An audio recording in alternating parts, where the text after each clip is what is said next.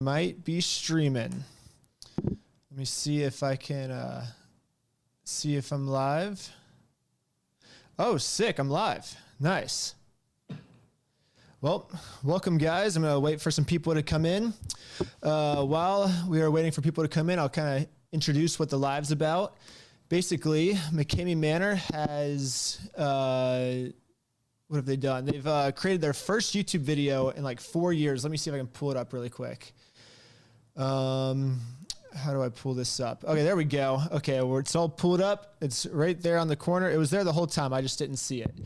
But yeah, they did their first video. It's been like 4 years since they've made one. And he is addressing the hard drive, which we got a lot of new information. It's on McCamey Manor Presents. So he had a YouTube channel called McCamey Manor, but then he lost that channel to his girlfriend because I think she did like a lot of the work with it, like the business side of it. And then once they split up, she kept the YouTube channel and he made a new one called McCamey Manor Presents. And that hasn't had a YouTube video on it for 4 years. And now he just made his first one. And he said we inspired him to make videos again. So that's pretty sick, I guess. But yeah, there's a lot of crazy things in it. I just kind of skimmed it. And as I was skimming it, I was like, yo, I got to do a live stream on this because this is kind of interesting. So yeah, I was like sick and maybe I can like react to it. So I spent like 5 minutes on like, how do I do a live stream where I can like, react to it? And I figured out how to do it. We got on the side of the screen and let's react to it. Boom. Okay. Yeah, we up early, buddy. I have something for you that I haven't done. Yeah. In like 5 years. It's 4 years. I actually made a new McCamey Manor video, but of course you know that because you're watching it right now. So I wasn't going to make anything, but there's been such a big hubbub. Yeah. About this. Yeah, we made a big hubbub. Yeah, the stolen hard drive. Yeah. The one that was supposed to just like, just destroy me, right? And so right away, I already like it. He's like, okay, he's like, there's this big hard drive and it was supposed to cause this huge thing and now I'm supposed to be destroyed. Well, first off, it's a long process. It's not like it's just instantly going to destroy him. I mean, it did instantly turn like every single person against him. Like most of the people like working for him are no longer working for him. Basically his whole audience is turned on him. If you look at the comments of this video, there are none because he turned the comments off because every single comment would be like, hey, you suck now because you're lying. There's McCamey Manor's fake and stuff. And so, yeah, what we did is definitely not a good thing. Also, no one's gone through McCamey Manor since I went through, except for people that I sent in to be trolls. So no one's legitimately gone through. So if he's not destroyed, he sounds like he's talking about it like he's like, oh, McCamey Manor is like running better than ever. No, first off, I stole his company, so I own McCamey Manor now, and no one's been through your little like haunted house since. So I feel like our job was accomplished, I guess. I don't know, but we'll see. He keeps talking about it. He also has been saying that he's running a secret group now. And so it's even like a more secret group than his already secret group. He's like, we have a secret group. And that's where all the crazy stuff's been happening. So he's like, I haven't been taking time off. He's like, we've been going business as usual, but it's just happening in a secret group. And that's why no one's seen it. But let's continue. Now what people don't tell you is that hard drive has been out there for 7 years. That's true. It has, but when they tried releasing it, he blackmailed everyone basically, and he basically sent his army to like threaten people, and he was getting people fired from their jobs for trying to release this footage, and that's why no one released it. Also, there was a lot of nudity on it and stuff that like doesn't even really like it's like stuff that like wouldn't even really expose Russ, but it's just like personal stuff that's just like, okay, like people just don't need to see this, you know? So there's like lots of reasons why people didn't release it. But yeah, people have had it. He is right. People have had it for like 7 years and no one has released it. But then I was like, you know what? if Russ comes after me, that just makes my job better. You know, if he comes after other people usually have like a 9-to-5 job. They have a boss and stuff. I've talked to some crazy people recently. I've had some crazy talks lately. And there's a lot of news. Sorry, I've been kind of like radio silent, and I'm going to come back and just be full transparent with you guys of everything that's been happening. But, yeah, first I'm just going to react to Russ's video on this, and I'll kind of explain everything else later. But, basically, yeah, people were getting fired from their jobs. I've heard of lots and lots of people say like, hey, Russ's army, like, went to my work pretty much, you know, and they were like, yeah. And they make up rumors about people saying that they're like sex offenders and stuff. And then they show it to like all of their like they show it to their boss, their former like work employees and stuff, and they're like coworkers. And then everyone's like, yo, we got to fire this guy. And they get fired. And then they're like, oh, I have no job anymore. Maybe I should like, and that once that happens like 2 or 3 times, you're like, okay, I got to like stop with this McCamey Manor stuff, you know, especially people with families, they have to provide for their children. People are like getting threatened to take their children away. And people are like, it's not worth taking down Russ to like destroy your whole family. But for me, it just kind of makes my life more entertaining when this happens, I guess. I don't know. I'm like a weird person. When this happens, my life just gets crazy, more entertaining. It's fun for me. I don't know. I love going, like taking down the bad guy, you know? I don't have, like, it just makes my work better. My work is YouTube. So it's like, oh, it just makes my work more entertaining, you know? It makes a better YouTube video. So I'm in a rare situation where I could actually release the footage, which I did. Got age restricted, so probably not a lot of you guys saw it. I think it has the least amount of views on every video I've put out. I thought it was going to be the most amount of views of any video I've ever put out, but it got like 100,000 views in the first hour. And then it was, which none of my videos have done that before. It was going to be the #1 video. And then it got age restricted, boom. And then now you can only find it if you go to Reckless Ben. You have to type it in and then go to my channel and click on it. So it's, a lot of people haven't seen it and they're like, oh, you're just lying about releasing the footage and stuff. I'm not lying. It's just YouTube's blocking it. But yeah, anyways, we'll continue on with the video. Just wanted to add some context. The haters have had the hard drive for 7 years. So it's not really a big secret, but we let him think so. And that's kind of what the movie's about. The movie's about a couple of people. Yeah, me and Danny, we're the couple of people that released his footage. Are involved with the all this craziness with the stolen hard drive. Yeah, stolen hard drive. It just made me revisit those individuals. It's very eye-opening, and it shows what certain people... Sorry, I do like the inspirational music in the background. Nothing he's saying is inspirational, but he still decided to put inspirational music in the background of this, and I don't know. It's just, I wanted to comment on that. I just thought that was very interesting. I don't know. You can make anything sound inspirational if you just put inspirational music on it. I don't know, but I'm like kind of intrigued to hear what he's saying just because of the music. I don't know. I think it was a very interesting choice. Not a bad choice, but just very interesting. Are all about, right? It's all about transparency. That's not a real word. Transparency. That's still not a real word. I don't know.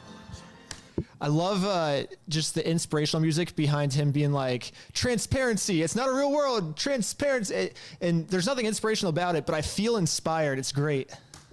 All right. Being transparent? How about that? But I'm inspired. Pretty funny. I was going to make just a super short movie. There's a little twist at it. You know, okay.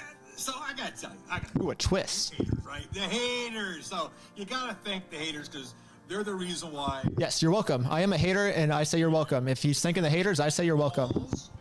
The two people that the big hubbub about is on the stolen hard drive. Okay, he's talking about Rhett and Marissa. That's whose tours we got permission to release, and we released them. We basically, Rhett pretty much gave me full permission just to release everything. He was like, yo, you can just, as long as you don't say my real name, because I don't want my family involved, you can do it. You know, he's like, I just don't want to get my family involved in this, but I do think it's worth showing my footage because what Russ did to me is not right, and I want to help save future victims out there. So we got full permission from Rhett to just post everything. Marissa was a little different because there were some more personal things that came up in her tour, that things that she does not want the world to know. And obviously we edited those parts out, and Russ says he's going to release those. So I don't know. It just kind of sucks that like it's not like a fun, scary haunted house. It's like, say I throw a haunted house, right? And I did throw a haunted house because I own McCamey Manor now, and that video is coming out very, very soon. I've been working very hard on it, and we actually, for the first time in McCamey Manor history, we actually gave away the prize money that was offered. And yeah, it was crazy. But anyways, it'd be like if in my haunted house, I like found someone's like deep personal secrets, or maybe even I created rumors about them, you know, and I'm like, I'm going to spread these rumors about you online. I'm going to destroy your life. Isn't that a fun, scary experience for you that you signed up for? It's like, no, that's a terrible haunted house. It's not creative. It's not awesome. It's just stupid and lame. It's like, it's like, I don't know. It's, there's ways to scare people that's not just like putting their dirty laundry online, if that makes sense. But that's what it seems like Russ is trying to do here. I don't know. We'll see. He claims that this video is going to come out in like a week or so, but we'll see. He's kind of threatening. He's like, I'm going to release all the footage of this stuff. And that was something even the Wolf was trying to do before. But thankfully, I think he's kind of come to terms with it. He's like, I'm not going to release that part of the hard drive anymore. I'm just only going to release the parts that Russ has, that Marissa is like okay with, and that actually exposes Russ.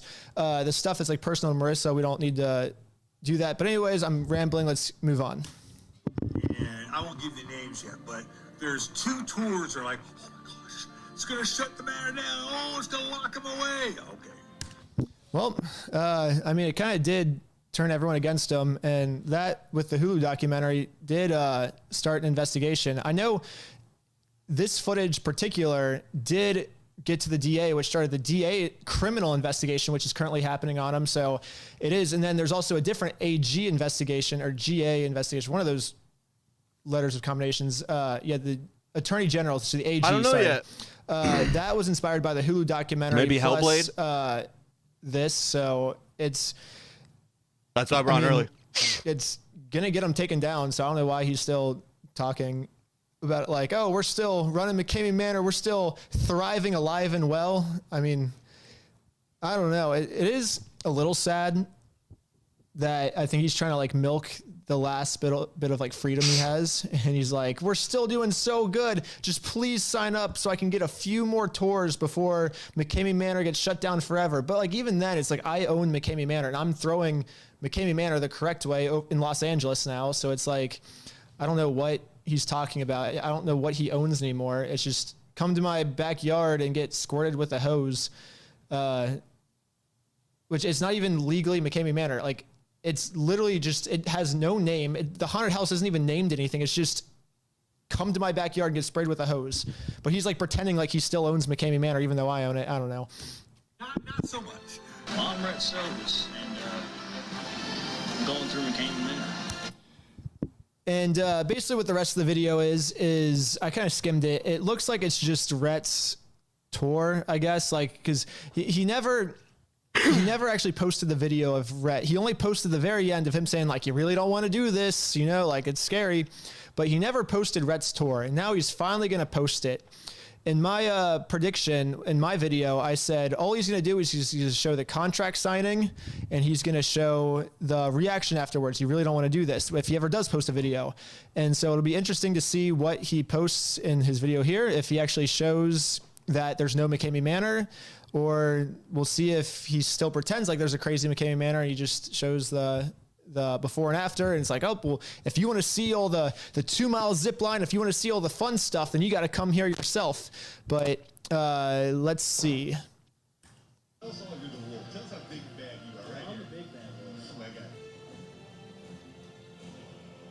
Okay, so it starts like all his McCamey Manor videos. He says, makes one wonder if this stolen hard drive that they have had to close to for 7 years actually contains all the horrible events that they claim.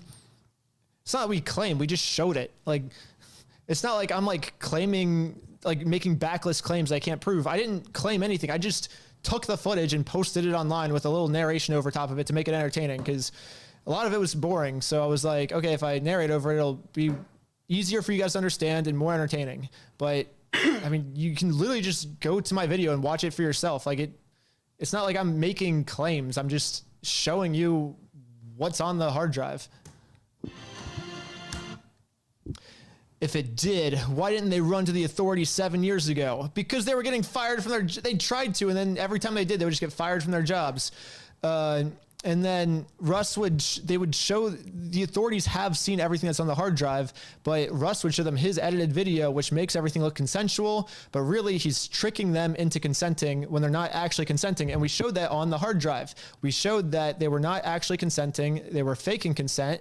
And, yeah, I mean, we literally exposed it. And now there's an investigation on them. Where is all the torturous, inhumane footage? I showed it on my channel. We showed him getting dragged by a car. You can see all his injuries. He's completely bloody and it's not fake blood, it's real blood he got actual real burns on his entire stomach, his entire leg, his entire arm. He was very, very, very much injured. I think he was bedridden for over a week in bed. He couldn't walk or do anything. And then immediately after getting those burns, you dunked him in dirty water, which is not sanitary. We posted footage of that online, and he's saying, where's the footage? It's online. It's age restricted, so you might not have seen it, but that's where it is. And now there's an investigation because of that. Okay. Oh, that's covering up a word. Okay. Without question, the roughest events involved in Silva stores and their actors very quickly. So I have no way of verifying this, whether Russ broke up with Russ broke up with Kata Silvis or Kata Silvis broke up with Russ. I was not there. I do not know, but I talked to the Kata Silvis people, and they said once we saw what Russ did, and once he dragged me behind a truck, I was like, I want nothing to do with Russ. And then they cut ties with them.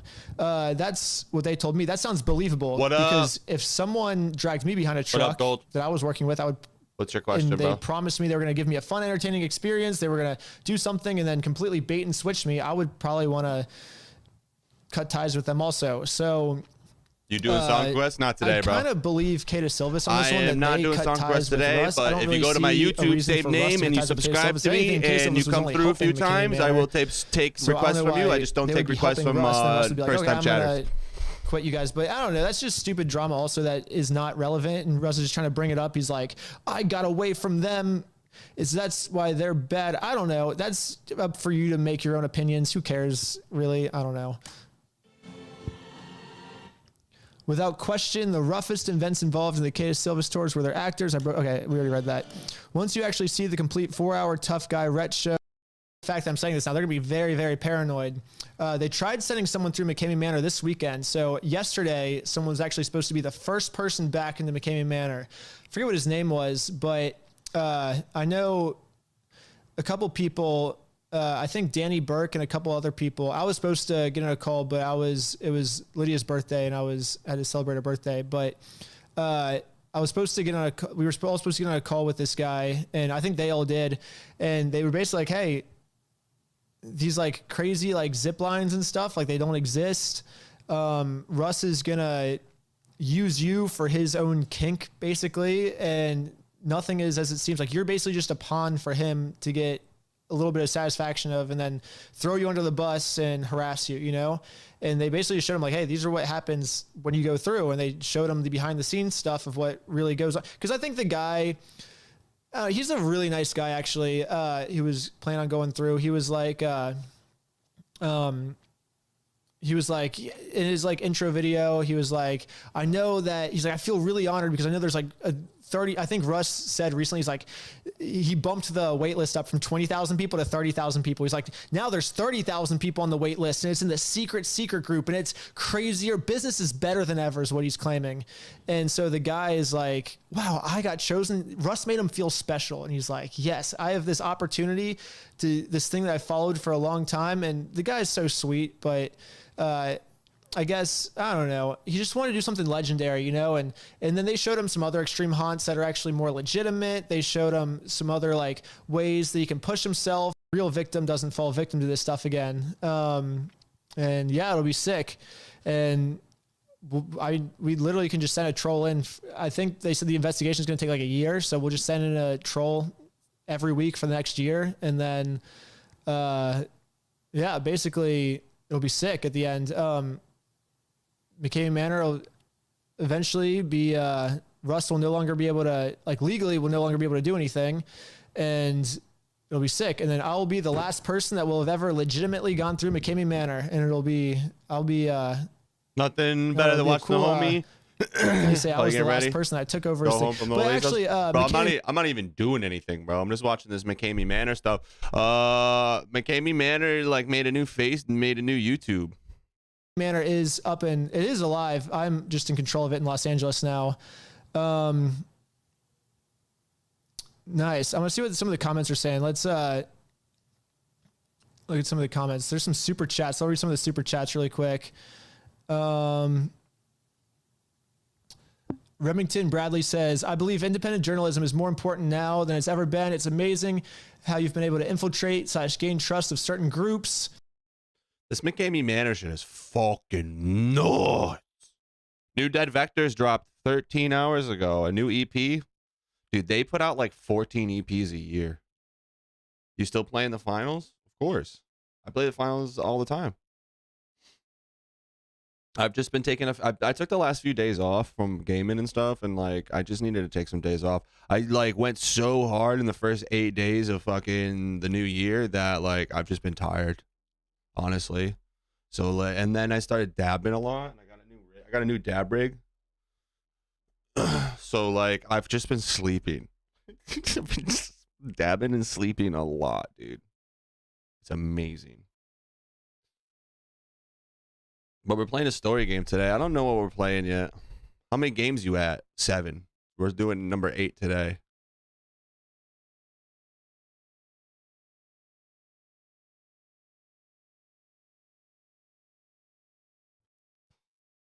We're doing number 8. Number 8 today. The importance of Infant Annihilator. I don't think people realize just how important Infant Annihilator have been to the modern scene of metal, and in this video I'm going to attempt to go over the importance of Infant Annihilator. And I know this video is probably going to spark some controversy because there are a lot of people that really fucking hate on this band and don't like them, and that's perfectly fine if you don't enjoy them, if you don't get anything out of them, or if you just think they're downright goofy and silly and a mockery to metal, which, to be fair, that's their entire shtick. That's the entire characters that they play. This guy dresses like a dork. They bring a lot of levity to metal, and that is a big part of the reason that I think Infinite Annihilator is important to deathcore. I think Infinite Annihilator is important because they're always ahead. They're always ahead of everything. Like, everything that they've done is being done right now. And everything that they're about to do, because the new album's done, it's going to come out, and then in a couple of years, everybody's going to start doing that same stuff again. You know what I mean? Like the vocal stuff, like just the way, how tight they are and how polished it is. It's just like they've always been just a little bit further ahead of everybody else. Just a little bit. And I think that's important. I think it's important to have a band that's too far ahead of their time. You know what I mean?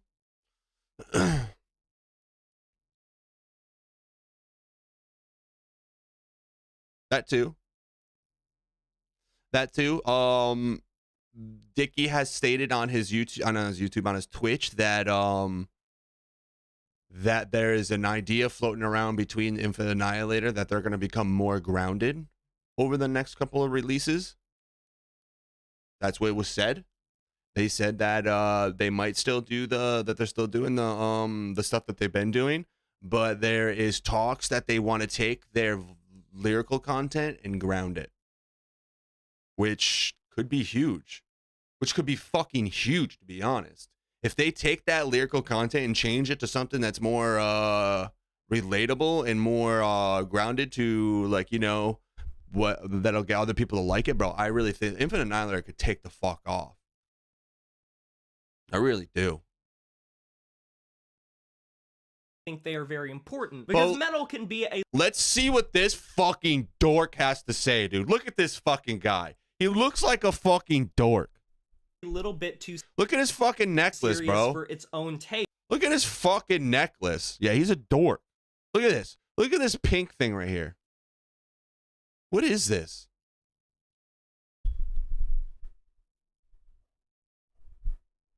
The fuck, bro? All right.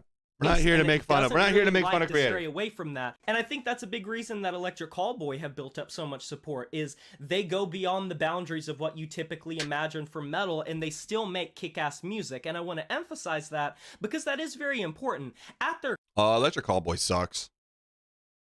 It's very mediocre. Electric Callboy is very but that music is subjective. core, Infinite Annihilator are very talented musicians that can make some great stuff. But when you first saw them burst on the scene, you had a lot of people saying they aren't metal or they are a scourge to metal. And then you also had the controversy where they were being banned from streaming platforms, even though there were more gruesome and obscene things on the platform. And their music videos were very harsh with nudity and graphicness and just a ton of fun shit that they really did put on the nose. So that's one thing. It's good to have a metal band, or it's good to have metal bands that provide sort of this contrast to the very serious demeanor that metal oftentimes takes on. That's sort of the avatar of metal and sort of the skeleton that it's built up from the ground of. But the most important thing, and I think some people really do undersell this, is the influence that Infinite Annihilator had on what I call the loudness war, or alternatively, breakdowns. Throughout the late 2010s, or the mid to late 2010s, going into the 2020s, it became increasingly more popular and even sought after for bands to continuously up the ante and make breakdowns heavier, make them as chunky as possible, and make the compositions that were as shocking and stank face inducing as possible. It garnered a lot of support from streamers and YouTubers that would do reaction content and be making like the oh my god face with like a red arrow pointing towards You'll never them. see this on my And page. everyone would want to see the reactions of these people that were listening to it, because it was always how heavy can we get? How loud can we get? How fast can we get? And when a band like Infinite Annihilator comes on with like Blasphemian and there's like two massive fucking breakdowns at different points, it starts to become clear that when you see a modern band like say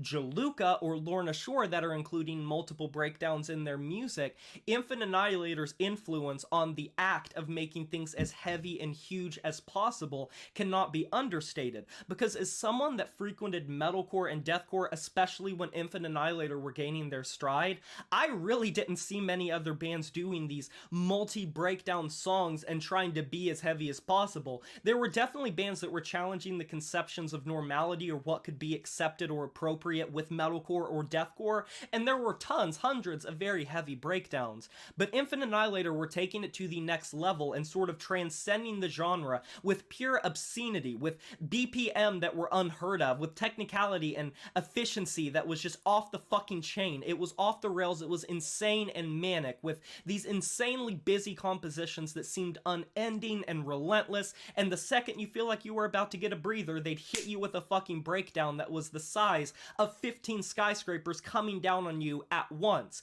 The sheer weight of their production, as well as how they approached hyper-sanitized production in a deathcore light, was also something that I think influenced a lot of bands that came after, because they not only showed that you could sound very mechanical and very engineered and well produced. This dude looks like a fucking chud, but he is very fucking smart when it comes to music. Like, he definitely knows what he's trying. He definitely has what he wants to say in his brain, and he's saying it exactly the way that it's in his brain.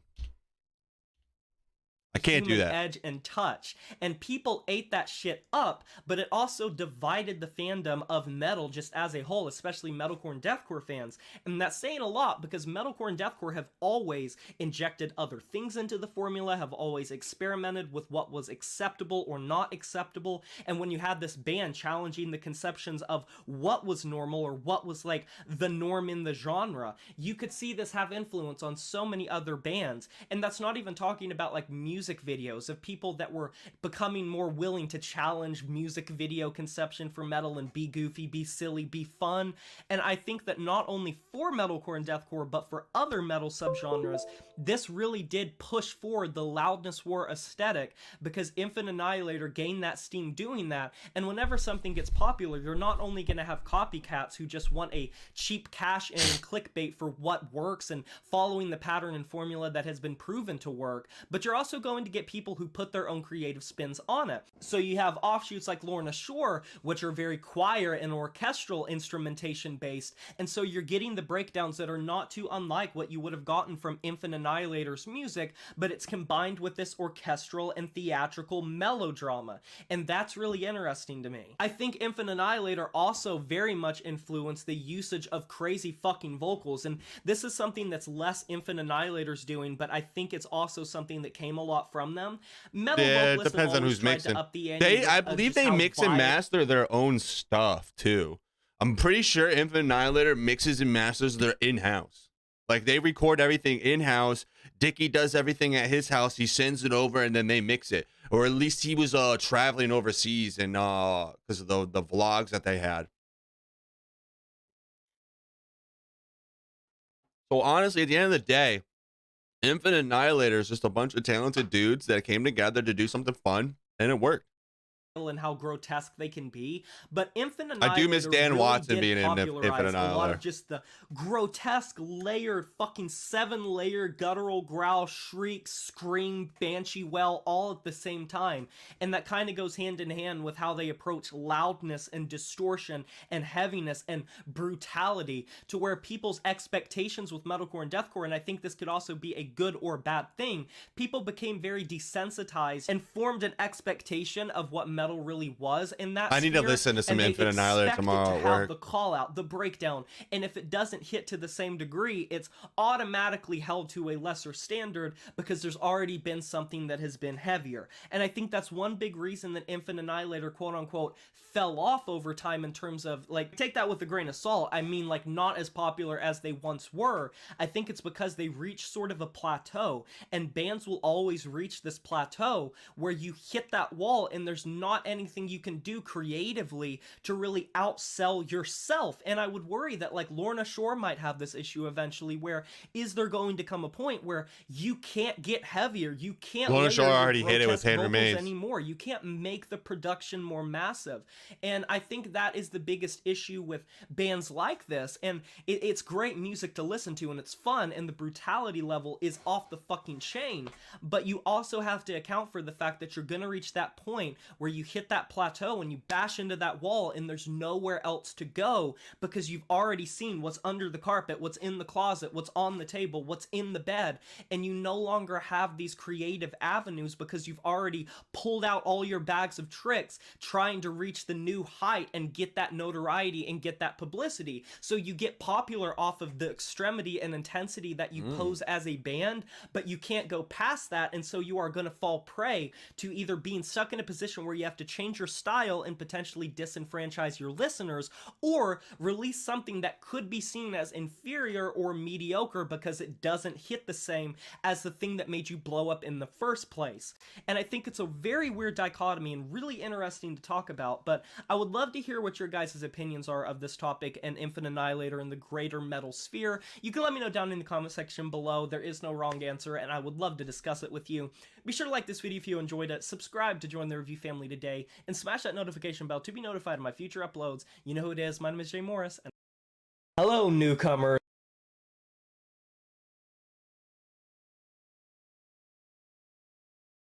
This guy makes it perfectly clear that you don't have to have crazy editing, you don't have to have crazy graphics, none of that shit. You just have to come on and just fucking talk and have a good time while doing it and enjoy doing it. Clearly, because, like, he's not doing anything crazy. He's using the creeper fucking font. There's no crazy thumbnails. Some of them don't even have thumbnails. And yeah, he's got 11K followers, bro. Like, that's pretty cool. That's pretty fucking cool.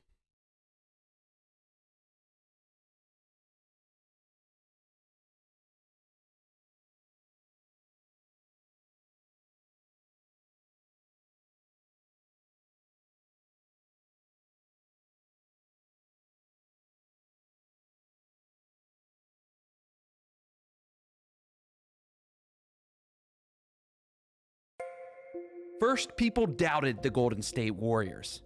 I don't think you can win the championship beating good teams shooting jumpers. For the 2015 Larry O'Brien NBA championship, the Golden State Warriors. Then, once KD left, they said their dynasty was over. And say that Steph Curry will not be in the conversation for a championship in the next 4 years. I hate to say this right now, but to be honest with you, I don't see the Golden State Warriors bringing home another championship. 2022 Bill Russell NBA Finals MVP award goes to Stephen Curry. Clearly remember some experts and talking heads putting up the... But every time it looks like the end is near, they find a way to Early stave stream, it let's off. go! But Yeah, did ever we since hear this early? clip surfaced, We're things just have been chilling right different. now, waking up, and then we're gonna play some. I think we're gonna play some Hellblade today. I don't know yet. Don't quote me, but Hellblade or something else. We'll look through our game soon.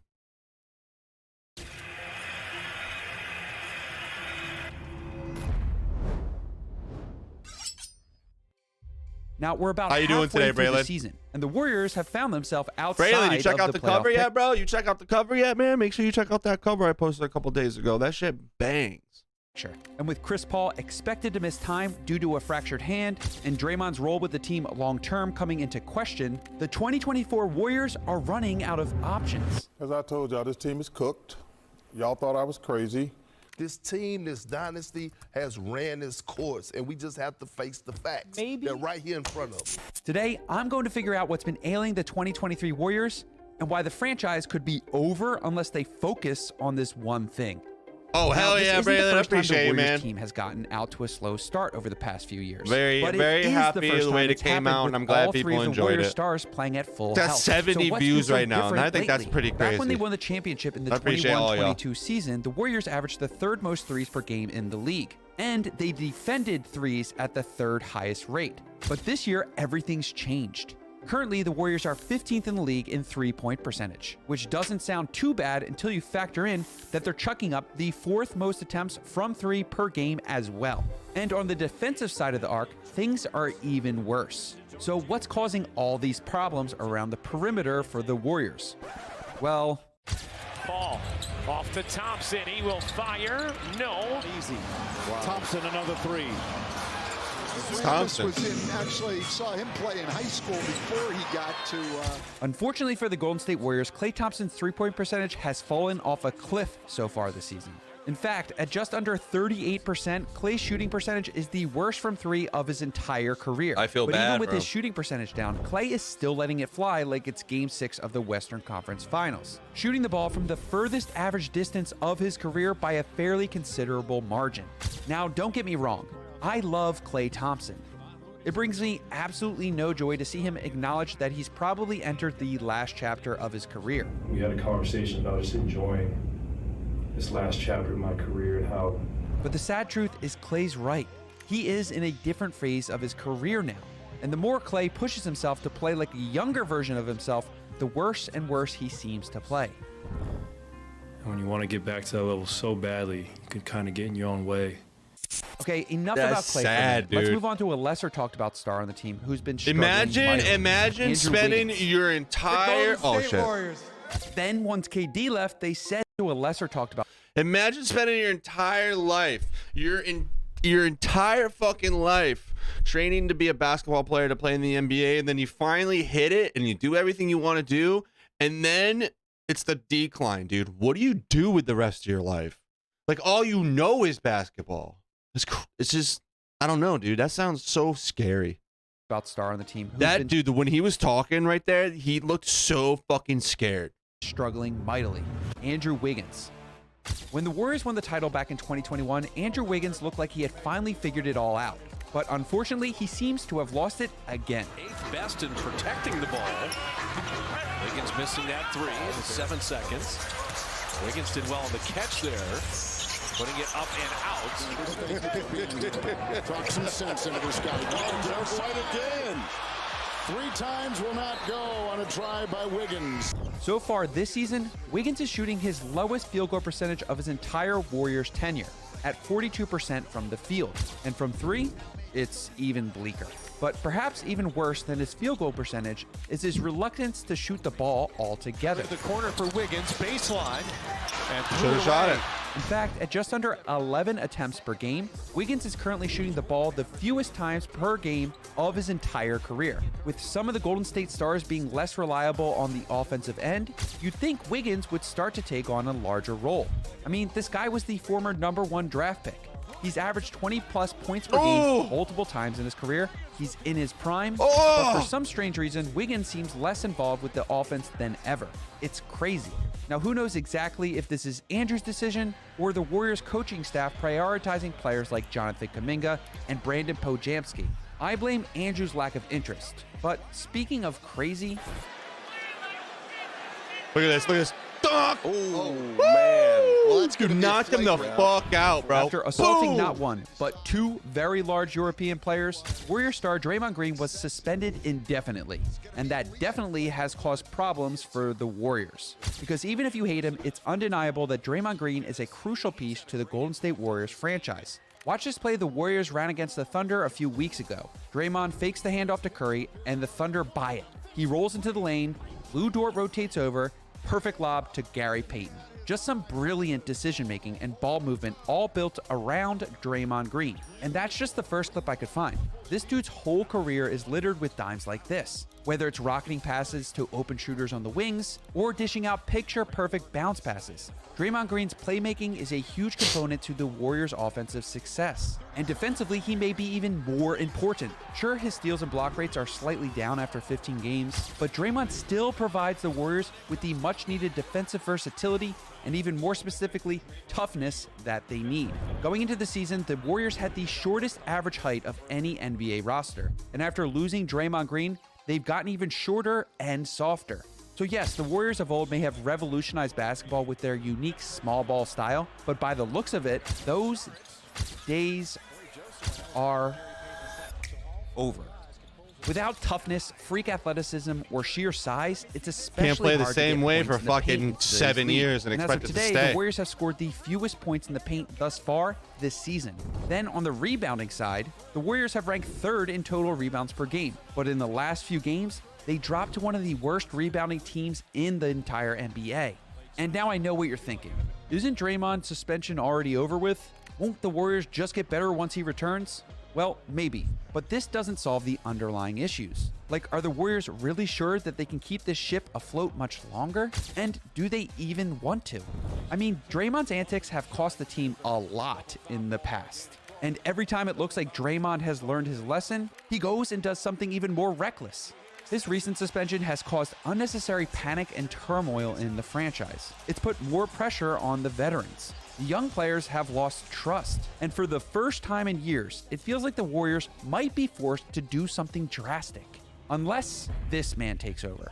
At 35 years old, Steph Curry is still playing some of the best basketball I've ever seen. He's currently averaging 27 points, 4 rebounds, 4 assists on 62.7% MVP levels, bro. true shooting. On any given night, he's capable of delivering jaw-dropping moments like this one from just a couple weeks ago. With the slippage in production and accountability amongst the Warriors core, we're coming dangerously close to having Steph Curry miss out on the postseason entirely, effectively wasting what could be one of Curry's last years of utter greatness. And that's just something the NBA can't have.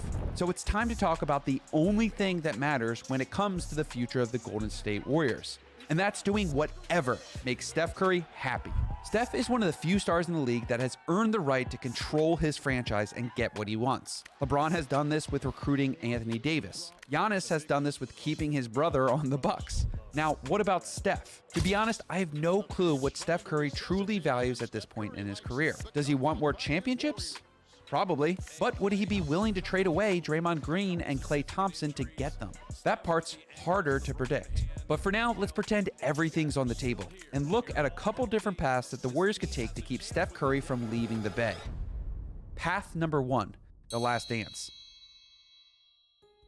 This path would include keeping the Warriors' core nucleus together and selling high on just about everything else. With Chris Paul out, they could probably ship him to a younger team for 1 or 2 more serviceable players. And I wouldn't be surprised if a reclamation project Andrew Wiggins couldn't yield a decent return for the Warriors as well. This way, the team could go all in on getting their 5th title with their core guys together, before watching each of them sail off into the sunset one by one. Path number 2, the Oppenheimer, aka blow it all up. Now this is the most chaotic of the Warriors' choices. In this option, they'd likely trade Clay and Dre to interested teams, and the GM Mike Dunleavy goes to work building out a roster of talented role players who do nothing but support Steph Curry. Weirdly enough, rapper Cameron had great insight on the severity of this route, and why former GM Bob Myers might have jumped ship to avoid this disaster. I think that's why they general manager left last year, because he don't want to be in that position. Tough call. You know what I'm saying? Nigga like, man, this is good, Cam. Yeah, you on your shit, boy. Yeah, That's good. I think Draymond's erratic behavior has forced Curry and the Golden State Warriors into a decision they've been avoiding for years now. Do the core guys stick together? Or do we let the Warriors GM break the team up? This Ultimately, is gonna be I nuts, think the bro. choice is up to Steph Curry. Okay, so the NBA trade deadline is February 8th. And though the Warriors definitely have options, it is imperative that they make a move at the It's gonna deadline be that nuts. ensures the long-term success of the team, as well as the happiness of Steph Curry. Because a talent like Steph only comes around once in a generation, and we all deserve to see more performances like these. Gathers it in. Pocket 3. Curry 3.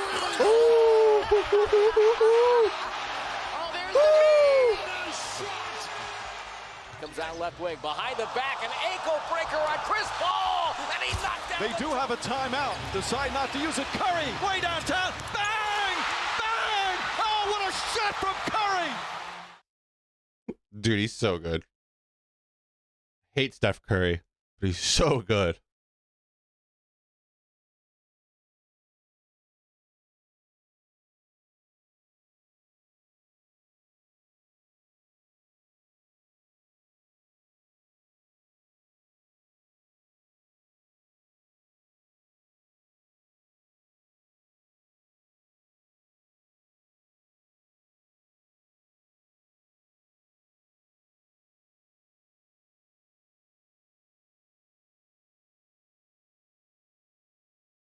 Six extinct creatures the Romans saw. The Atlas bear was a wild bear that roamed the Atlas Mountains of North Africa. The Romans would capture them and then let them loose on gladiators in the Colosseum just for fun. The Molossian dog is said to be the modern ancestor of the Mastiff. They were powerful and had incredibly strong jaws. The Romans would take them to hunt wild boar and sometimes into war. The aurochs were large cattle, with bulls standing up to 1.8 meters. The last recorded aurochs died in Poland in 1627. The Barbary lion was once found in North Africa, from Morocco to Egypt. Males could weigh up to 250 kilograms. Much like the Atlas bear, the Romans would throw a Barbary lion into a gladiator game just to see what it could do. Similarly, the Caspian tiger, which roamed regions close to the eastern reaches of the Roman Empire, was also used in these spectacles. The Vertragus was an ancient dog breed that is now extinct, which is believed to be the ancestor of modern greyhounds. The Romans also used them for hunting, but only for small game. Six extinct creatures the Romans saw. Bro, that's crazy. They just capture bears and then throw them into a fucking ring and make them fight people. That's fucking nuts.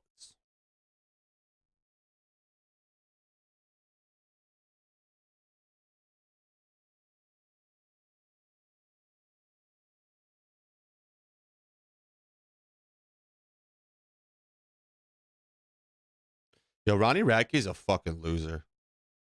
That's all I gotta say.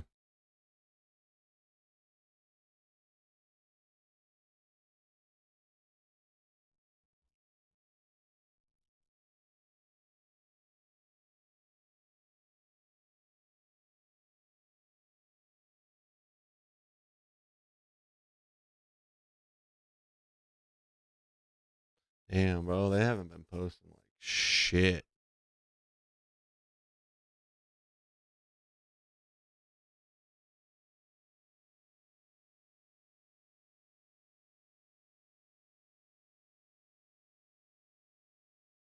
For every 5 admired comedians, there's another 5 who are completely despised. And it's no secret that joke thief Dane Cook fits snugly into category 2. In I actually love Dane Cook. I don't care. I think Dane Cook's dope. He streams Call of Duty on like a giant movie theater screen. It's fucking hilarious. In 2005, Dane Cook was listed as the world's most famous comic, although despite being known by an audience of millions, he was notably hated by. I also heard that and he said that that Rough Around the Edges special he did, he had zero material for it and he made it all up on stage. That's nuts.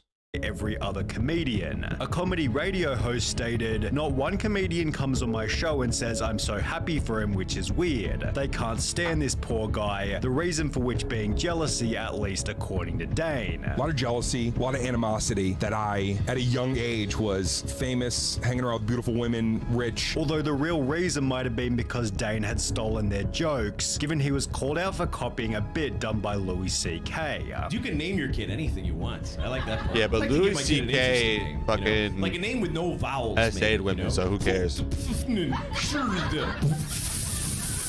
Just like 40 F's, that's his name. I already have names picked out. I don't even know. First kid, boy, girl, I don't care. The first one that comes out, I'm naming it. I think it's beautiful. It's feminine but strong at the same time. It's a completely different joke. Time for bed. It's set up differently. Everything's set up differently. The tone's different, everything. I said time for bed. Fans then noticed Dane had also copied a bit by Dimitri Martin at around the same time. I went into a shoe store and I said, hey, can I get those in a 10? The guy said, sure, and he went in the back. Then a couple minutes later he came out and he goes, I don't have a 10, I have a 9. Great. Because while you were in the back, my toes were severed off. She walks out. She comes up to me, you guys, so enthusiastic, such like optimism. She's holding a boot. She comes right up to me and she goes, we have it in a 9. This is exactly the same. Great. You guys also have a bone saw anywhere nearby? With Patrick CC running through even more examples in this video before touching on another reason Dane Cook is hated, his joke about the Batman movie theater shooting. So I heard that the guy came into the theater about 25 minutes into the movie. I don't know if you've seen the movie. The movie's pretty much a piece of crap. Pretty sure that somebody in that theater about 25 minutes in realizing it was a piece of crap probably was like, oh, shoot me. The controversial joke resulted in article after article, as well as Twitter posts reading, anyone who knows me knows I think Dane Cook is the single worst comedian ever. He's never been funny. Now he's just an awful human being. But while Dane Cook isn't liked for his disrespectful and sometimes stolen jokes, Theo Von is hailed for his unusual originality. His sense of humor has been described as so creative, unique, hilarious, and unorthodox that I can't compare him to any other comedian, which summarizes Theo Von perfectly. There's a few guys, Theo's one of them, that have like a style of comedy that you will never be able to explain to someone. They gotta go see him. When you hear him say, we had this one guy, you know you're about to hear a wild story full of bizarre situations and metaphors described in the strangest yet most perfect way possible. This gentleman had half a limb, and he was... Which limb? He was missing part of his leg, I think. Or he said he was, so he could have been faking it. CGI or something? I don't know what his name was. CJ, it was a white dude. Okay, Jack. He's the absolute king of the metaphor. Whenever he says something is kind of like etc., it's always the funniest, most outlandish comparison I've ever heard. You look like a guy if somebody had a cheat code in Double Dragon, bro. And they got to use an ultimate character, man. Yeah, Dan Tony. Amen, dude. Unlocked it. There are multiple compilations dedicated to Theo Von's absolutely wild sayings, although at the same time, he's able to show his softer, more vulnerable side in moments where it's appropriate. Theo's podcast this past weekend has risen to become the 7th most popular podcast on Spotify, while Brendan Schaub's bad reputation has caused his podcast Such an awesome comedian. Not Brandon Schaub's a loser. Brendan had previously been a UFC fighter. However, after a string of losses, he was convinced by Joe Rogan and Brian Callen to retire and instead pursue comedy. You have a future in other things and you're really good at. Like, you're really funny. You say funny shit, man. Yeah, you do. You have a ridiculous talent for that. Although with comments on Brennan's stand-up like, this is the best example of normal people thinking they're funny because they make their friends laugh, his sets aren't exactly the greatest. His first stand-up special titled You'd Be Surprised received an IMDb rating of 1.4 out of 10 stars and was labeled in front of millions as the worst comedy special I've ever seen. It was so bad that even Joe Rogan made a few little jokes about it. The first one, I would have probably tried to talk you out of it, but I already talked you out of fighting. Yeah. And I was like, I can't talk about this too. However, for Brendan, the worst was yet to come. 3 years after his first special, Brendan Schaub released another one titled Gringo Papi, which received an even lower IMDb score of 1.1 out of 10 stars, meaning he was unable to sell it to a major buyer like Netflix. Instead, he uploaded the special to his YouTube channel, where it received an 85% dislike ratio and comments such as, "Damn, this guy sure has some hidden talent. Hope he finds it one day. Every time I feel down, I watch Gringo Papi. Then I realize whatever has me down or whatever adversity I am facing isn't as bad as this comedy special." You know it's a Brendan Schaub stand-up special when the comments are funnier than the actual video. With the stand-up again being labeled as the worst comedy special of all time, it seems Brendan's main problem is that he isn't very skilled, and the audience has therefore been gravitating towards Shane Gillis. He got his big break in 2019 after being cast on Saturday Night Live, which he was then fired from immediately after the media dug up controversial comments made on his podcast. And then I got canceled immediately. You got canceled on the way. They literally were like, how about this guy? And everyone was like, no. Shane responded by writing, "I'm a comedian who pushes boundaries. Sometimes I miss. If you go through my 10 years of comedy, most of it bad, you're going to find a lot of bad misses. But while this made him unsuitable for SNL, this was ironically exactly what the wider comedy audience wanted. No wonder SNL fired him. He's actually funny." This, in combination with the mountains of press from the incident, took Shane's popularity to a whole new level. The months after SNL, our listenership probably quadrupled because then people heard about it and watched it. So it's helped the podcast. Like, this is actually funny. So it's helped the podcast. Tremendous. Only made crazier when he'd post his live set in Austin, which gained over 20 million views by touching on funny political topics, although in a good way where it felt like he didn't have an agenda. And I don't want to be on the other side of it where it's like, I'm a free speech guy. It's like, dude, I don't want to be involved in any of this. I just want to do comedy. Shane's great attitude and likable personality has made him the most subscribed person on Patreon with around 75,000 paid members, in comparison to Carrot Top, whose style was so unique the whole industry turned against him. He gained popularity as a prop comic in the 90s, but while his shows were extremely smart and absolutely hilarious, O.J. Simpson's football. Okay, go deep, honey. Go deep. his bizarre look and style made him a punching bag for anybody and everybody. You're a funny guy, man, and you at least used to take a lot of shit, and I never understood it. I don't either. I would get shit for everything. It's like Nickelback. This became most obvious when Carrot Top simply flew over his city in a fighter jet. And the next day on the front page of the paper, Carrot Top disrupts city with flyover.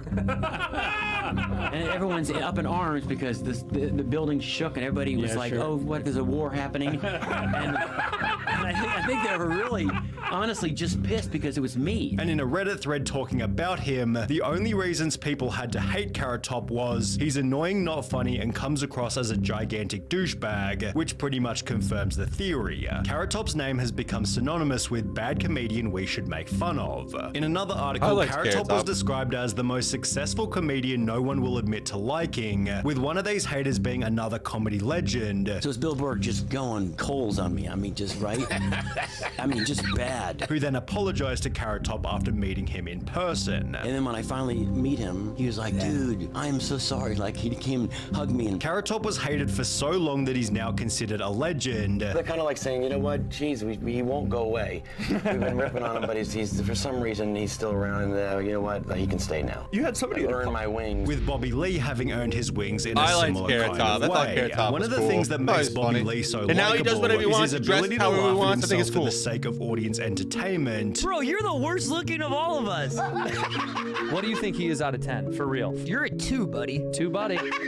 You're like a 2.5 at most, probably closer to a 1.5. Give me a bigger number. Okay. You want an honest number? Honest. Okay. You want the honest number? Please. I was being generous as a 1.5. I'm a 1.5? Something close to 1.7 showing that he's comfortable in his own skin. This helps him deliver some of the most savage roasts on the internet. My dad abandoned me, but then I love my mom. In your face! He doesn't have a dad! Although just like Theo Von, his fans also have a lot of respect for how open he is with his addiction issues and sobriety. Right before I was gonna get on the plane, I looked at my girlfriend and said, I'm going to relapse. When it comes to Bobby Lee's stand-up, a Reddit user wrote, I've seen him do the same set at the Comedy Store like 3 or 4 times, and I nearly cried laughing each time, while another person called it the hardest I've laughed at a comedy show of a decent slate of shows. It seems Bobby Lee finds love from the audience regardless of what he's doing, while the audience has recently been finding many reasons to hate Tom Segura. At the start of his career, Tom Segura was one of the more humble comedians. However, after losing over 50 pounds and building a net worth of 12 million, his ego became incredibly obvious. He'd begin to joke about the general population by calling them poors. So I've received a remarkable number of messages, countless poor people, about the use of a washcloth in the shower. And, you know, it's kind of well known, it's what poors do. However, it quickly became obvious that he wasn't really joking. Every time we talk about like a watch or a car, I'll get a bunch of messages from losers that try to tell me that I'm making them feel bad about their situation. I'm struggling with rent this month. Figure it the f out. In October 2023, Tom tweeted about being inconvenienced by American Airlines, and after being called entitled by his fans, Tom responded by stating all the poors and losers have the same response. Oh, you were inconvenienced, well you should accept it. That's what me and my dumb poor family have done for generations. This is why you're poor. In his next tweet, he'd respond to a fan by simply writing poor, while a third tweet read, the lowest level poors get upset, as they've been trained to do when you point out they're happy to do what I'm told servant mentality. They don't value time because their time is worthless. You are specks of shit on a washcloth and washcloths belong in the trash. The rant instantly turned Tom into laughing stock for the internet. Probably not that much money left over for the guys in the booth either. It's all Tom and Christina just running around, getting on private jets, making fun of poor people. While others dug deep to find his wealth was likely inherited. It turns out Tom was a trust fund kid. His father was the vice president and chief financial advisor of Merrill Lynch for 25 years until he took over as the vice president and CFA for the Bank of America. His obituary mentions that he was a member of the Quail Valley Golf Club in Vero Beach, where a membership will run you a very modest $85,000 a year, not counting all of the other fees. This led Tom to remove the entire chain of airport tweets and avoid every question that might imply he's rich. What kind of car you have? What kind? You have cars? Yeah, How many cars you got? You alright? Yeah. You know what, Tommy? Tom Segura has no excuse for being a douchebag, given Gabriel Iglesias is substantially richer and is one of the most humble comedians. When you type Gabriel Iglesias controversy into Google, it seems the worst thing he's ever done is pay a fine to a venue for spending too much time recording a Netflix special. Back in 2014, one of these specials was leaked and uploaded to YouTube for free, although instead of issuing a copyright takedown, he'd share the links to his Facebook, adding, I can't believe someone posted a direct link to watch my fluffy specials online for free. The nerve. I hope no one shares or watches these before they get taken down, prompting a top comment reading, this is why you're awesome, Fluffy. You don't whine about getting pirated, you promote it. Gabriel's nickname Fluffy is a joke about his own weight, which like Bobby Lee shows he's comfortable in his own skin. Although at the same time, Gabriel explained to Joe Rogan that he'd recently lost 70 pounds as a result of following better habits. And it was bad habits that led Carlos Mencia to become incredibly hated. The collapse of his reputation began after Joe Rogan wrote a blog post titled, Carlos Mencia is a weak-minded joke thief, which read, the latest and most disgusting joke thief of all is a guy named... What are we playing? In the news today, yet again, your man, Machine Gun Kelly, the internet is furious at MGK yet again. It seems like there's two things I know in this world. Bro, it's so funny that, like, MGK is a shitbag human being, but, like, he literally just is doing what he wants, and people are just mad. And I think that's fucking hilarious, dude. They're like, people literally wake up and they're like, oh, I didn't know Machine Gun Kelly was still doing rock music. I thought he was putting out rap again. Oh, he just dropped a Razorblade guitar? What a fucking asshole. I can't believe this. Fuck him. He's always fucking doing in this thing. He's trying to stay relevant. Blah, blah, blah, blah, blah, blah. It's like, bro, who gives a fuck? Is that when if he wants to have a fucking Razorblade guitar, he could do that, dude. Like, people don't make music for kids. None of this music is made for children. Like, let's be serious. Let's take a step back here and realize what music is made for children and what music isn't made for children, right? If it's got swear words in it, it's not made for children. If he talks about doing cocaine, it's not made for children, okay? If he talks about fucking in his dick, it's not made for children. So stop telling them to do it for the kids. They don't matter. Doesn't matter. MGK does absolutely anything. But talks about fruit salad, it's for the children. But talks about sharing and being nice to each other, it's probably for the children. But talks about cocaine and sex, it's not for the children. I don't know where the line is, but I just created one. I don't know, dude. Rock fans are going to be very angry at him. And I also know that if I talk about it, it's going to get a lot of views. So here we are. We're going to make a big deal about something that is actually not a big deal at all. But that's what we do. Here it is, the latest incident. The internet slams Machine Gun Kelly's controversial new Razorblade guitar, and he responds. So here it is. And also, this video is brought to you by my friends in Good Hangs. This is I Hate You for Making Me Hate You. Can't talk to you, can't talk to you. No. I only do push-ups when I'm drunk. Hangs on Spotify. I like it. Of a razor blade, and it's $1,500. I want to know, first of all, who is actually buying this thing, okay? Who's going to spend $1,500 on an MGK signature guitar?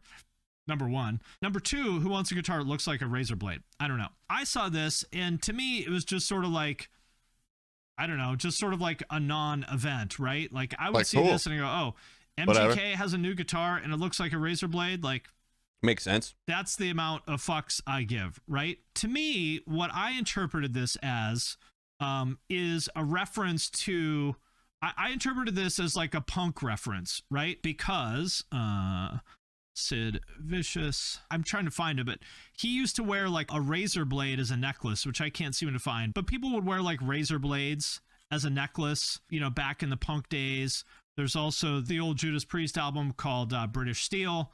And so to me, I just sort of interpreted this as being like, you know, a razor blade is just like an edgy thing, right? Like it's just a symbol for edgy music references. But of course, the internet, anytime MGK does anything, people have to get enraged about it. So there was some discourse about this on Twitter. So our friends at State of the Scene podcast tweeted about it. And then I don't know who actually started all of it, but essentially there was a narrative that sort of emerged that this guitar was like somehow glorifying self-harm, okay? The YouTuber Metal Burb, who I think is a very cool guy. I like him. Good dude. I like his videos. Nah, Metal Burb's a fucking loser, bro. So he posted this. I know MGK sucks and people don't like him. MGK responded to him, and then right underneath it, he goes, "Come on, man. I like your music." He got roasted for backtracking so hard. If you go to this post, I'm on there talking shit to him. This dude said I was a cancer to music, bro. The fuck? Who am I? How am I a cancer to music? You got people like Ronnie Radke and fucking Alex Terrible being Nazis in the music scene, but I'm a cancer to music? Suck my fucking dick, Metal Burb. Suck my fucking dick. Backtrack again and suck Machine Gun Kelly's cock, you fucking bitch. But he said, I know MGK sucks and people don't like him, but what's up with the guitar being a razor? It's almost like it's glorifying self-harm. Schechter, man, the scene has problems with mental health, and making tools that cause self-harm look cool is actually super lame. Also, the guitar is hideous, but that's just obvious. I do think the guitar is hideous. But this was kind of like, you know, for people to interpret this as somehow glorifying self-harm to me, I think it's a little bit of a reach. I feel like it's an example of people just sort of looking for a reason to be mad at MGK, because you know that if you go on Twitter and dunk on MGK, then you're going to get a bunch of likes and everyone's going to say that you're great, right? And I'm not trying to come down on Metal Burb. Again, I think he's a cool guy. I'm just saying in general, I think people are like very eager to like dogpile on him, right? And so then MGK replied to that and said, you show your lack of depth by taking art at face value. That has nothing to do with any of the subject matter you just presented. So no, my friend, you suck. So he's saying, no, that's not what it's about. And then this guy from Static Dress, which is sort of this post-hardcore band trying to sound like, 2004 kind of stuff, retweeted this and said, I fucking hate living on this planet. And it's like, dude, look, I know that I've made quite a few videos about MGK myself, so you might think that I'm one of these people, okay? But my message to these people, all these rock and metal people, is you guys need to stop letting MGK live in your fucking head. You know what I mean? It's like, if you don't like his music and you think this guitar is stupid, then fucking ignore it. You know what I mean? To say, I fucking hate living on this planet, I understand it's a tweet and he's exaggerating, but it's so tiresome. You know what I mean? It's like, I'm going to use the word triggered, right? But like, it's just like everything that he does just triggers these people so badly. And just like, you people need to fucking touch some grass, people. It's a goddamn guitar. It's not that big of a deal. I fucking hate living on this planet. It's like, a little bit dramatic. MGK replies, words from a jealous musician who had never made it. Obviously kind of a petty reply, but whatever. So this guy says, don't worry, bro. Just continue to push horrific themes to literal children. I'm sorry, but like, it's a fucking razor blade. It's like a guitar in the shape of a razor blade. To say pushing horrific themes to literal children. Yeah, exactly. I hate living on this planet. Don't these people have some real problems? So of all the things that you could be upset about, okay, all the things in this world that you could be upset about, you chose to be outraged about MGK's guitar today, right? Really? That's what you chose to get upset about? Yeah, no worse crime has ever been committed. Exactly. If you're so worried about children, I mean, there are children living in literal garbage dumps in the Philippines right now. You don't seem to be too upset about that. There's children being caught in the crossfire of, wars all over the planet. I don't see you tweeting about all these various conflicts all over the world, right? Where innocent children are suffering. It's like they're only capable of caring about something if MGK does it, right? And it's sad. It's honestly sad. And I think this is a valid point too, okay? So again, to Metal Burb's point about MGK supposedly glorifying self-harm. Again, I'm not trying to come down on Metal Burb. I think he's a cool guy. I like him. Seems like a really good dude. I like his videos. But I think Ronnie actually has a pretty valid point here. Ronnie said, my guy, I'm not jumping on any sides here, but come on. Have we gotten so lost that we're now complaining about a razor blade guitar because it might trigger people to self-harm? But you turn around and give my video of me murdering people with guns a thumbs up. I like you, bro. Let the man live. I mean, I think this is kind of a valid point on Ronnie's part, okay? There's so much just like horrific imagery in metal, and nobody gets upset about that, right? I mean, how many songs does Cannibal Corpse have about killing people in various horrible ways? And everyone loves Cattle Decapitation and Infant Annihilator and all these other bands. And nobody has anything to say about that. But the moment that MGK makes a guitar in the shape of a razor blade, suddenly everyone's the finger-wagging voice of, it's a ridiculous. Moral authority. It's like, oh, and won't someone think of the children? I can't believe you, MGK. Won't someone think of the children? And again, I'm not trying to come down on Metal Burb or anybody else here. It's just like, it's genuinely disappointing to me that we have arrived at a place in which when Ronnie Radke is the voice of reason, then you know that something has gone very wrong. Right?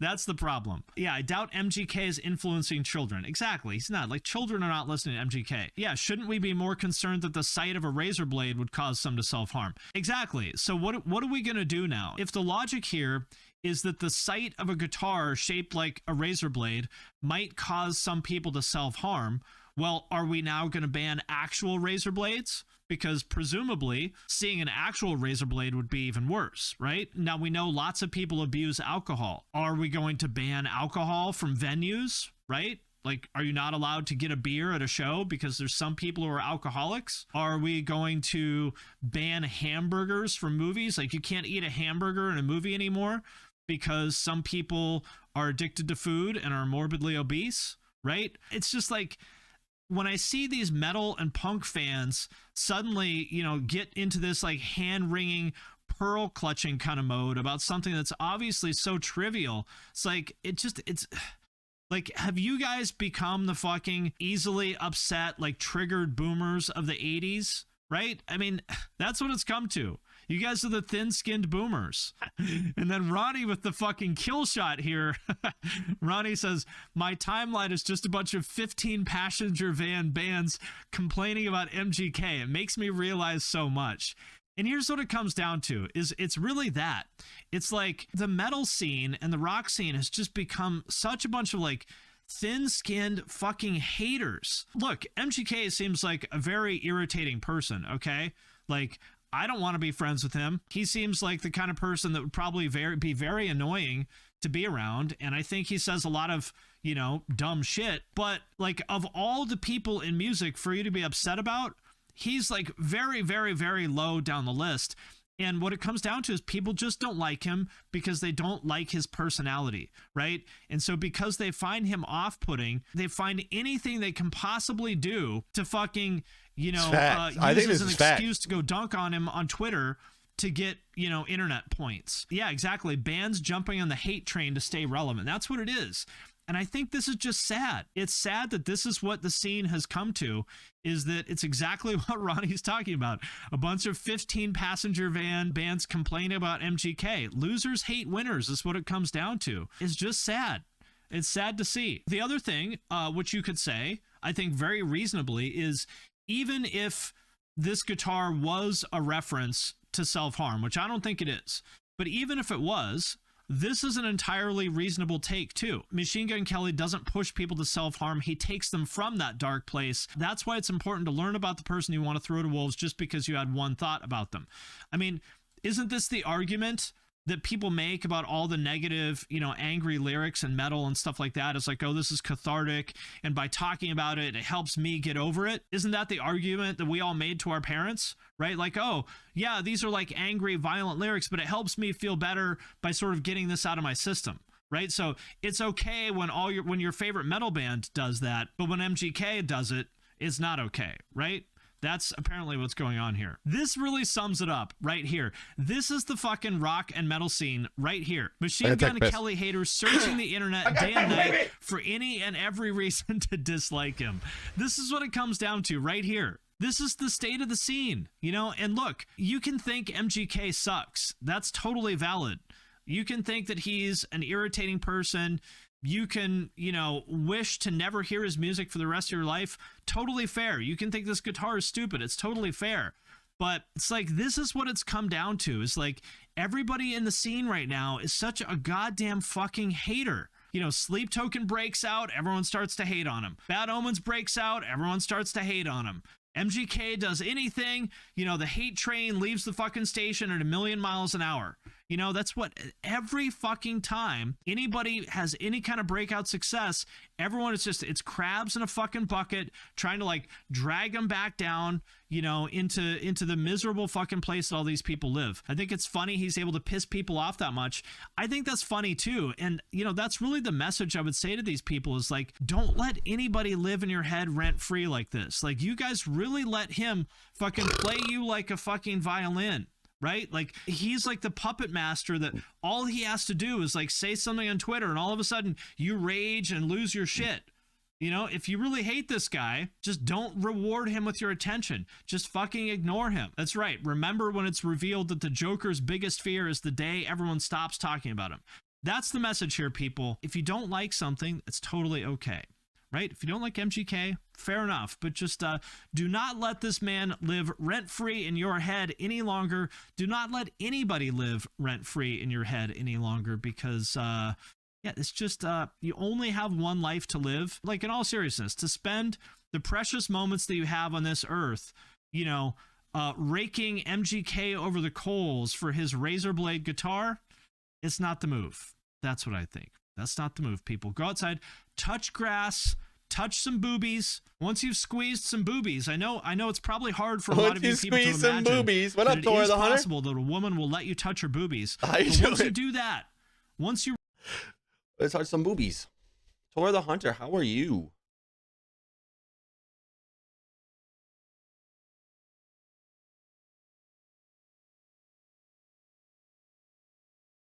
Doing good, hanging in there. It's my day off. Can't complain, you know. I've had a decent day so far. I've been awake for 2 hours. We're gonna get in here and play some games here in a hot minute.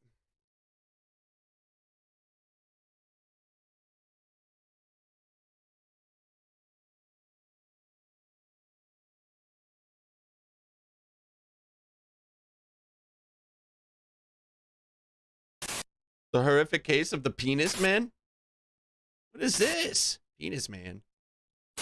When an unexpected anti-hero came to rise in Arizona, it started a movement leading to merchandising, fan clubs, and even copycats. But who is the We're original not chilling on culprit? YouTube, I guess? Why did Oh, he yeah. do what he did, and where is he now? Yeah, we chilling right now. Just like, you know, waking up.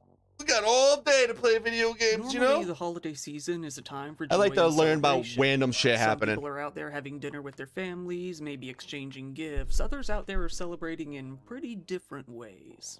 For instance, the subject or subjects in today's video, the enigmatic personality known as Penis Man. You came from metal? Wreaking havoc all Dude, over the metal's city great, of Tempe dude. in Arizona, a deranged individual began spreading graffiti all over the place. I like metal, He dude. began to tag his alias all over the city and any place that you might be able to imagine. We've got tags on street signs, dumpsters, mattresses, Starbucks, and even outside of. Did you find me? Are you from Twitter? He even went the extra mile, going as far as spray painting rooftops, impressing the townspeople. Bro, imagine climbing up towers just to put penis man on stuff. That's kind of fucking baller, to be honest, dude. I'd do it. I'd do it if my knees would allow me, you know? And leaving citizens wondering how far he was willing to go to spread his message. While most Oh, of this because of the began metal around tag? Thanksgiving of Oh, okay, 2019, so we made a song. If you go to my Twitter, bro. I'm not my Twitter, my YouTube. If you go to the YouTube, same name as my my Twitch. I'm streaming on YouTube right now as well because we're trying to beat 50 games this year. That's the plan. But I do reactions to everything metal, bro. Literally hundreds upon hundreds upon hundreds of reactions. Let's see. 367 videos in my that I've put into the playlist. So, if you're looking for actual metal right this second, and you're looking for new bands, bro, right here. This is where you want to go. I'm telling you. And I don't react to like mainstream stuff, so you're gonna find a bunch of shit you probably have never heard of. Look at this. It's still going, dude. It's still going, bro. Look, it's still going.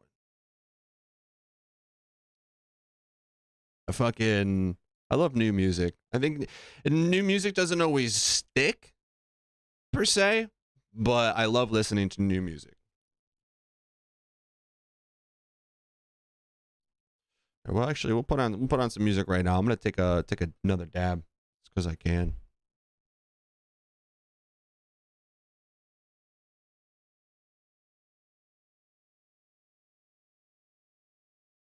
Put on something I've heard so I don't fuck up any reactions that I could do today.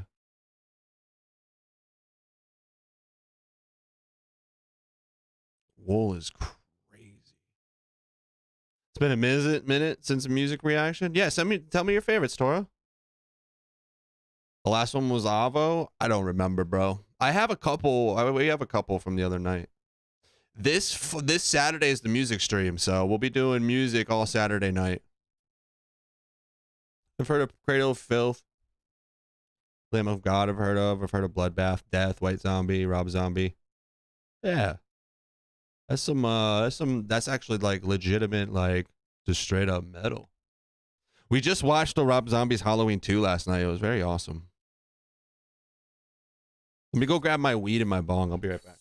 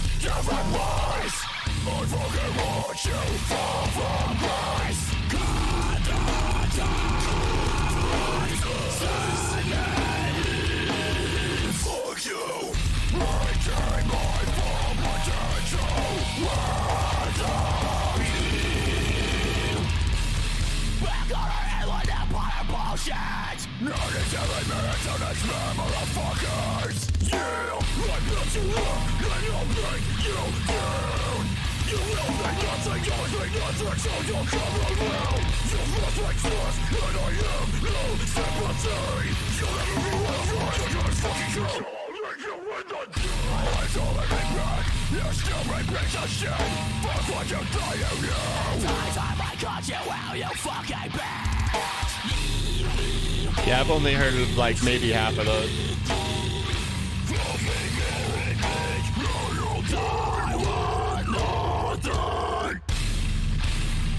Got some earthquake.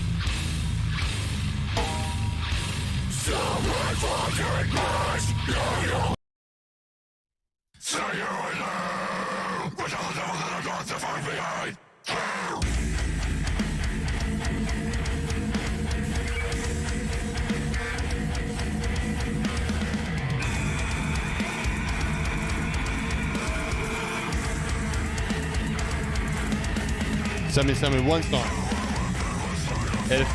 If it's got millions, if it's very popular, I probably won't be able to listen to it because of YouTube.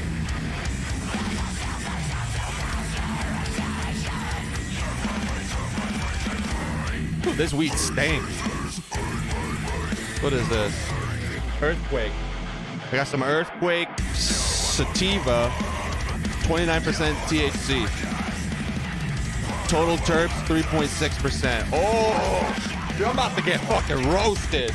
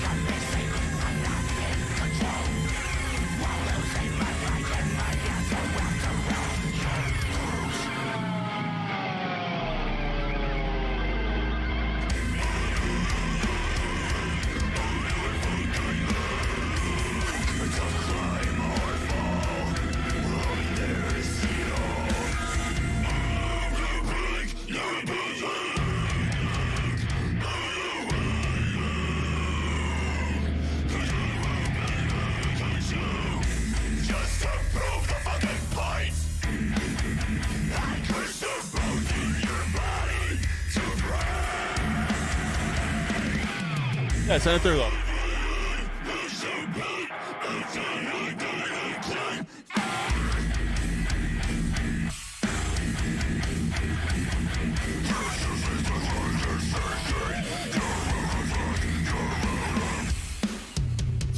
Tora, I think you've been in my stream before.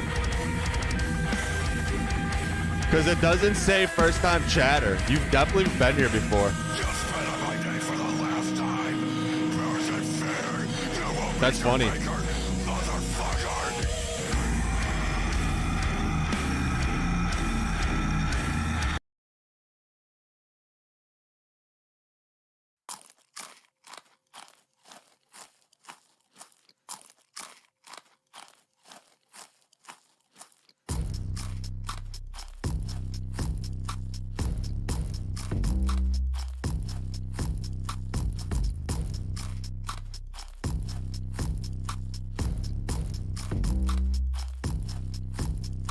I need a lighter. I'll be right back.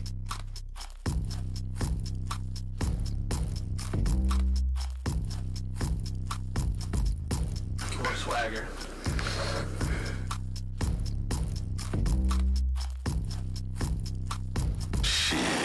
Disrespect, you get what you get. I hear all that talking, but I with the shit. Stand in my ways, color is the name. Right with the gateway to the fuck with the words. Everything I do it for the gang. Why you speaking on me? Get the fuck out my face. Before I spill your guts all over the place.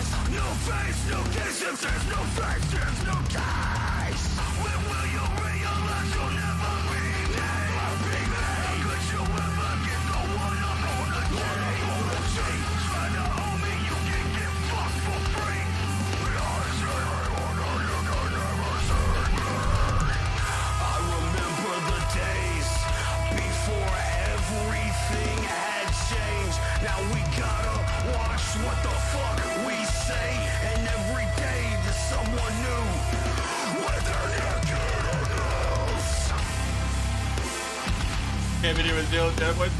Huh. I just put channel points in maybe a month ago. So, fuck.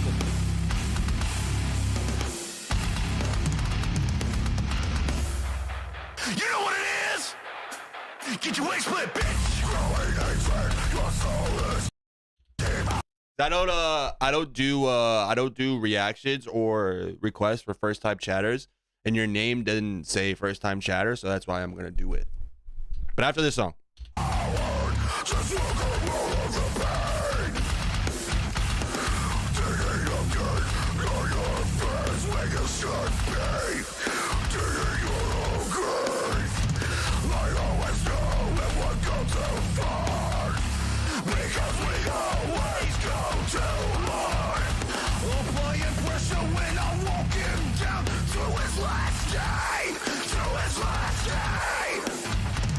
Set in my ways, get us the name. Ride with the gang, we don't fuck with lane. All that I do for the game. When you stick on me, get out of my lane. Set in my ways, get us the name. Oh, it's old. Yeah, we're good. We'll watch this.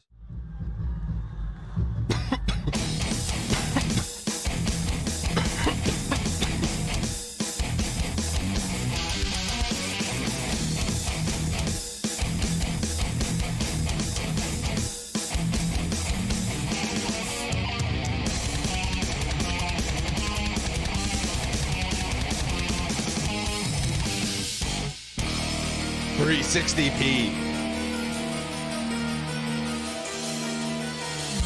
I really like that keyboard.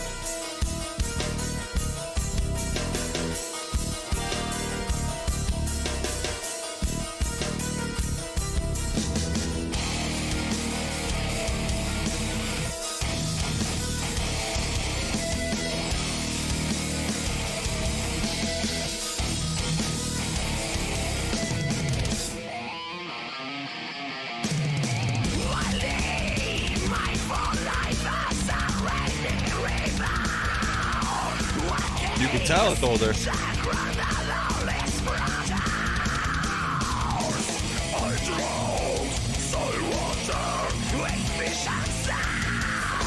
That was in high school. Junior in high school.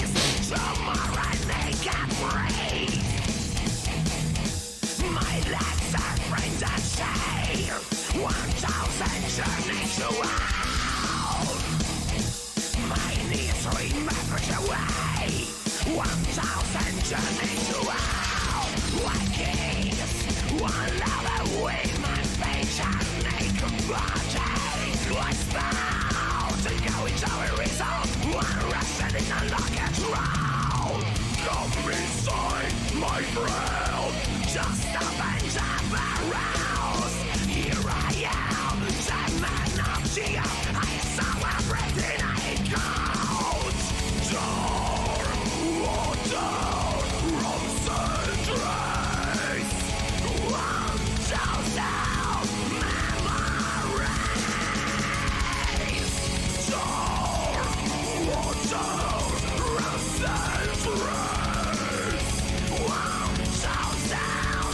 Look at this goatee, man.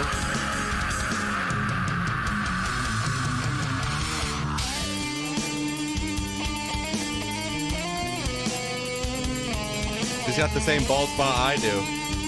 Love it. I feel represented now.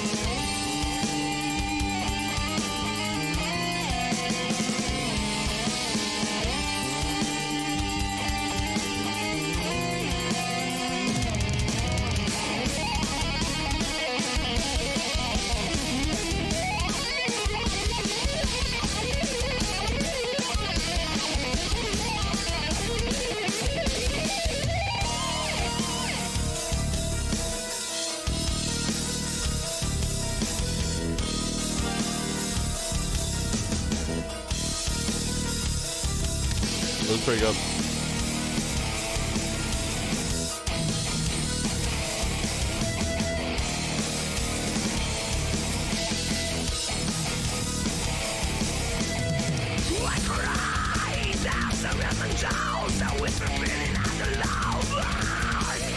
My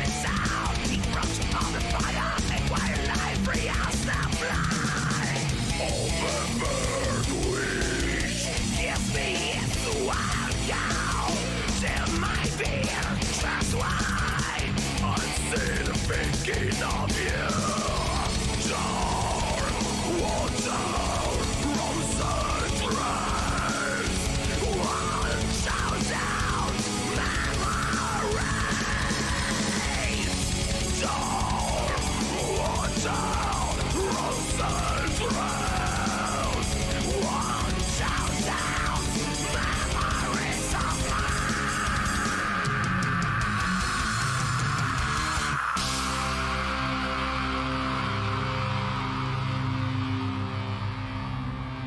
$136 gigs, bro. I'm gonna fucking die, dude. I wanna fucking die. It was pretty good. I feel like it would be so cool to hear that stuff updated, like with new recordings. Because you can tell it was recorded a long time ago. But it was good. I liked it. All right, we got to find a game to play. What are we playing today, chat? What should we play? I don't want something that's crazy big either. You know what I mean? Like, that shit sucks. Like, how long is Halo Wars? I've never played Halo Wars. 9 hours? Real-time strategy? Fuck no.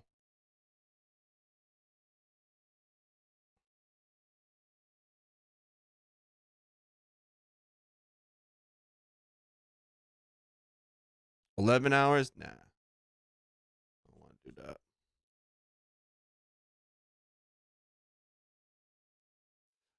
Maybe we could do like maybe a racing game? I don't know. Hellblade would be cool.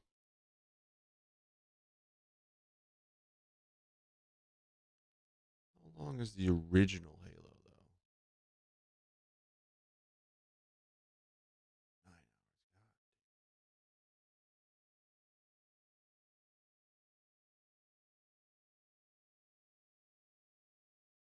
I played this game in 2015. New versions, it would kill the vibe. I think it will. Yeah. That's probably true too. Like the quality of stuff deteriorates over time. Obviously, like we love like the newer production of stuff. So when you listen to older stuff, it like comes off harsh as fuck. Should we like do a wheel of games today? Like to figure out something to play? And click like spin and then it picks a game for us.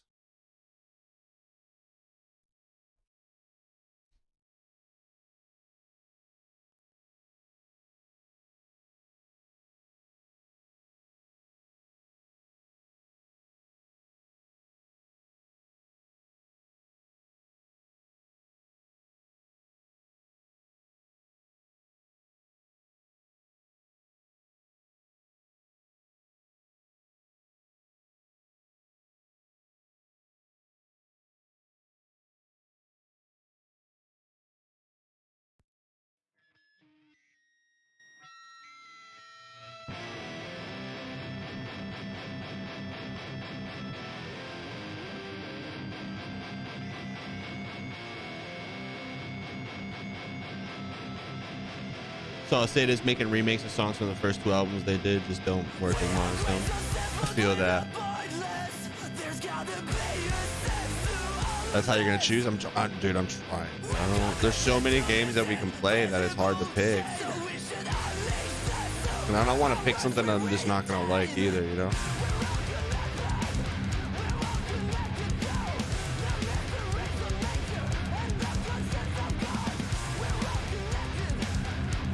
I want to play Thief so bad. Doom, dude, that game's like 30 hours.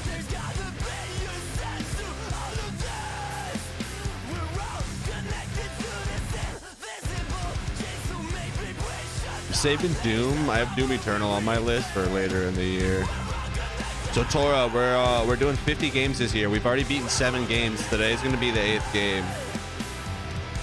We just have to find something that isn't like overly long.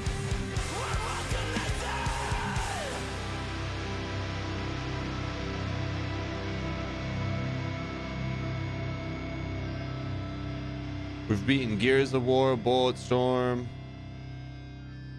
I do have Prince of Persia on the list because I have fucking every single Prince of Persia I ever made. God damn it.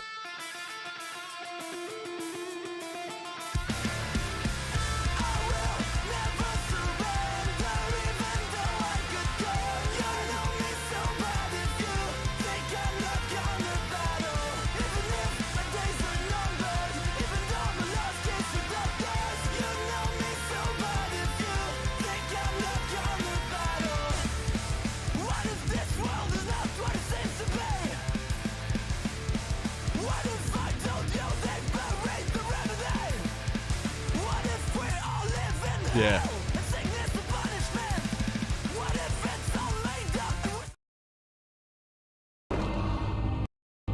City's changed. I've changed. We are nothing without the evolution of the strong and powerful. This city will not die with the old and the poor holding it back. This is no place for the weak who cling to the past. The time has come for a new future. I played this before. I'm reading it on PS4 when it came out. Progress. Taking jobs from the poor, padding the pockets of the rich. And they call me a thief. This city's got troubles enough. Sickness roams the streets. Despair is everywhere. It cannot be contained by the walls that separate us. And neither can I. We must say, No, this is the one from no more 2014. will our homes be taken and our families starved. No more will we be left die in the gutters. This city belongs to the people. We must seize it back.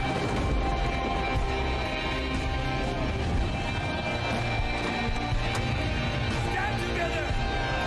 Stand together. A new dawn is coming. This looks so good though.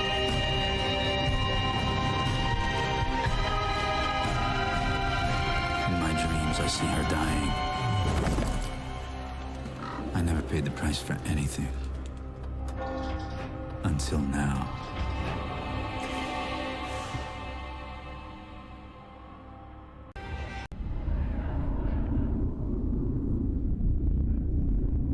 All right, I have Dishonored. I own Dishonored. And I believe it's like the same type of game, huh?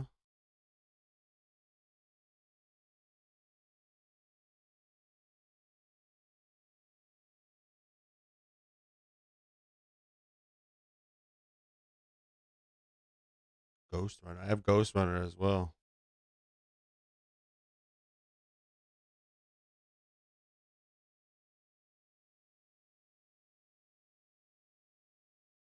I am angry today just cause. Well, you are a beatdown deathcore vocalist. That is your life. That is how you're supposed to be. That's what you do. How are you doing today, Kai? Thank you for stopping by, Brody. Bros, I don't. I'm gonna wait for Thief to go on sale. I can't spend any money on games right now.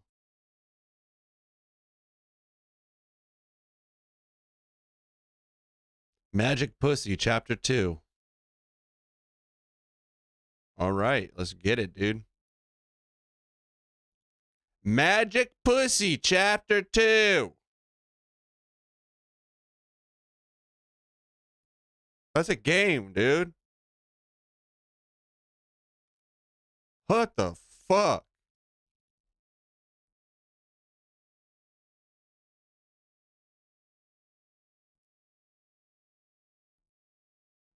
Last night you had a dream you were a chef of boogers and cum? Huh? You were a chef of some boogers and cum, huh? Yeah, I bet. I bet.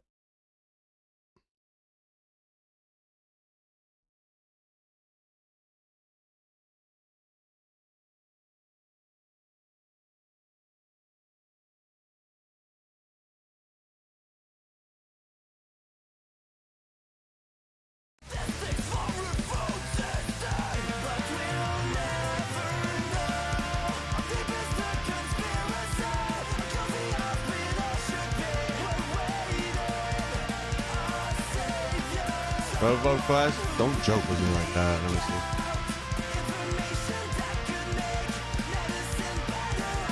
I was deep frying blueberry muffins. Head chef said I need this whole tray full. What the fuck? Why are you deep frying muffins, dude?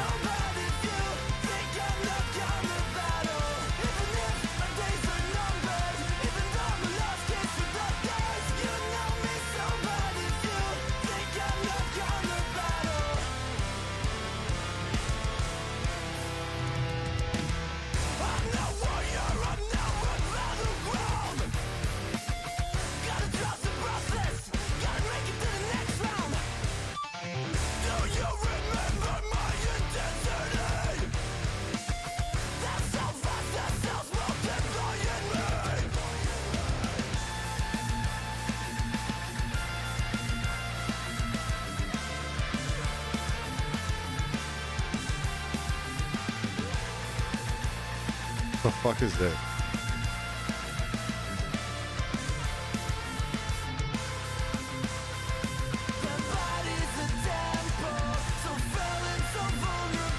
What the fuck?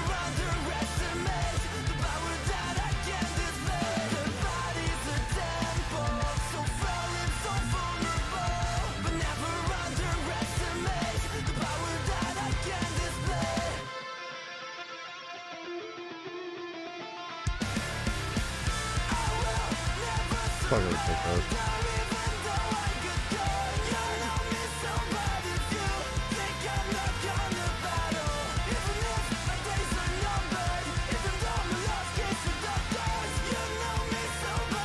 I have Marvel's Guardians of the Galaxy, by the way, guys. It looks kind of cool.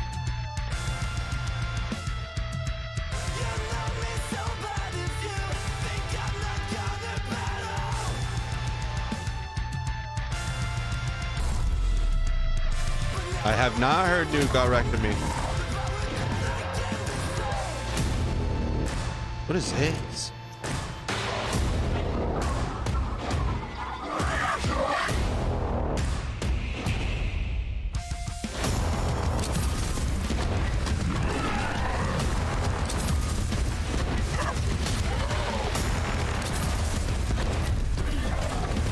That's what I heard. I heard the new Guardians of the Galaxy game was great. Primus, how are you today, bro? Glad to see you. This looks cool.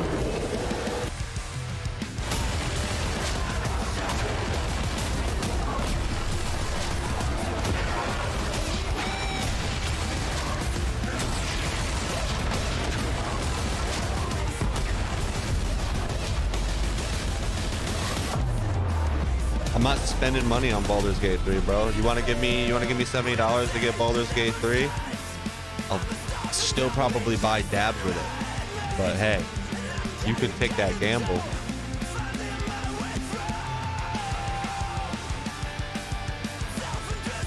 Yo, I want to see, you ever heard of this game called Shatterline?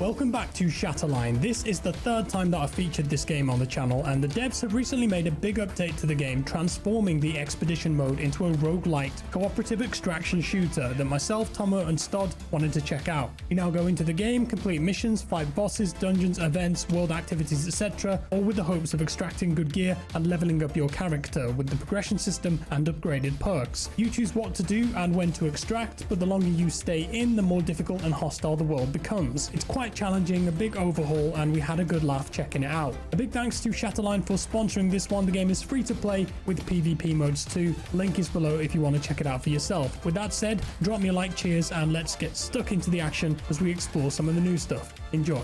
Hey, yo. Hey, yo. Shatterline. Let's shatter the line, guys.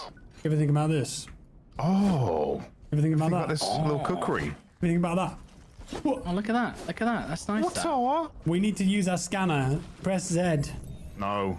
Salt deposit over here. Let's go. Salt deposit sounds like my stream.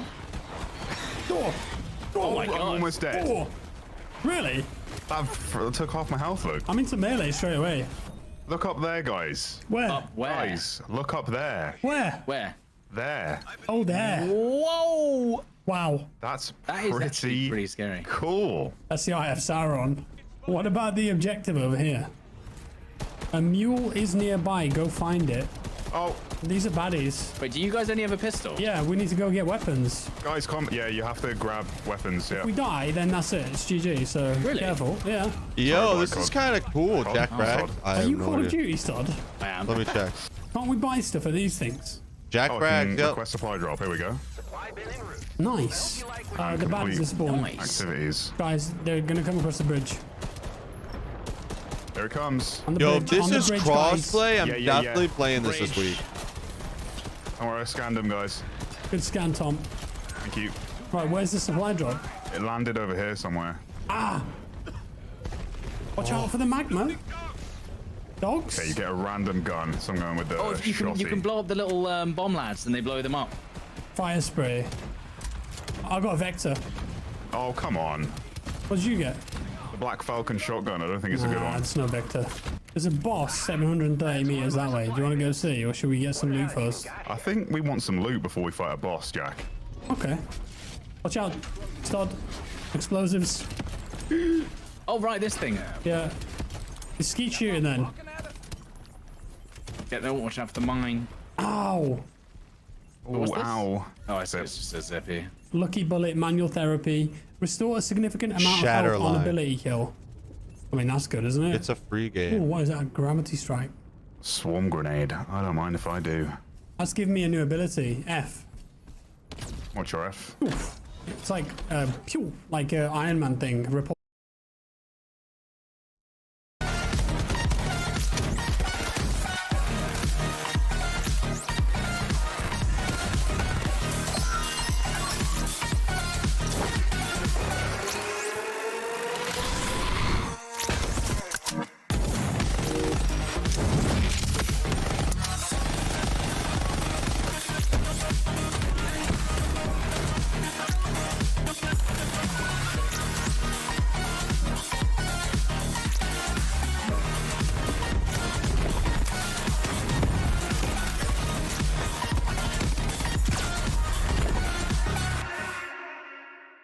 Yeah, I never played it.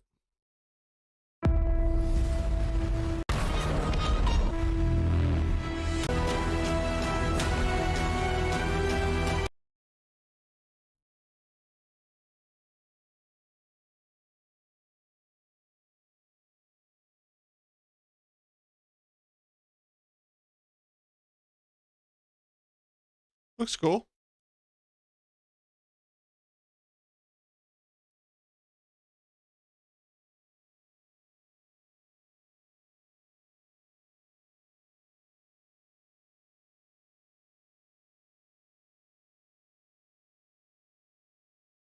Oh yeah, we gotta find a game. We gotta find a game.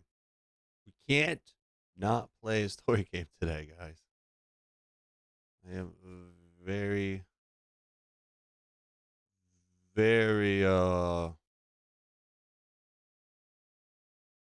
can't make decisions.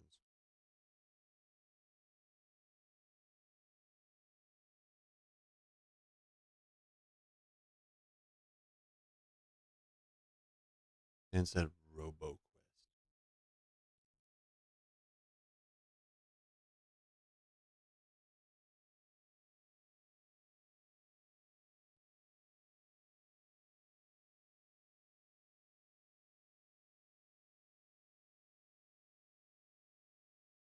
Just play Battletoads. Battletoads.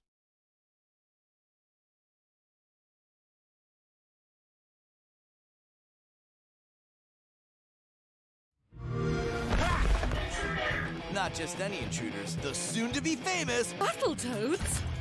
It's the Queen! Wait! We can team up! Now that you're here, we can execute my plan to defeat the Topians together. Sup, Topian scum? We just stole a spaceship and we're coming for you. Did that voice just say it was going to destroy us? Who would want to destroy you? You've got the most amazing shape.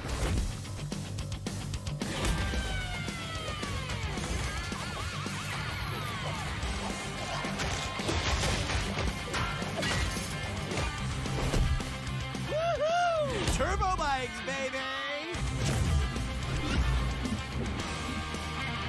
We get couch co-op only, bro. You can't play it online. So I'd have to plug in 2 controllers, 2 headsets into my fucking computer. It would be too much. I am not a puppet. Buy our video game. Yeah, that's just like one of 1,000 phrases.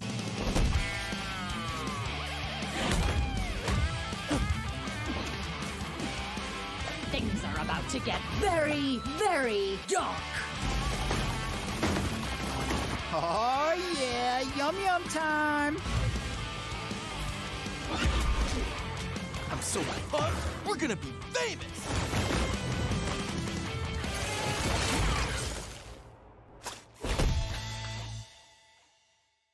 This looks cool.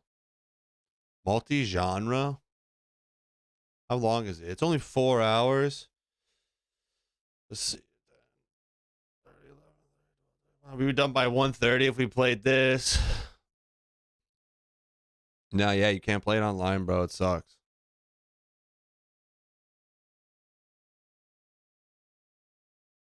Oh, it's new.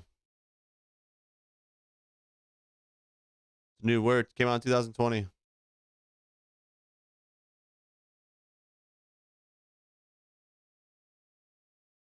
Deathloop is 16 hours. Holy shit.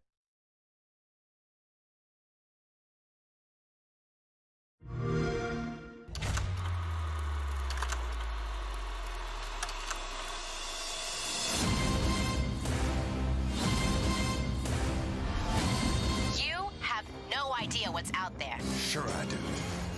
Freedom. Get him!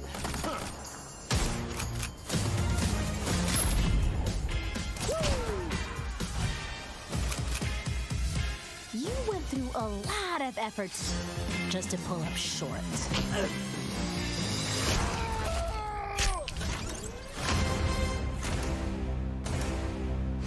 Okay, Colt. Pull it together. Toxic illusion. Gotta piece together the clues on this prison of an island. 24 hours, 8 assholes to kill. And I gotta watch my back for Juliana. Today's the day. Ah! Damn it! Toxic illusion. This is where we do or die. And I've been here before. All right, so what I'm gonna do, Nemesis, I'm gonna save this game for when I have Monday and Tuesday off, because I don't have off tomorrow. Because if I have Monday and Tuesday off, I can at least play this game in 2 days and beat it. You know what I mean? Instead of trying to do it after work, because that shit sucks. We could find a game that's literally fucking, because we're playing Borderlands 3 tomorrow. We could find a game that's like 6 to 8 hours right now.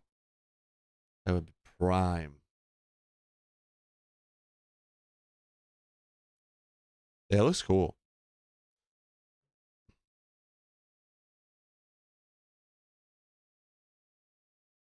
Definitely looks cool.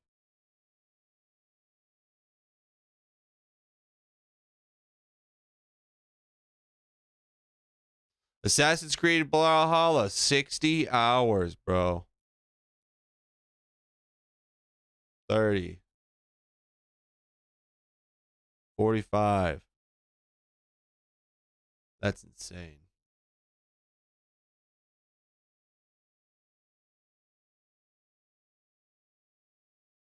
Can't stop farting. What is? Deathloop? It's on Game Pass.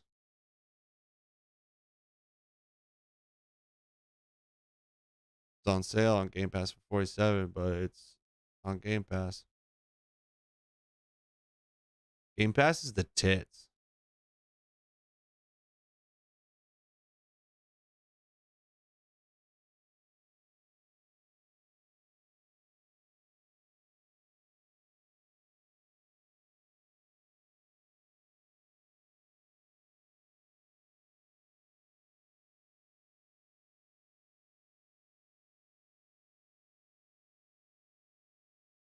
Yeah.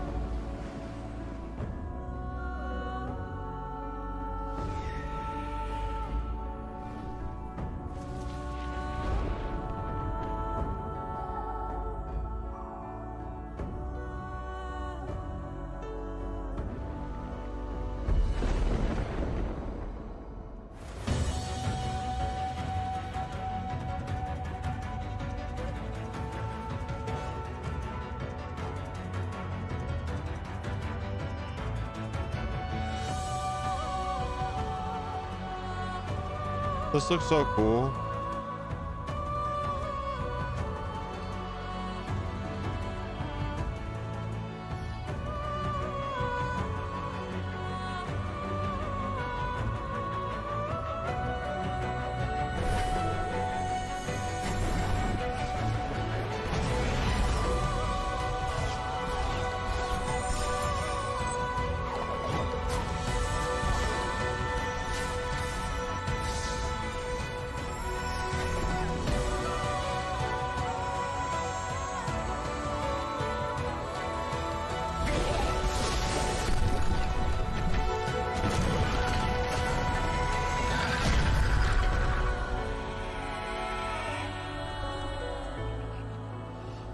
That looks nuts.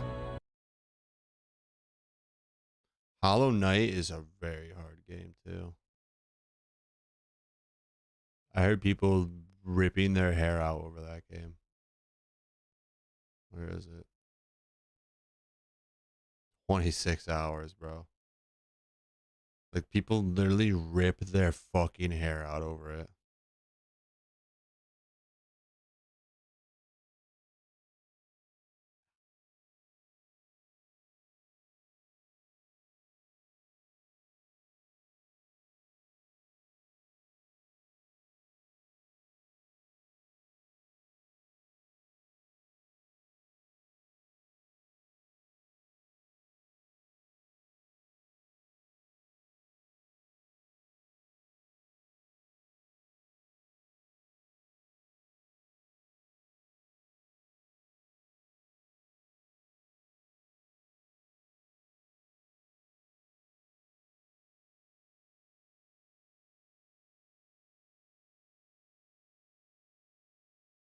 Conan. Chop Shop.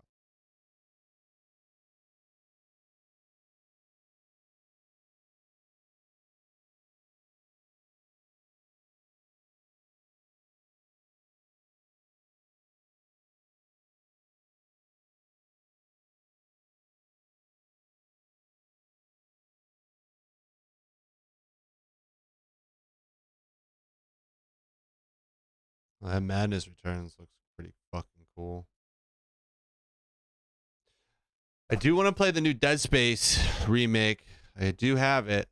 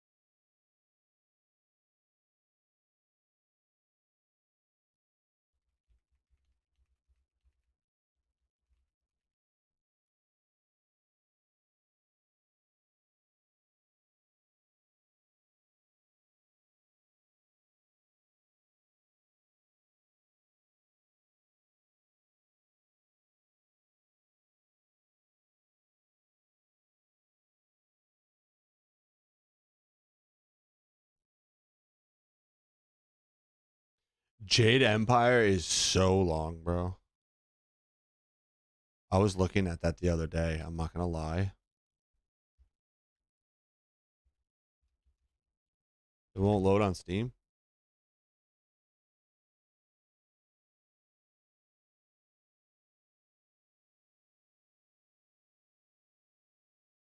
You get the special edition if you have EA Play, which EA Play comes with Xbox Game Pass, so take that with what you will, huh? What is this? Oh, I don't get it anyways.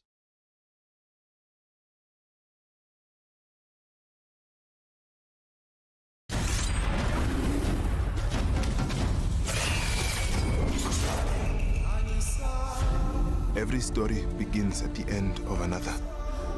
It's literally the new Prince of Persia game, but different. Nah, My it's name weird. is Zhao, What's weird? a shaman of You're Tanzania. weird.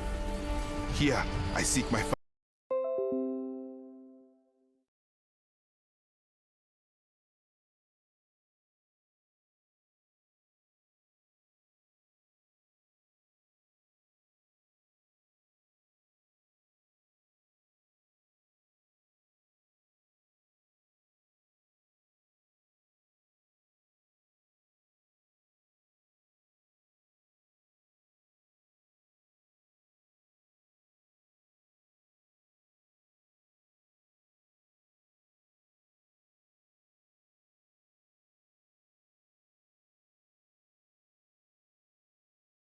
I want to play Prince of Persia, but I'm not paying $60 for that.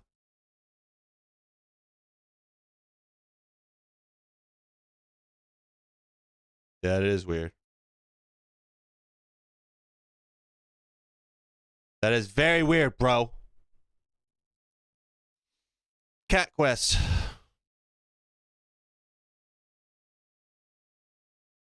Could just fucking say fuck it and start Cyberpunk today if we wanted. Dishonored. Ghost Runner. Ghost Wire.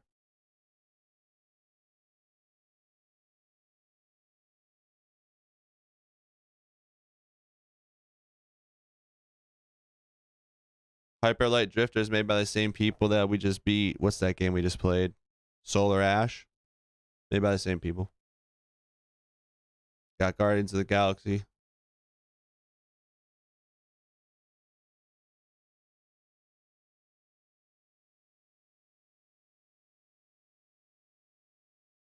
Yo, I saw Lava playing this the other day. Predecessor. It looks cool as fuck.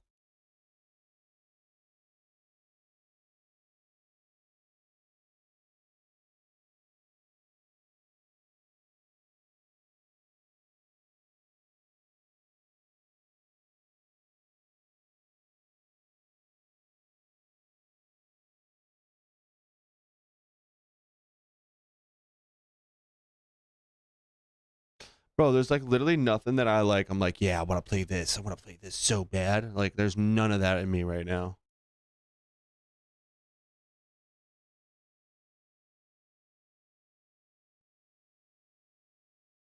Predecessors is shit, dude. I saw not Nemesis, Lava playing it. It looks cool as hell.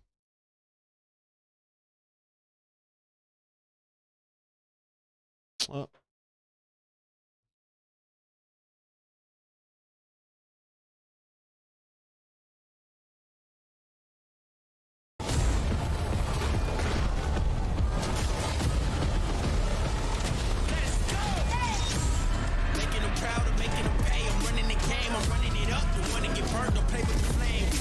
Oh, it's a MOBA.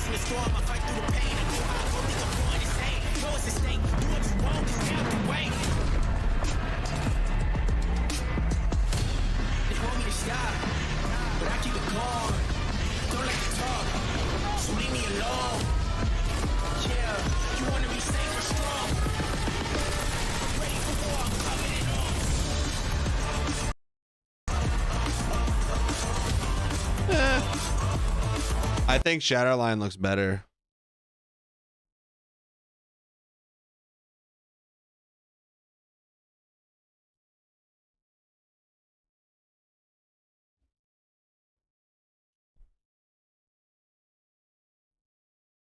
Oh, okay. I know that game then.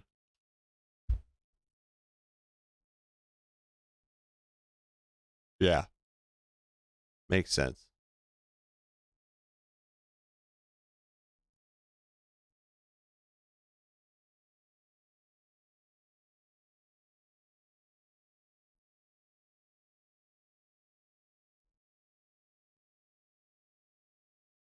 All right, so we'll start a game today and then we'll finish it Wednesday night. How's that? Wait, what's today? Today's Monday? Yeah.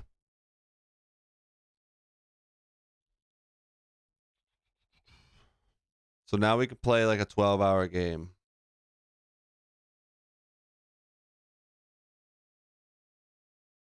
Or even longer. Who cares?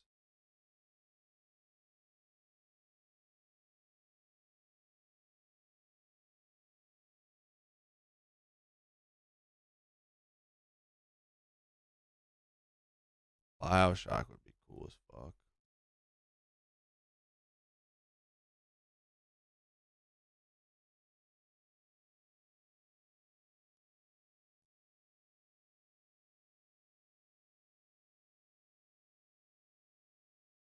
Fortnite kills everything.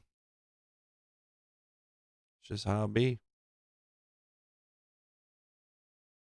Trey would be cool.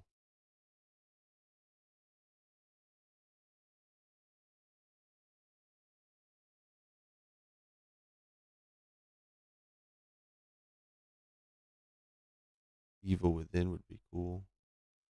We'll play Dead Space then, huh? This is 10.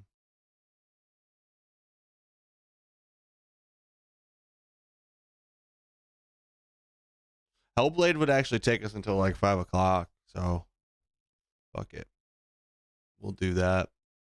All that wasted time just to play a game that I already figured out I was gonna fucking play. All right, we're playing Hellblade.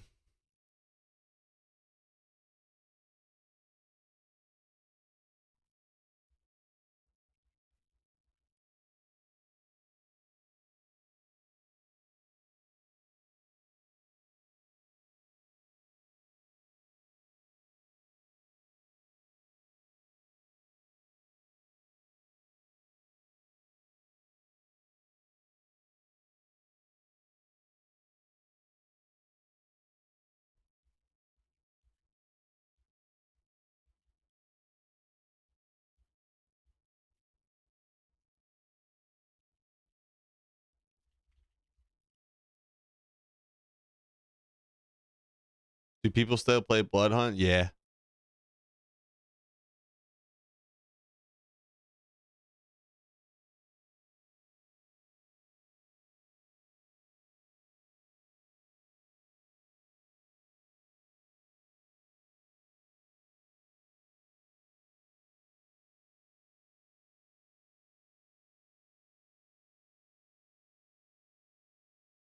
All right, we got 10 minutes. So we're going to start this game.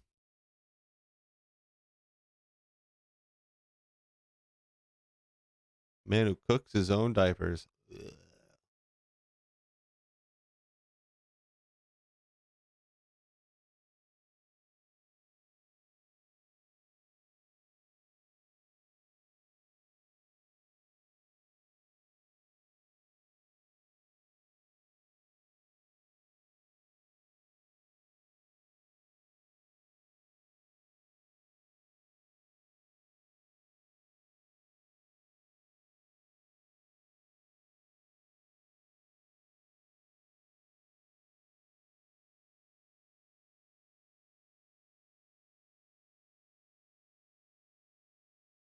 Yeah, they like fucked up aim assist or some shit. I don't know. I have a few friends that still play it.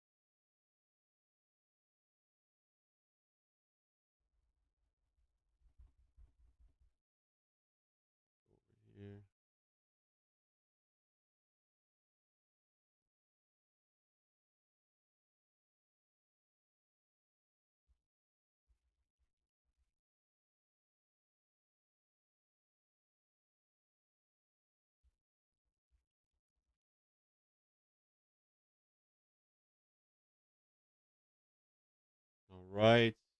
Titles have changed.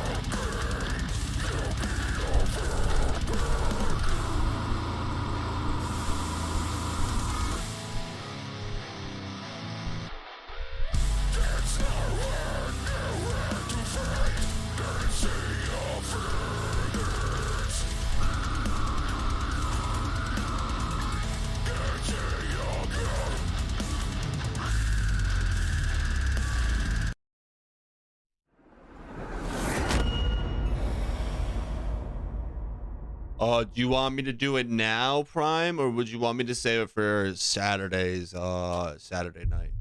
Ninth Dimension. Because I can do it now, but I can also do it then instead.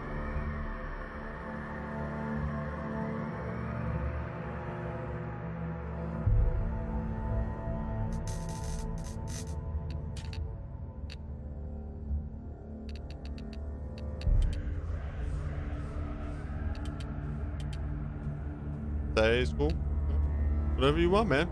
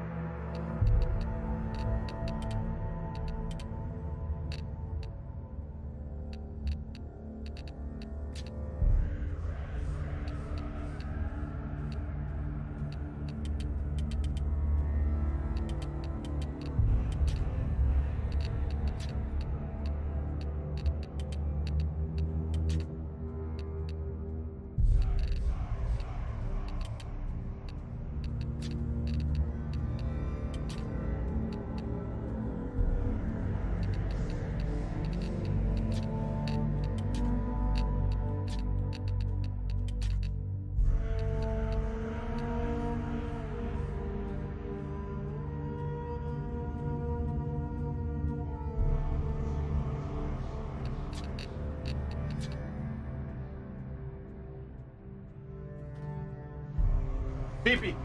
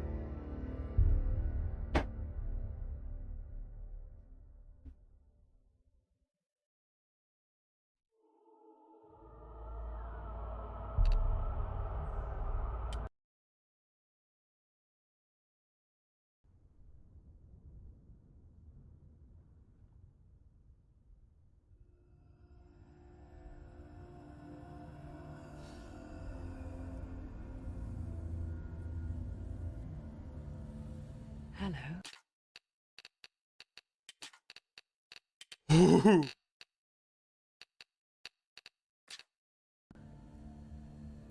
Who are you? Doesn't matter. Welcome. You're safe with me. I'll be right here. See the game lag so hard right now. The others. Let me tell you about Senua. Now, her story has already come to an end, but now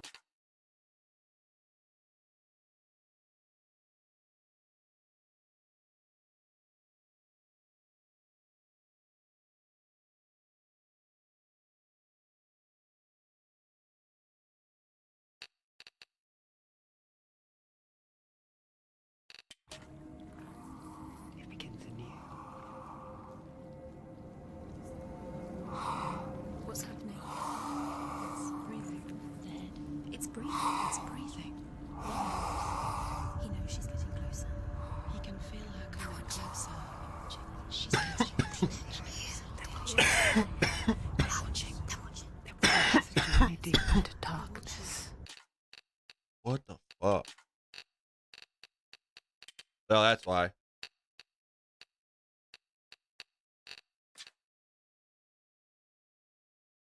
That's fucking why.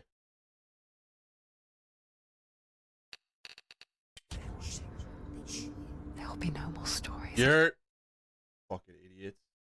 Don't put ray tracing on in video games. Like, stop. I don't need it.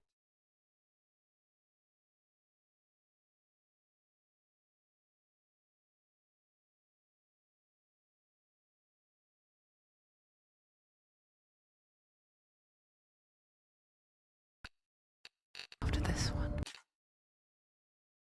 All right. Let's see. What is she doing? Why is she doing this? They're watching. Why doesn't she know coming?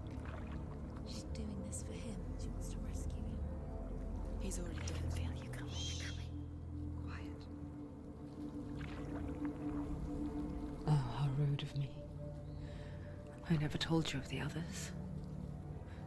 You hear them too, right? They've been around ever since the tragedy. Well, that's not quite true. Some are old, some are new, but they've changed. Maybe.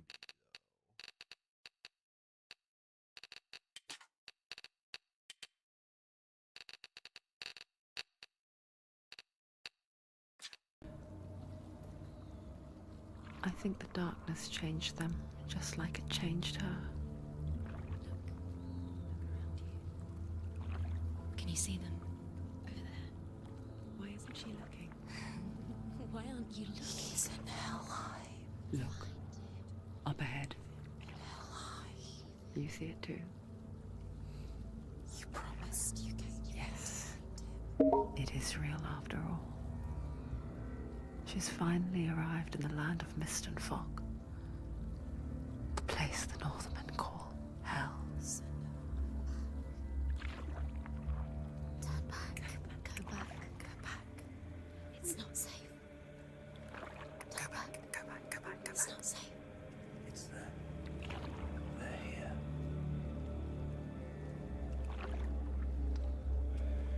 Can you see them?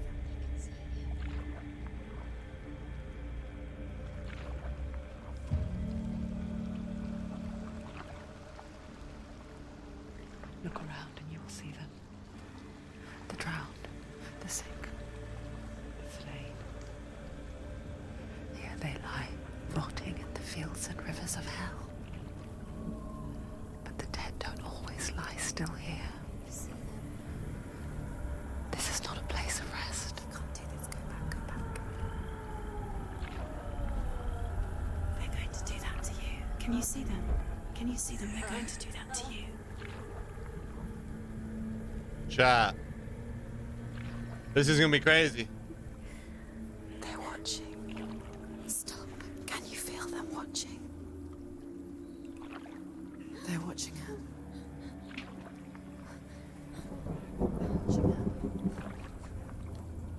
You're so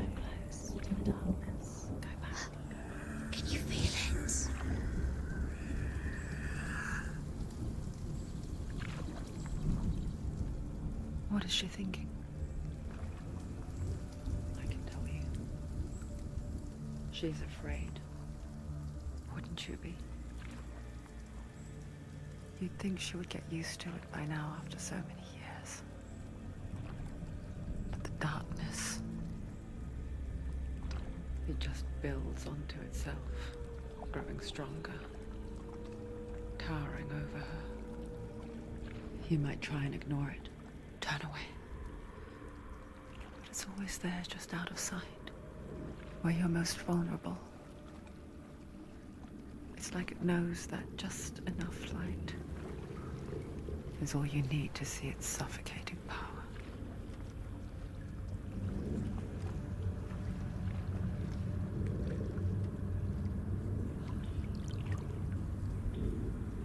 They can feel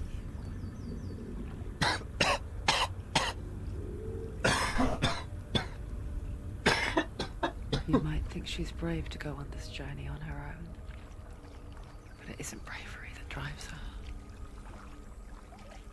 Bravery only means something to those afraid of death. Senua's fear runs far, far deeper.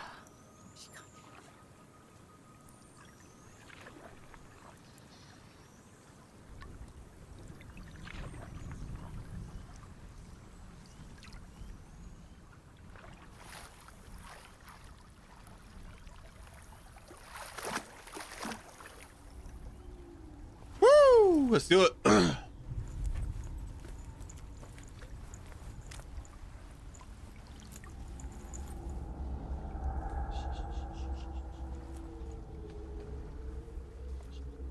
What is she looking at? What is she leaving behind? I know what she's thinking. I hear her thoughts. It's not too late to get into the boat and go back. No one will judge her. No one will ever know.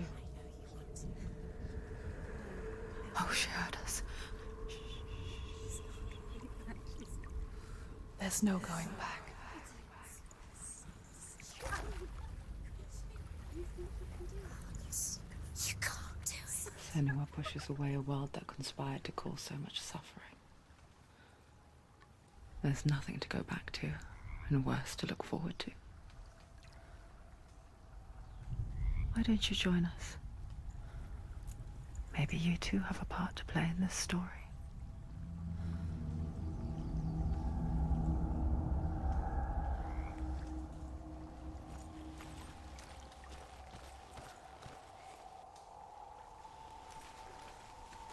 Focus.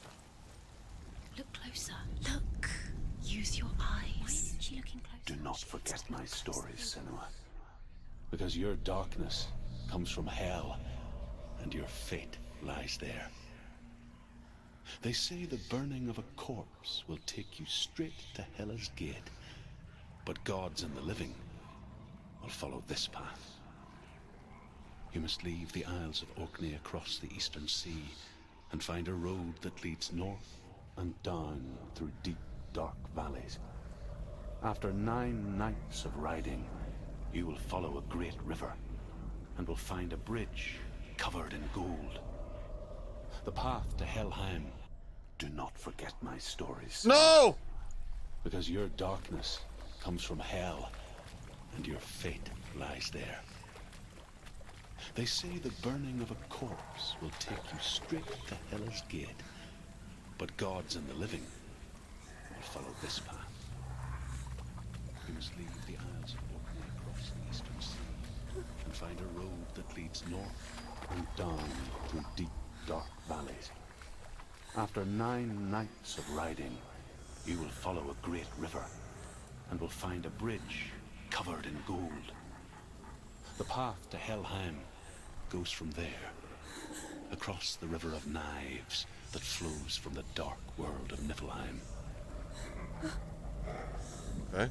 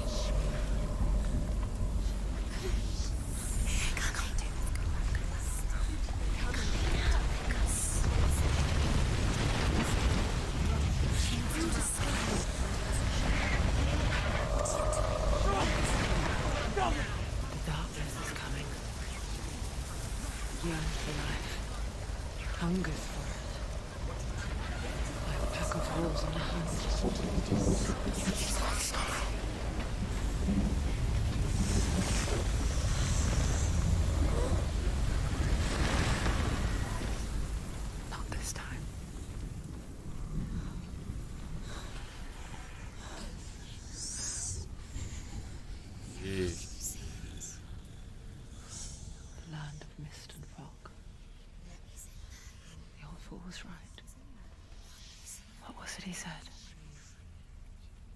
The river of knives across which lies the halls of hell. The place they call Helheim. He's lost. Where are you?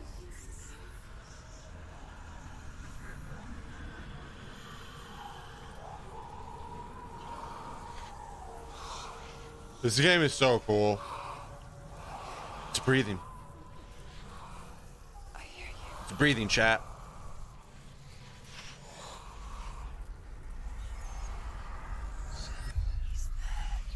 There's no doubt about it.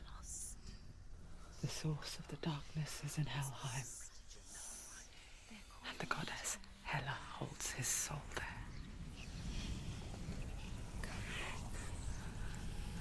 Her dear beloved, Dillian.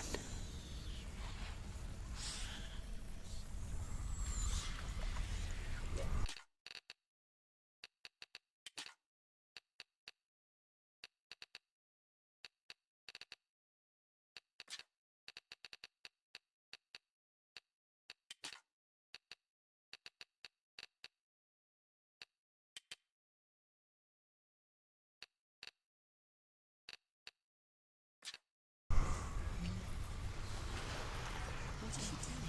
Why is she doing this?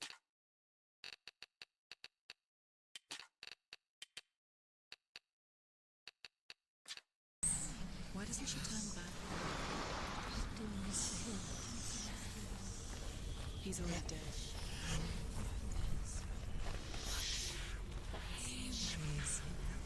His soul still lives. She needs to save his soul. She wants his soul to be at peace. He needs to rest.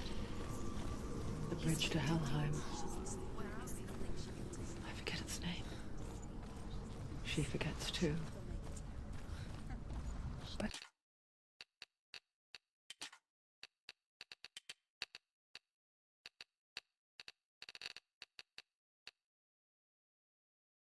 she does remember that only the dead may cross it. That part wasn't so easy to forget. The old fool said there was a hidden path up to it.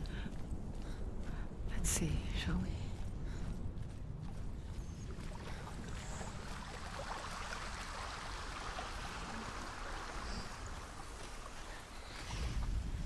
The Northmen speak of 9 worlds.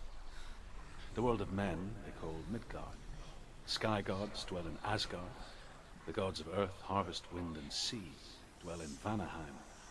The good elves dwell in Alfheim. The evil ones dwell in Svartalfheim. The mountain giants dwell in Jotunheim. The fire giants dwell in Muspelheim. Niflheim is the world of ice and darkness. Only the dead dwell in Helheim. And that is where you must travel.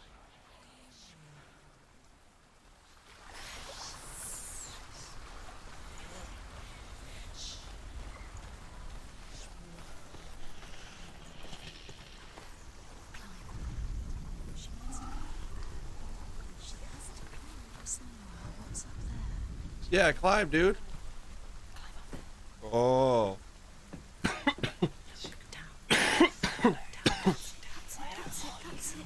the way.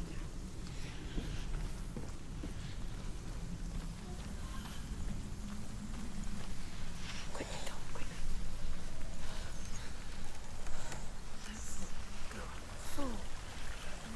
Go on. Fall. Don't fall. Go, fall. You've got to. Just drop down. What's down there? Why did she do that? She shouldn't have done it. She can't go back now. No, this is it. The hidden path.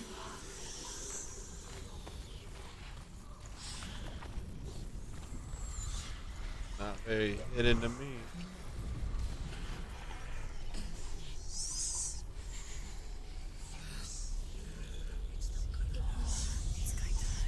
Touch it. Touch it, bitch. Ooh, look how wrinkly her hands are. What the fuck? I'm not one of them. I was just hiding. I find I live longer that way.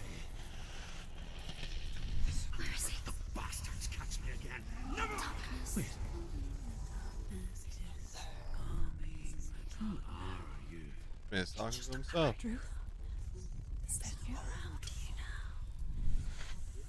The many tales of the Northmen.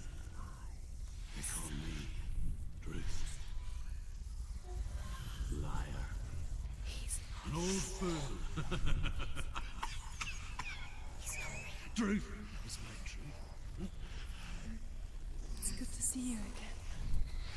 You kept your vow. To guide you in this life and the next. I will tell you my stories of hell if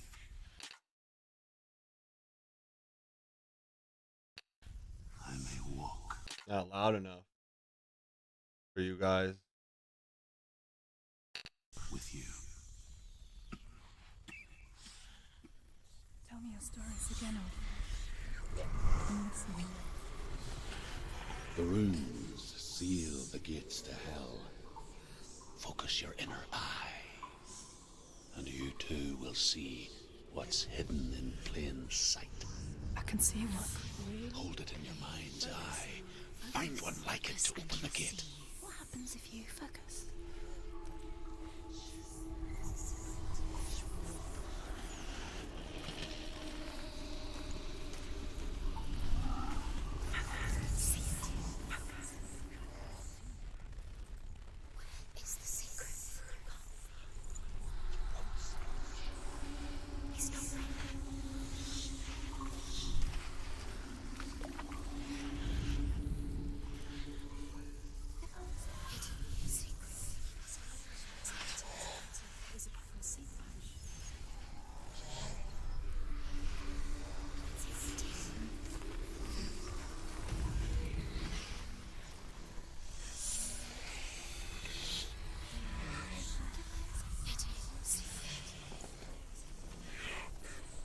Dude, if I can't figure this out.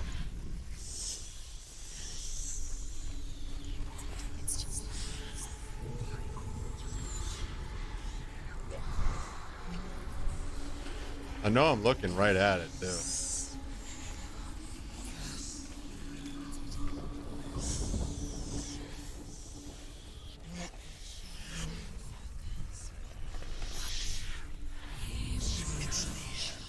Look towards the gate, and the gate will open.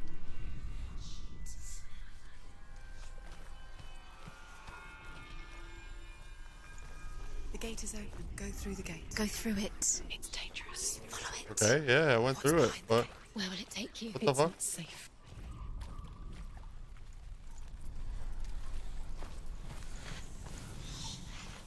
But it's not open, chat. What the fuck?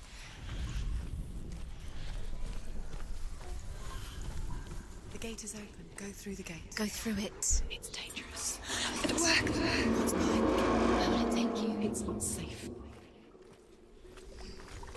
I spent 6 years enslaved in hell. But I watched the Northmen, learned their ways. I know you did. You listened when everyone else laughed. My people paid a heavy price.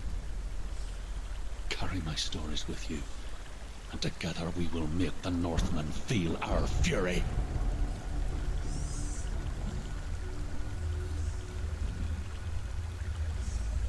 Don't yell at me, dude. Another voice joins us. She once tried to make them go away. Pretend they weren't real. But what good is that? When we are always here. I guess it's the same with heights.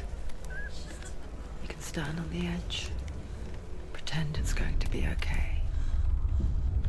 But you know that death is near.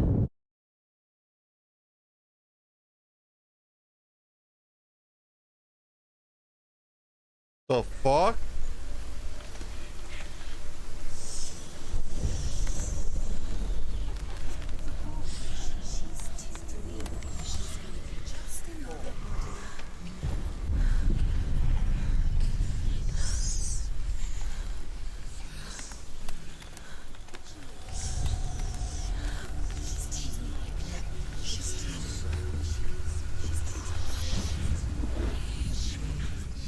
of the dead is ruled by the giantess, Hela, daughter of Loki.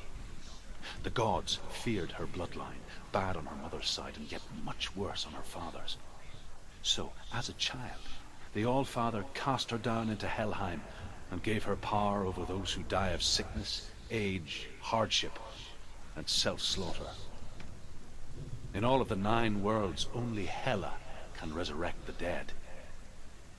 To Hela, your Dillion was sacrificed, and with her you must bargain.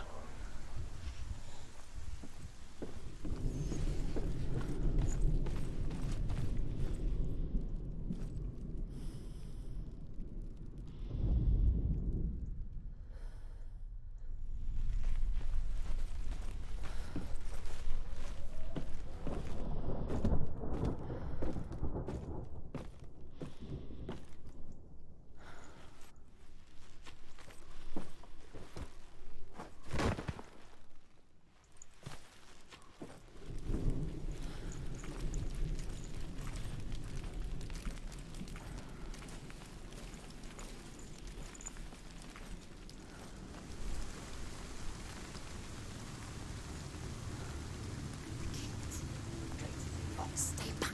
Look at it. You have to open it. You have to open it. Open it. Go back. You're gonna die. Shut up. The half-rotten goddess that rules over Helheim. Whatever horrors lie behind that door, she must find him. Shh. Someone's here.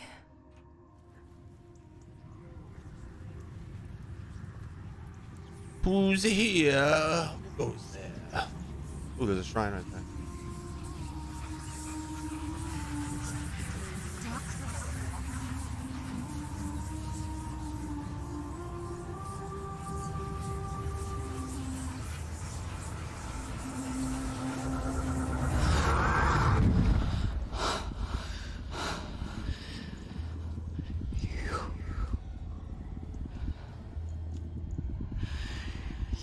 You took him from me.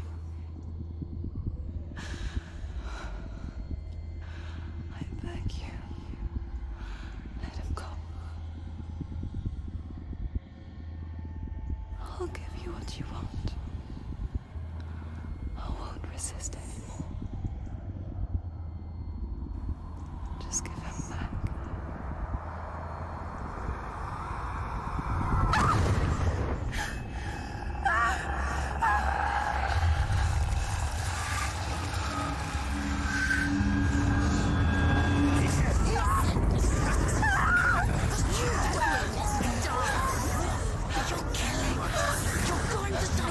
Ah, damn.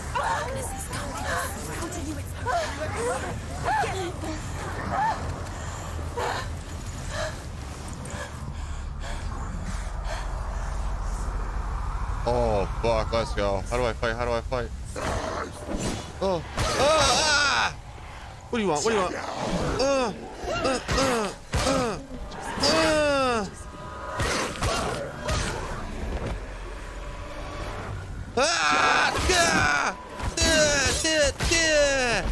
Fuck you, bitch!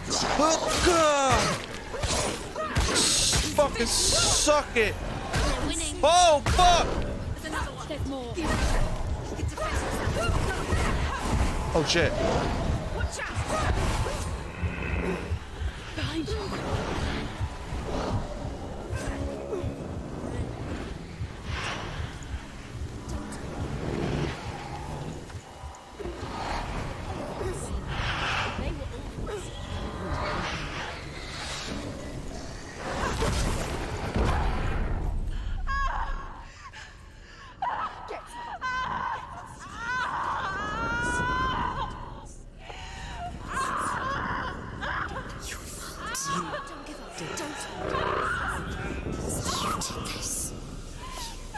What the fuck?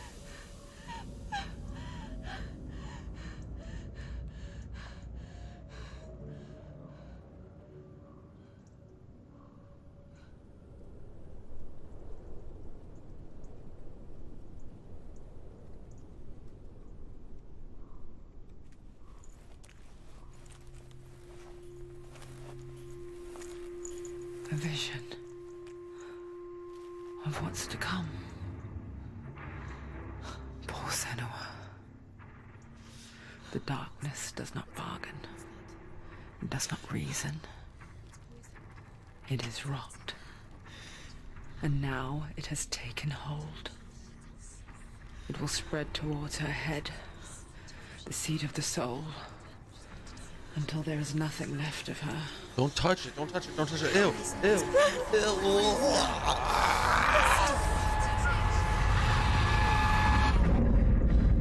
All of her suffering will have been for nothing. It's just a matter of time.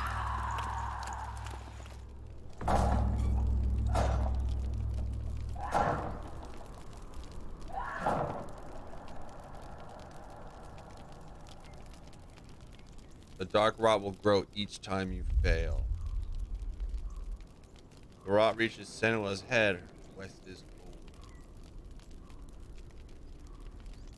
All progress. Lies!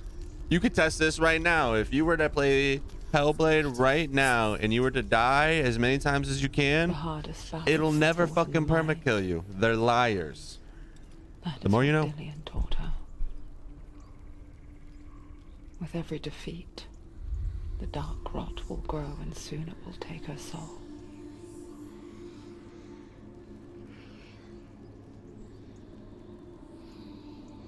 But for now, at least, she still has control of her mind. And she will fulfill her vow, whatever the cost.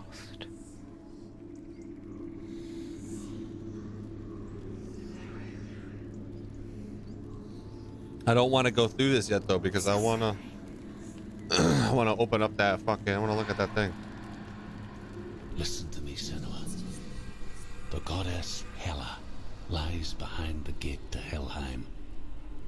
To open the gate, you must first face the gods that guard it.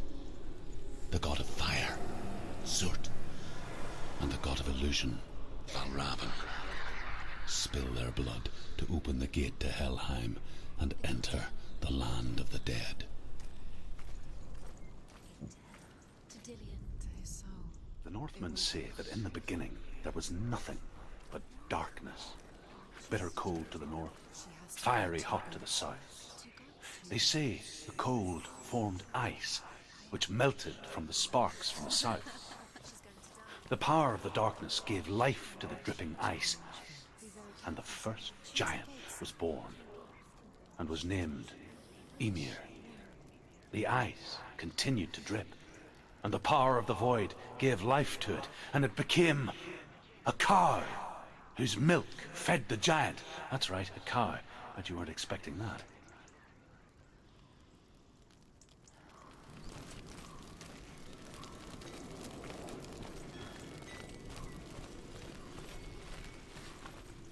Valravan, ancestor of the seers and master of ravens. He hunts his prey with his powers of illusion and feasts on their remains. Oh. Oh, fuck. Oh, shit. Follow the path to Valravan and defeat him in battle to earn his mark. The gate to Helheim cannot be opened without it.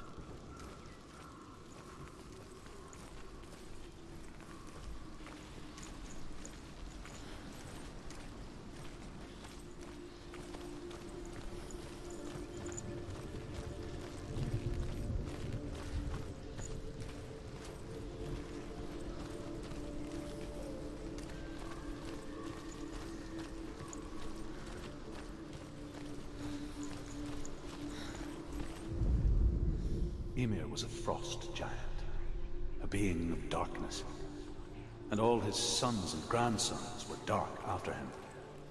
Of his daughters and granddaughters, some were monstrous, but others fair. But there was another who came from the ice. Buri. In shape, he was like a man, big and powerful. His son, Bor, took a fair giant to be his wife, and they had 3 sons. Odin was the eldest. and the Northmen hold him to be the foremost of the gods. The All-Father.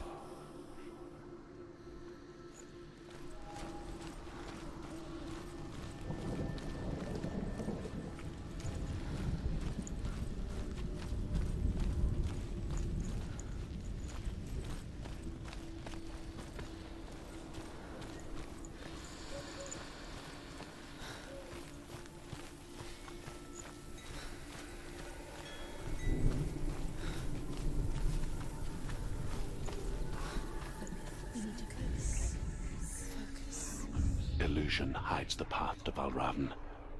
Don't trust your eyes. Find another way to see the truth.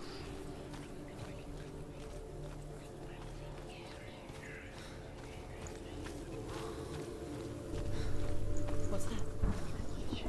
It's a door. No, it's not. Push it. Push it. Push it. Come on. Come on. Push it. She did it. She did it. She did it.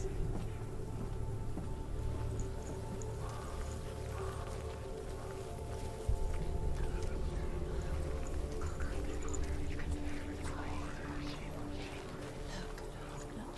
Something is different. Can you see? It's funny.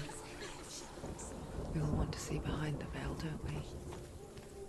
But once we do, we mostly just close our eyes again and pretend what we saw was never really there.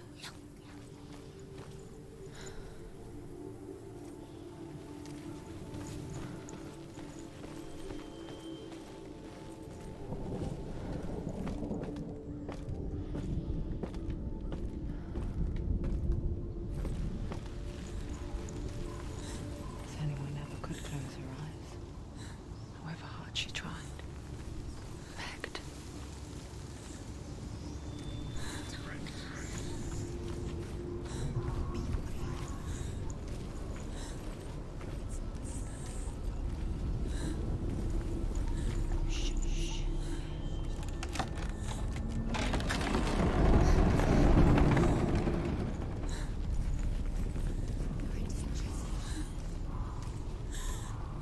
This is the price she pays for seeing things differently. Because once you gaze into the relentless darkness, all that lurks within it can see you too.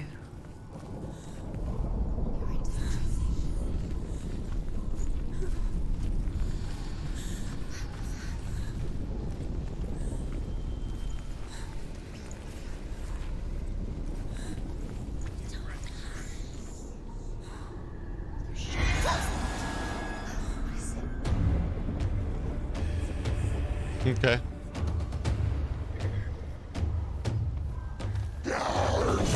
Oh!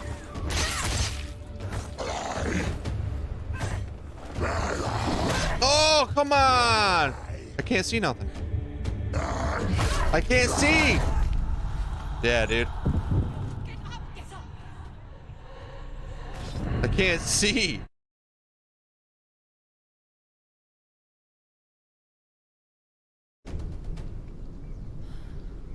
Sick, dude.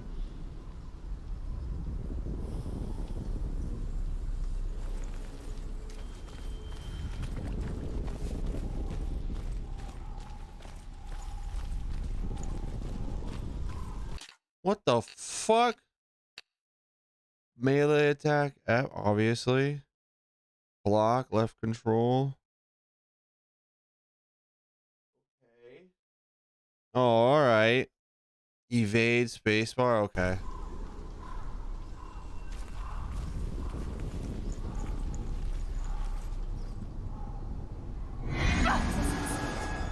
It's too hard.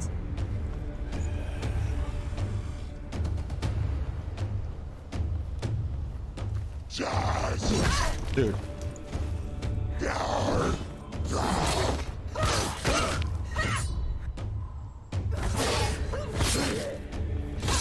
He's down. Finish it. Finish it. Strike him.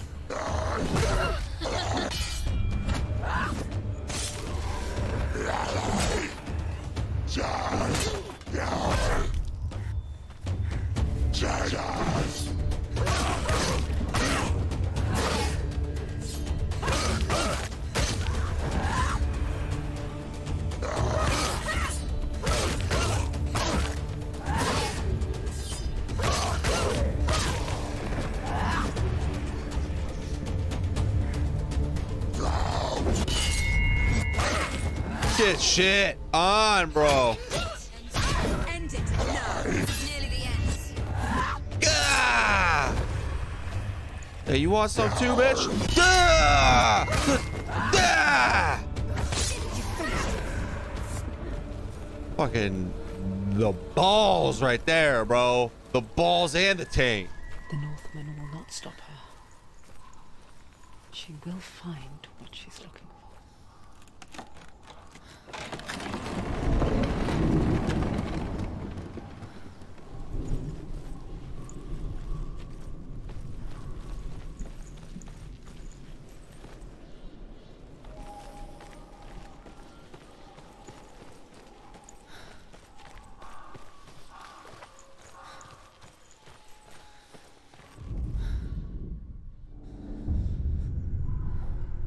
Valravan's power of illusion comes from ravens. Align the ravens to break his magic seal. Show me what you have seen, Truth. Look how much it's changed. It's all different now.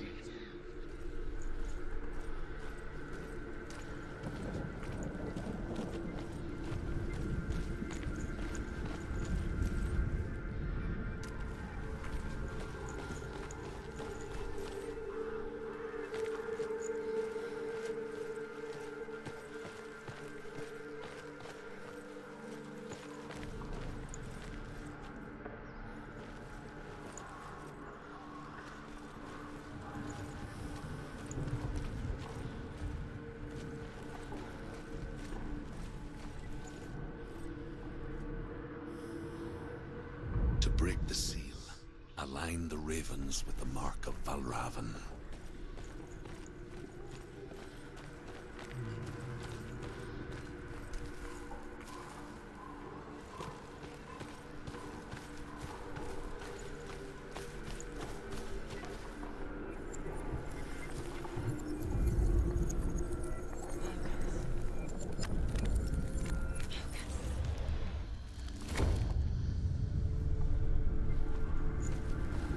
Something's happened.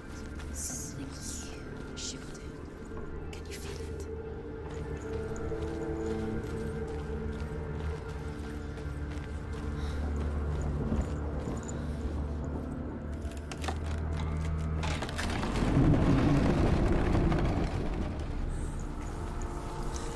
Do you feel it too? It's like crossing into another world that looks the same but feels different.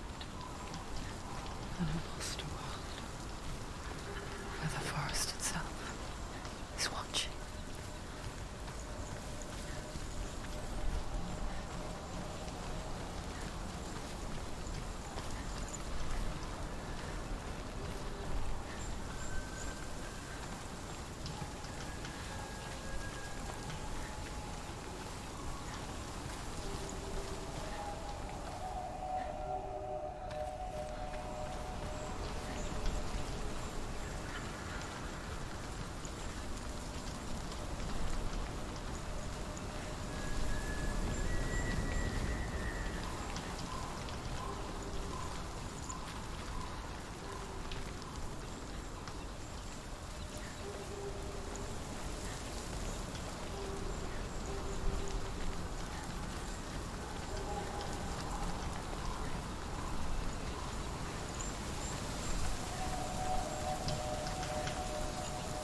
Just looking for more of those stones just in case, you know?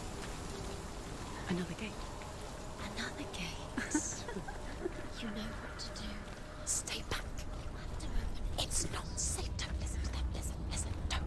Open. You can do it. Don't touch it. Step back. Come on. To break the seal, align the ravens with the mark of Valravan.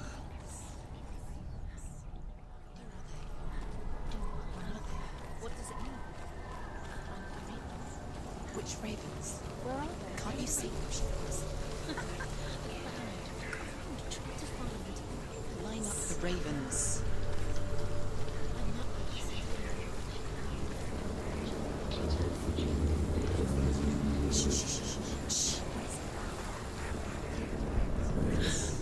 I hear something. If you hear the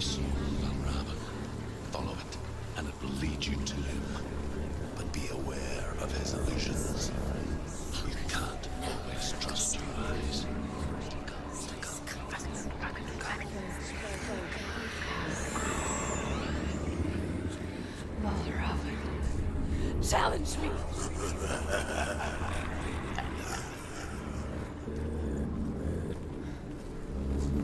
The sun. He's gone. He disappears. Where is focus? You need to focus. Where is focus?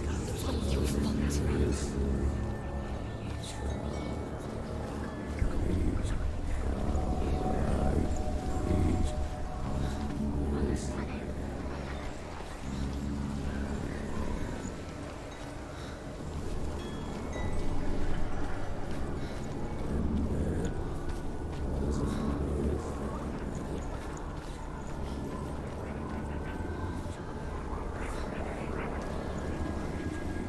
I've never noticed the eyes before. What the fuck? What the fuck?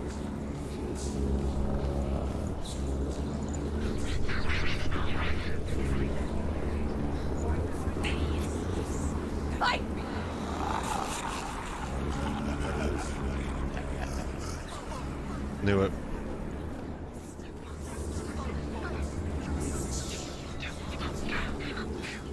Is she lost? Wouldn't be the first time.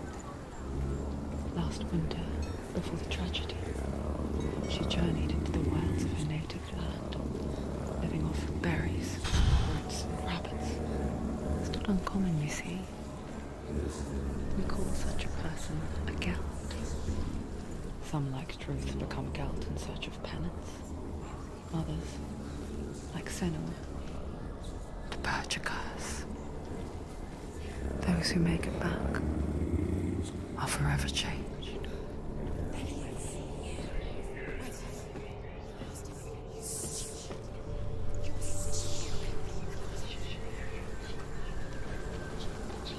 She can get up now.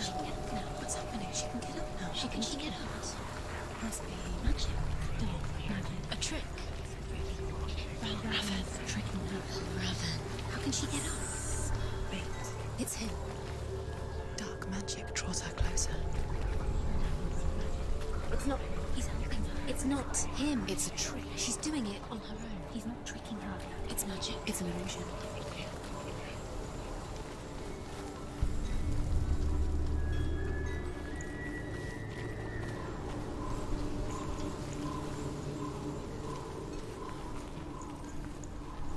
Okay, do I just go all the way back now?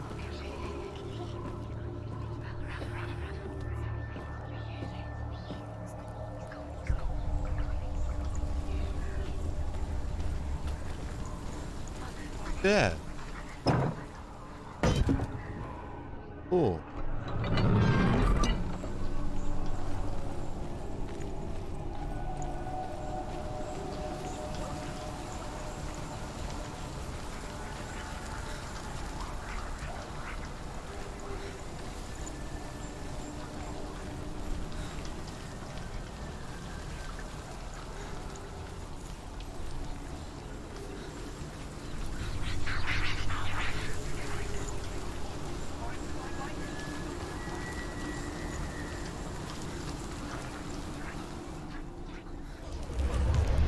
Boom, baby.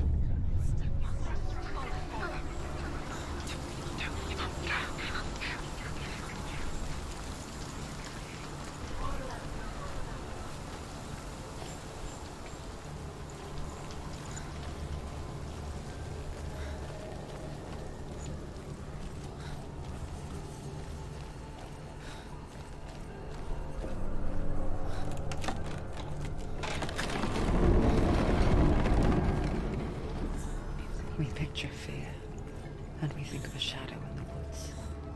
The mammoth? In the night. If only it were that simple. The worst kind comes without warning. A deep and primal signal from within. A reminder that just because you cannot see the threat, it doesn't mean that it's not already here.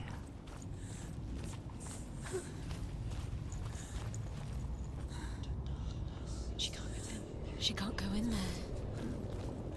Truth. Valravan, he's there. She has to find another route. Truth says there's always the route. Find a way. Go round. Find your own path. There's a different way. He's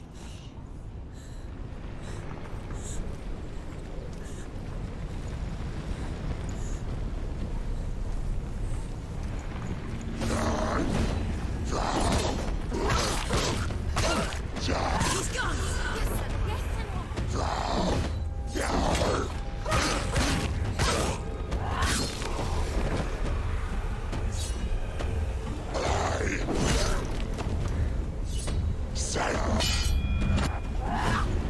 She knows what to do.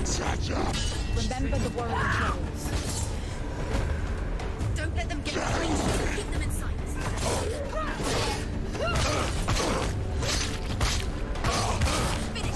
Finish this. They get shit on, dude.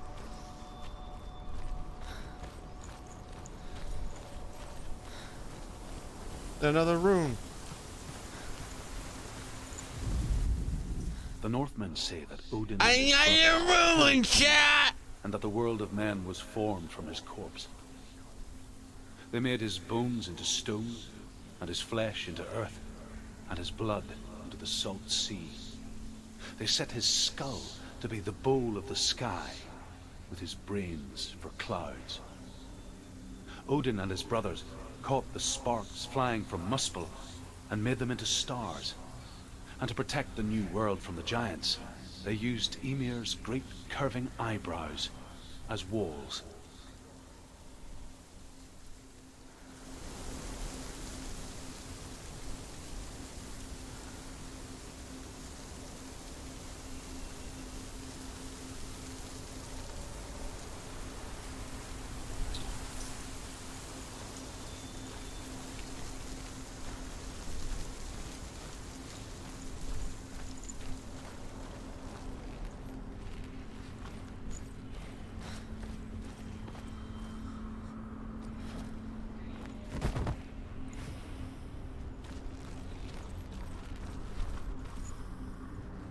Do you know what it's like to leave everything behind?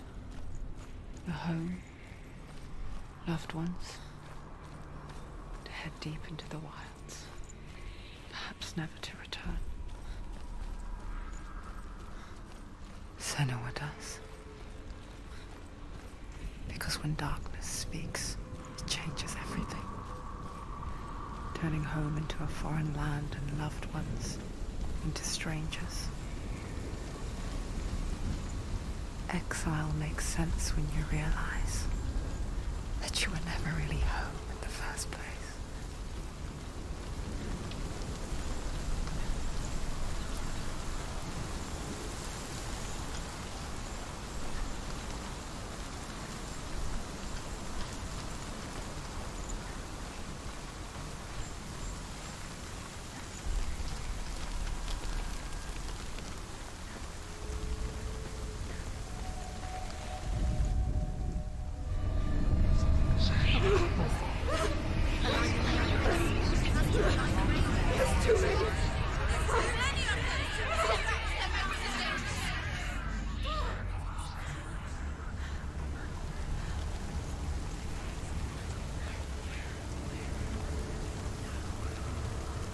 The song.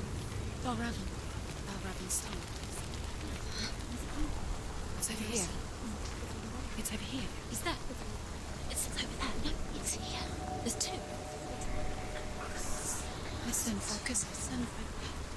It's magic. It's magic. It's magic.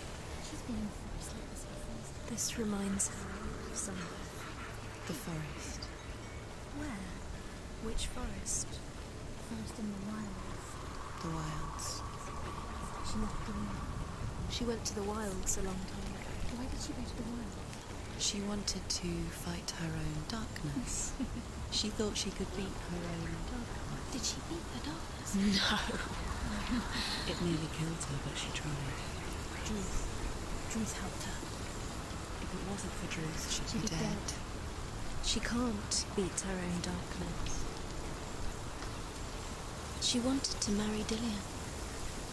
She came to beat her own darkness and marry. She wanted to marry Dillian. She didn't work. She thought her curse would affect him. She thought her curse would spread to him. She thought she'd bring the darkness to him too. She nearly died. She thought the curse made her tainted. Druth helped her.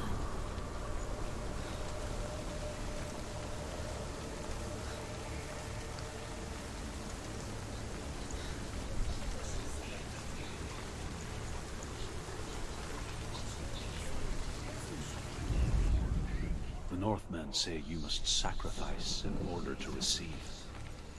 They tell how the runes were revealed to Odin only in sacrifice. He hung himself from the world tree, and he stabbed himself with a spear, and he dedicated the sacrifice to himself. For 9 nights he hung on the tree without food or drink. He saw the runes below him. He gave a cry and gathered them in his mind and learnt them. Then he fell from the tree.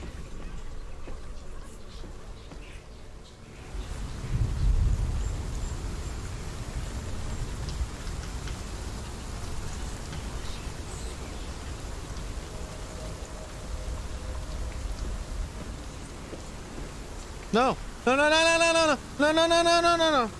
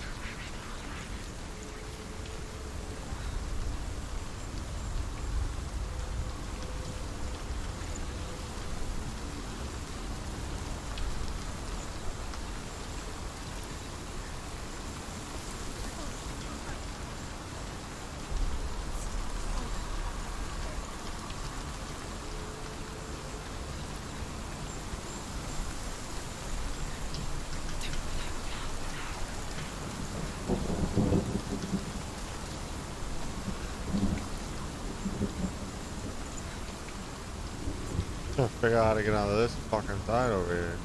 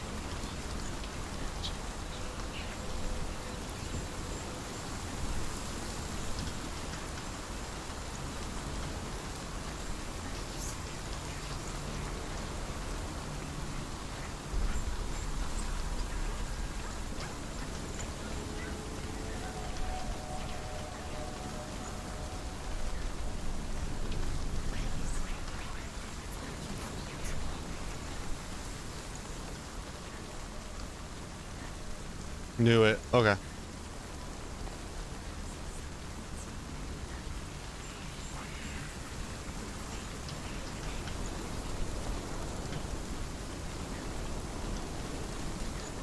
Ooh, that scared me.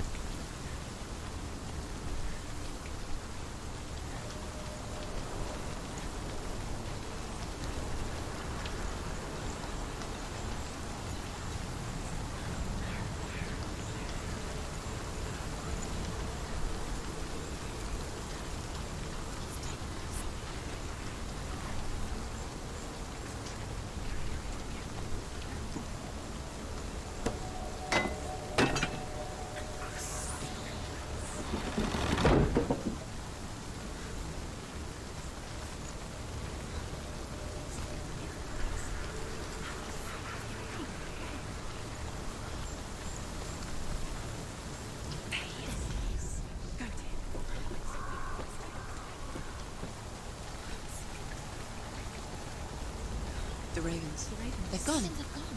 No. Half of them have gone. They've gone. Some are still there. But where? Some are still there. Oh, ravens. He's not helping. It's a trick. Quiet.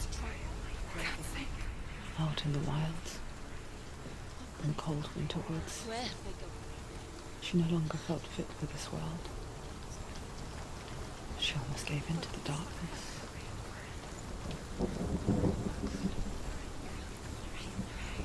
But she remembered Dillian's words.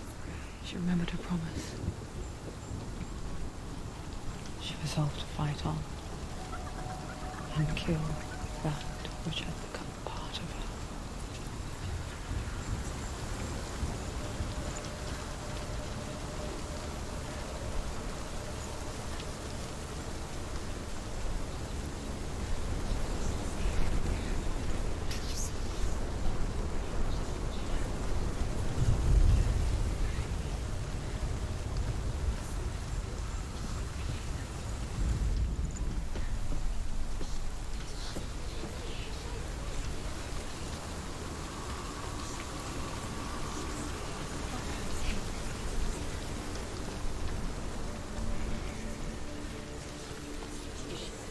The ravens. They will go. No. There's still three. There's three. There's three. Where have they gone? They gone. She did it. What does it mean? Looking back, I was so naive to think she could banish it on her own. The further she saw into the darkness, the more she struggled to see anything at all. And the gloom, the smallest hints of shape, sound, or thought, grow in strength until they consumed her whole. Before she knew it, the darkness had her in its claws.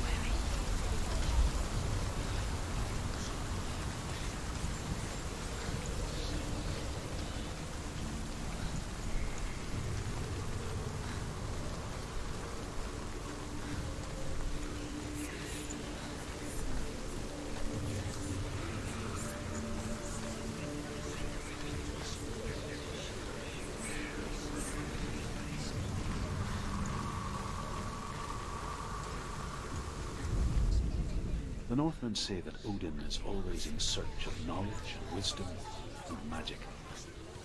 There was a very wise being named Mimir, who guarded the waters of wisdom which flow from the roots of the World Tree. Odin wished to drink from this spring, but he had to pay a price. So he gouged out his own eye as offering to Mimir. He drank from the well and traded one way of seeing for another.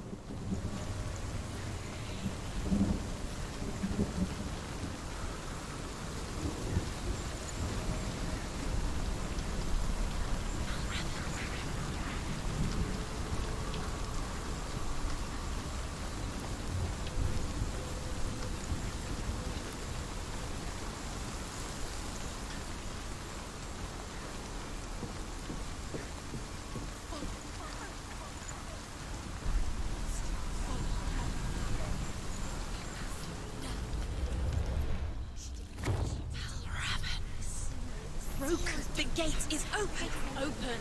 Yes, you did it. You did it. There is no such thing as victory when it comes to the darkness. It's like it doesn't want to kill her. Yet. It will gnaw at her, biding its time. Only when she is at her weakest will it strike to kill.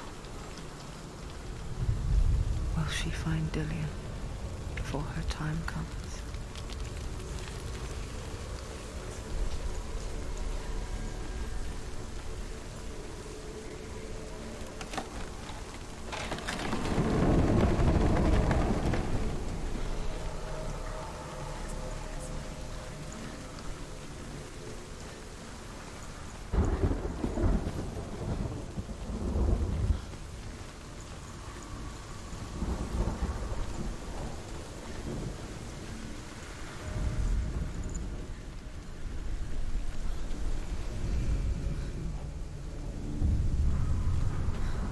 Overcome Valravan's final illusion to face him in his keep. I know you can do it, Senua. You have the sight. We both see the darkness. We can fight it together.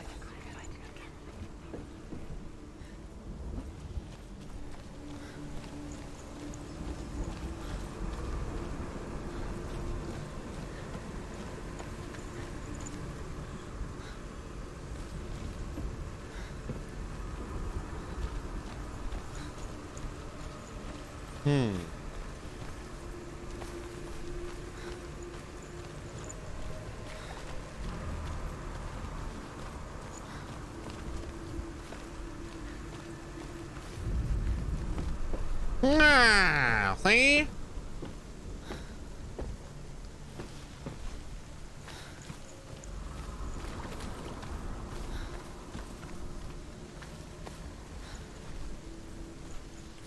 Speak to me, Drew. Tell me a story. Senua, listen. I will tell you the tale of a man called Findan. The Northmen captured Findan's sister, and his father sent him to pay for her release. But they took his gold, put him in chains, and held him for a day and a night without food or water. Then they released him. I don't know why. Upon his return, his father's enemies in Erin set fire to his home. His father burnt to death, and his brother was killed. But he escaped with sorrow in his heart. His father's enemies offered redress for his loss and invited him to a feast. It was at a hall near the sea. But when he went there, they betrayed him to the Northmen, who enslaved him and took him to hell. 6 years later, his slave masters landed on the shores of Orkney, burning all before them. And into that fire, Findan made his escape. What was Findan burnt away that day. But from the flames, a new man stepped forward, and Druth was born. Druth. The man that I am. I gotta go through this thing and probably opens up something over there. And though Findan never set eyes on his dear I hate this sister illusion again, shit though. It's so annoying. I, Ah! Druth, have found you, Senua. I wish you could have seen my home before these dark times.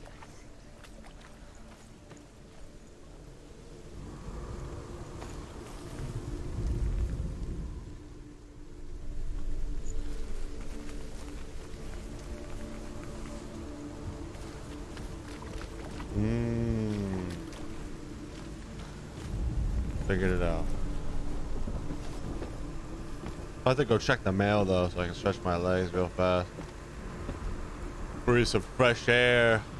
Been live for 3.5 hours already.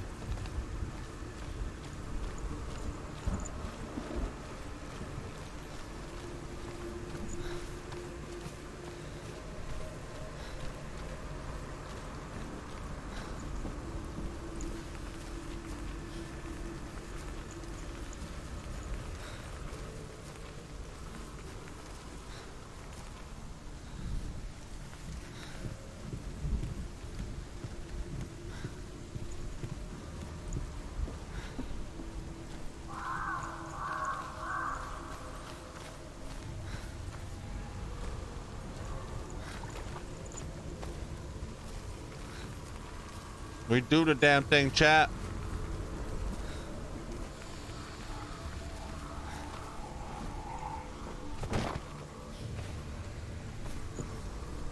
Oh, I put my phone in. It's at 2%.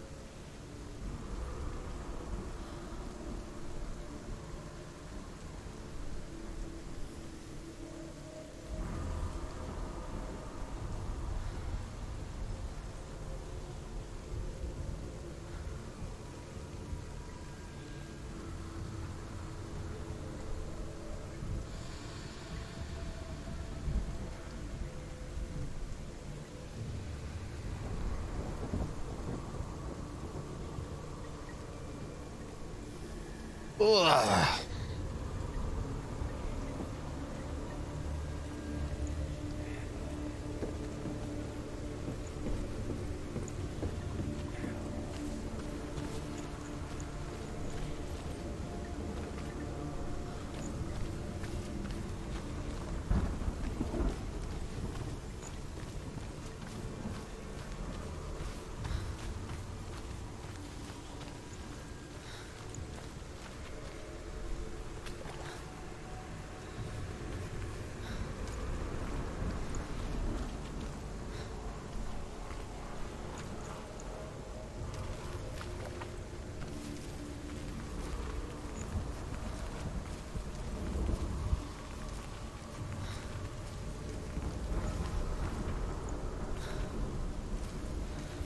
I probably got to go all the way back to the other side now.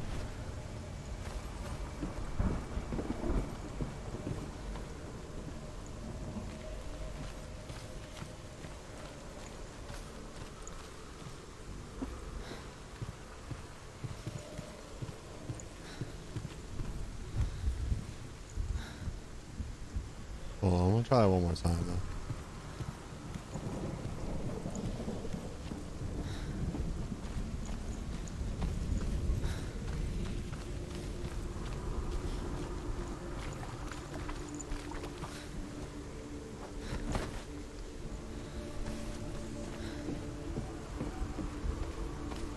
Fuck yeah, dude. Didn't fuck up.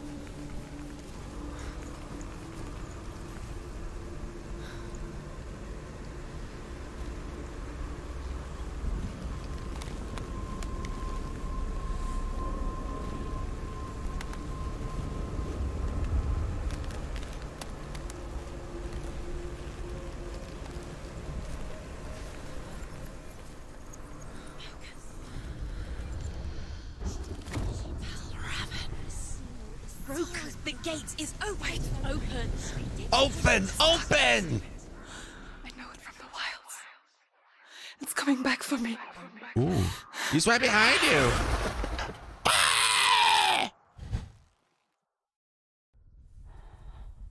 I'm still here. Are you too? Where are we? About to fight this fucker, huh?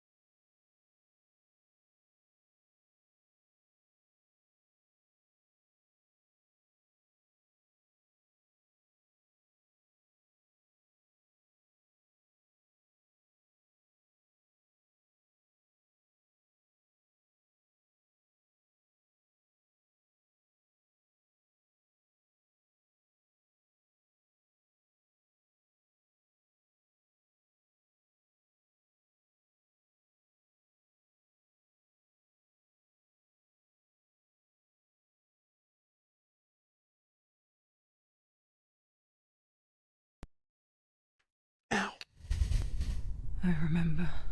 I remember.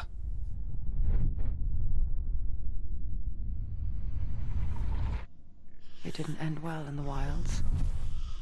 It never does. Is it backing at her back? Cut the darkness. Make sense of it. Back. And once relief settles in, Pack. strikes out of nowhere, Pack. throwing you helplessly back into the maelstrom, drowning the mind in fear, deeper, dragging you down so far into the void that maybe this time there is no coming back. It's like literally eating her. But there, in the darkness, Senua, and she remembered what he told her. hear me. Reach out to me. Senua, take my iron mirror. Look into it, for it is a window into the underworld. Within, you will see the face of the darkness that you fear. Oh, there's nothing there. And if you focus, like I have taught you to, you will I also lied. see that as much as the darkness has you trapped within its veil, it too is trapped within yours. Focus. Focus. Focus. I see you. Oh, dude, I'm gonna eat you fucking dick, You bro. led me to the wilds. You trapped me there.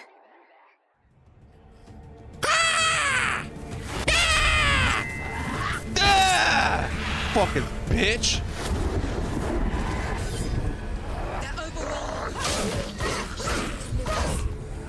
Can I have a shout out for what, bro?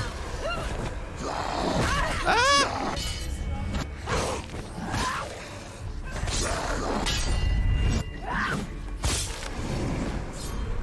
You want some of this?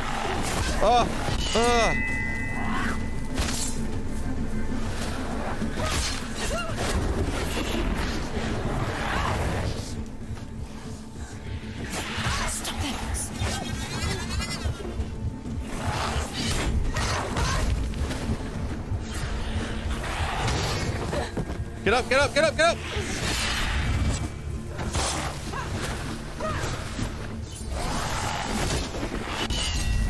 Come on, come on, come on! Ah! Fucking bitch.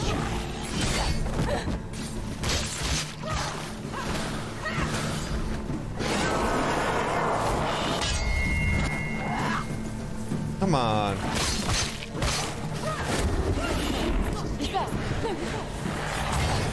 Get up, get up, get up. Get up, get up.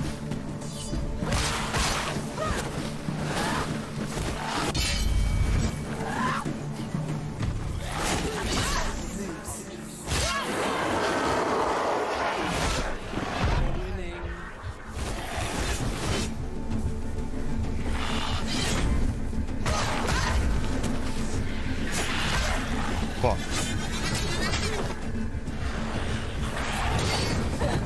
Go, go, go, go.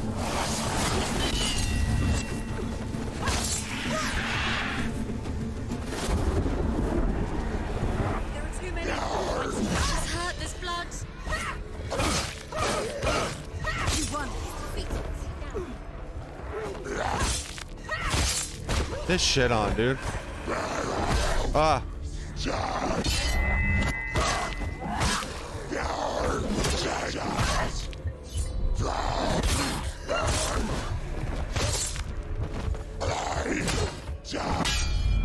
Come on.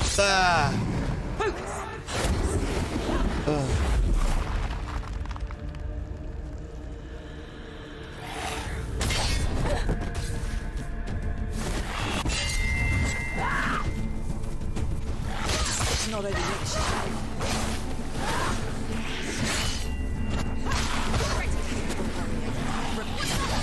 Bro, you're not gonna win.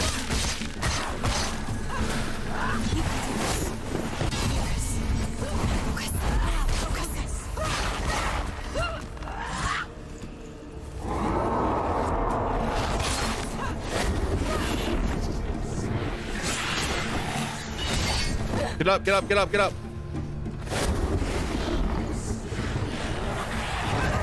Fuck, I fucked that up. Don't give up. Don't give up. Get up quick. Dead. Fuck! He beat me!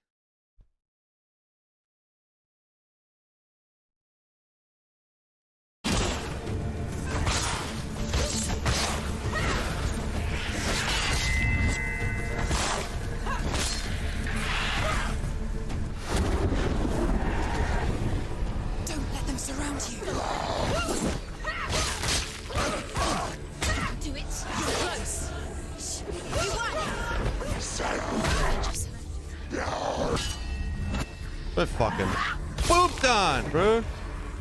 Come on. Come on. Ah! Ah! All right.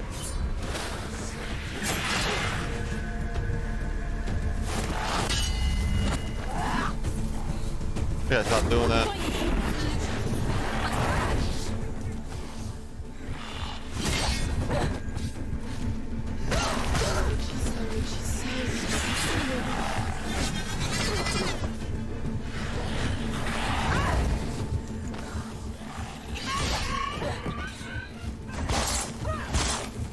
Okay, I gotta start evading more. Okay.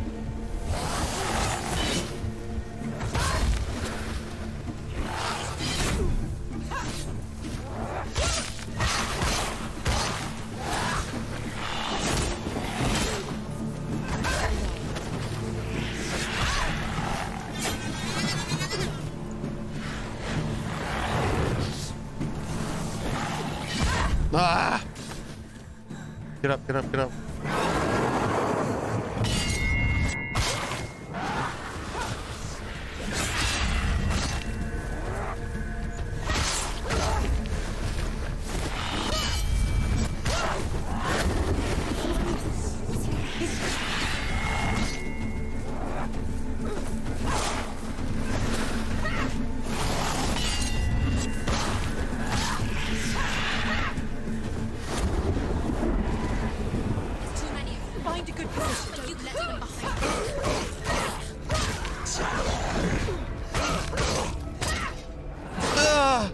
Come on.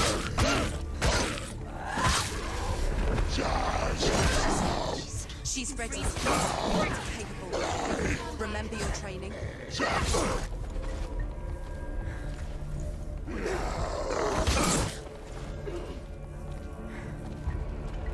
Finish this.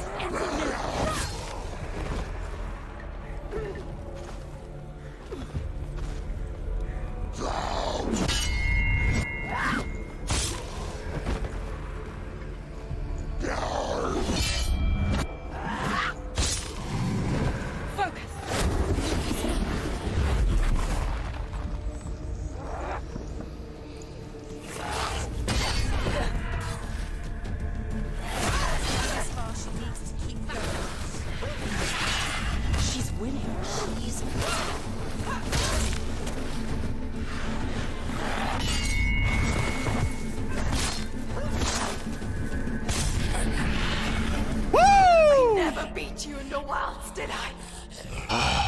It was an illusion. But not this time! Oh, oh, oh! Tell us how you really feel. Oh! Shit on him.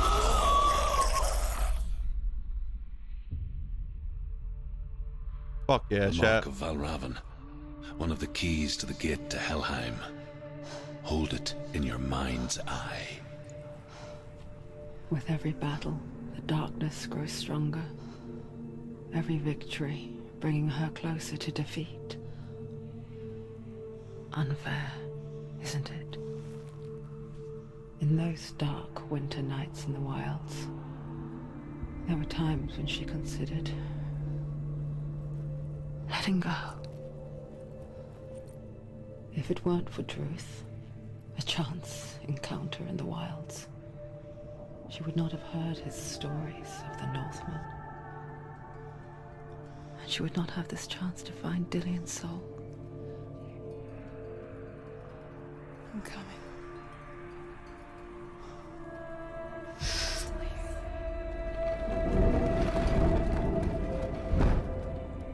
Yeah.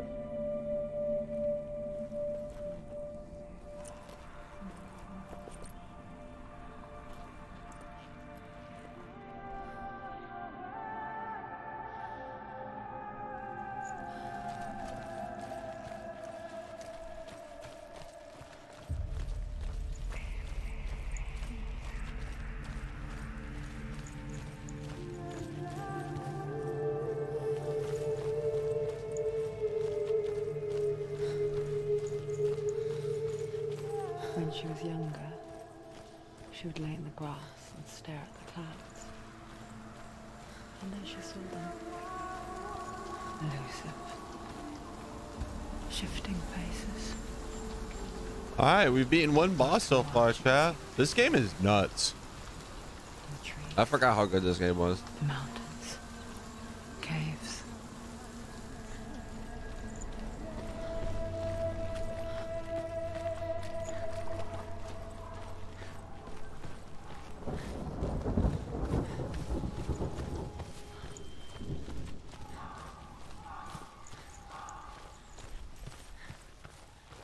I wonder,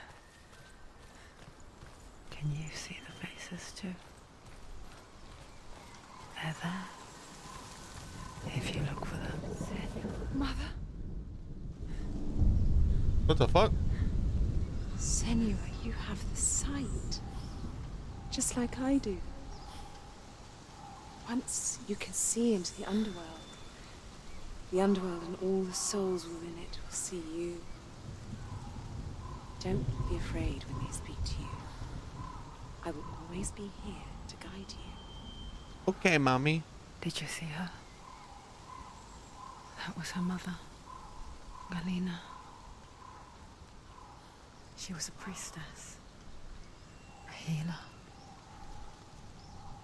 She taught Senua to see the weave that binds the world together. And it was beautiful. It was a time before the darkness. But when it did come, it first came for her mother. Senua still sees her face from time to time, hidden in the world. Like she's still watching over her. She misses her so much.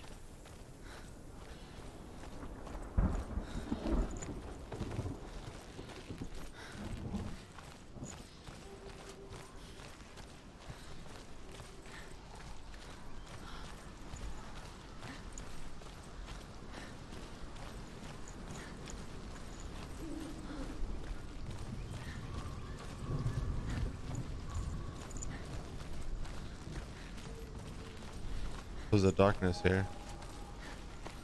I don't like it.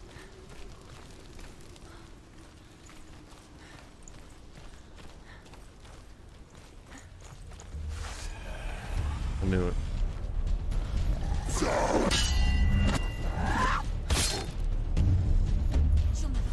It's nearly up. You finished him.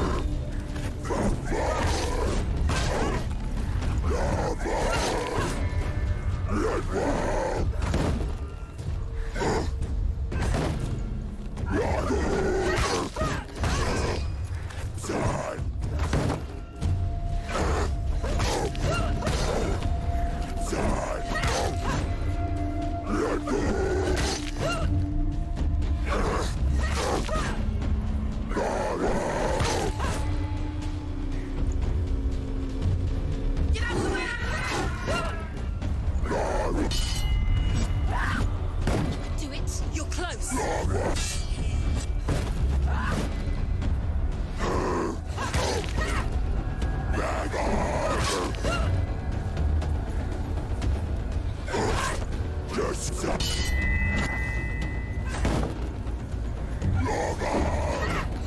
Ignore the pain.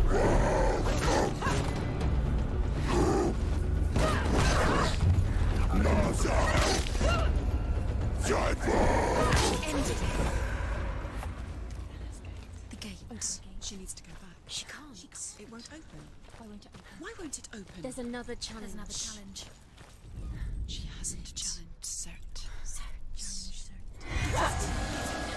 Get it. You fool.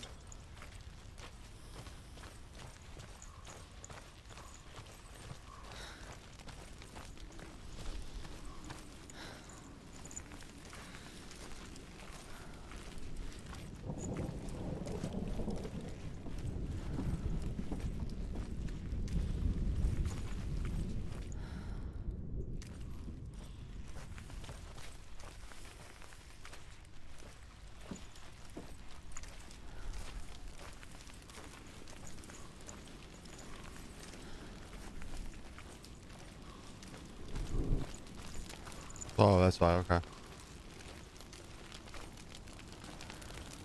All right, chat. BRB.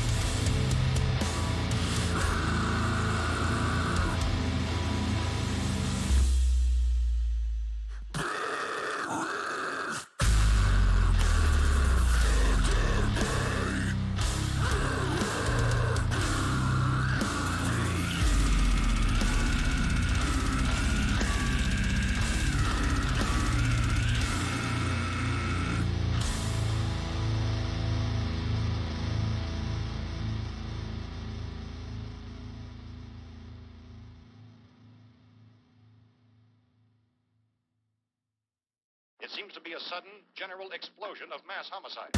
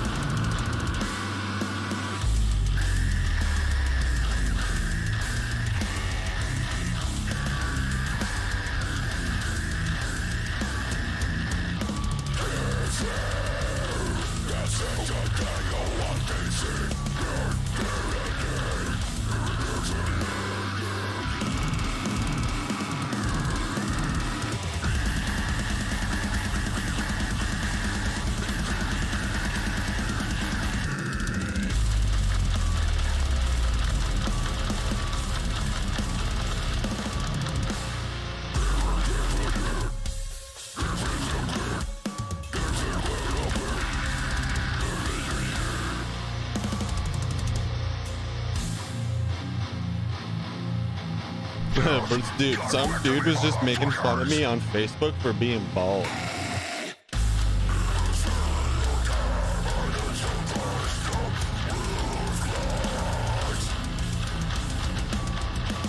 I'd rather be bald with a girlfriend than have long hair and just a snake.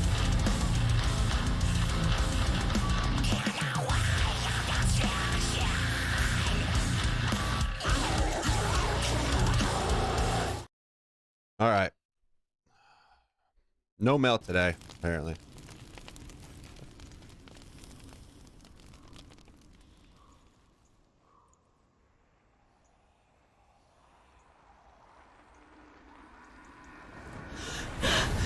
Surt, the fire giant has answered.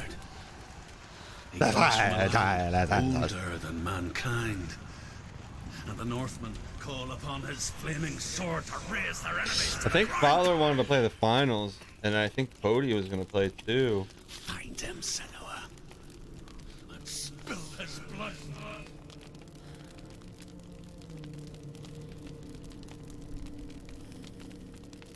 She found the wretched old fool on her way back from the wilds. An outcast. Was badly burnt all over. She took pity on him. I might put this game on hold to go play finals with them. Like her, who spoke of his own darkness. The Northmen.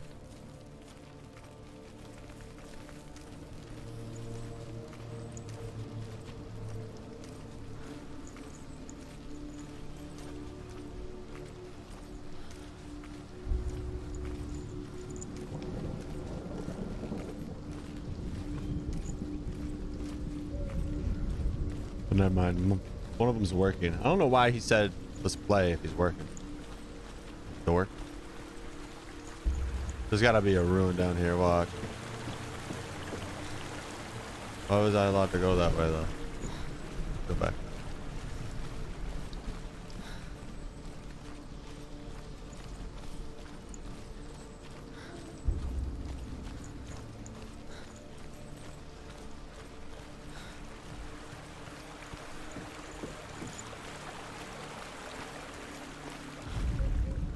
The Northmen tell this story.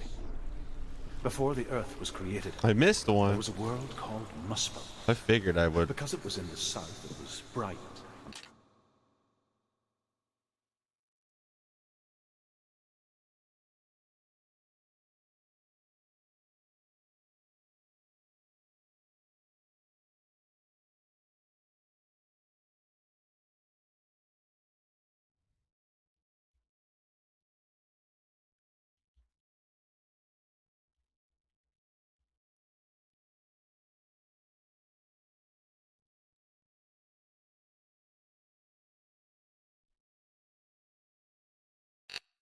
Hot, flaming, burning.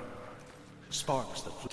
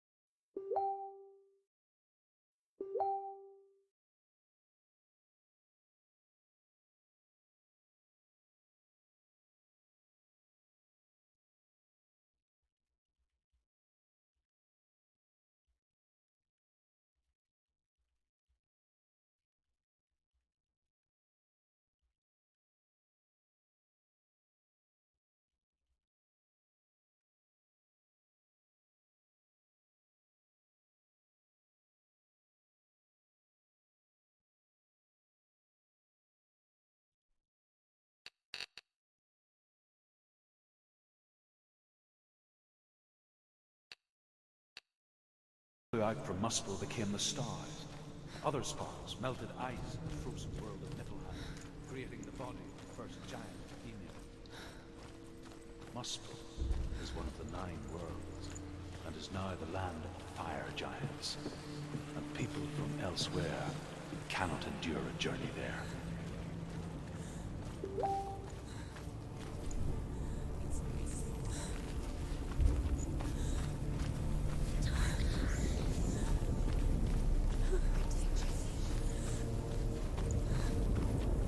Why does my phone keep vibrating?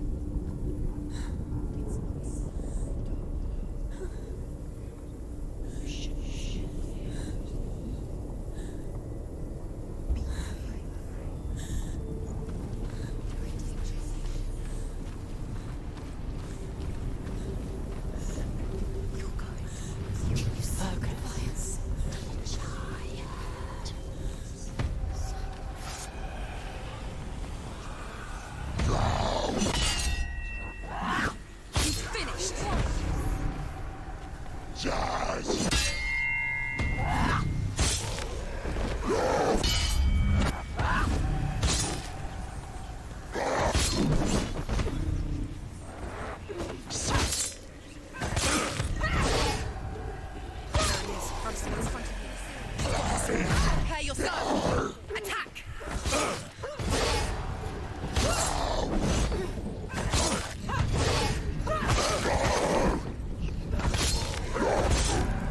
Find a good position! Let them surround you. The fuck is shit on, dude. Fuck you.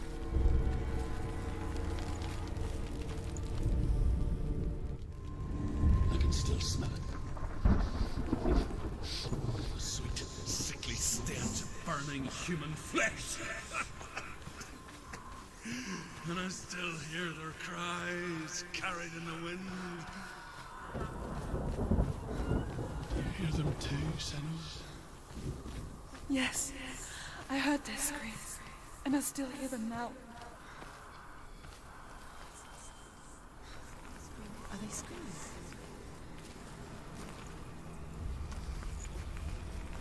Follow the screams.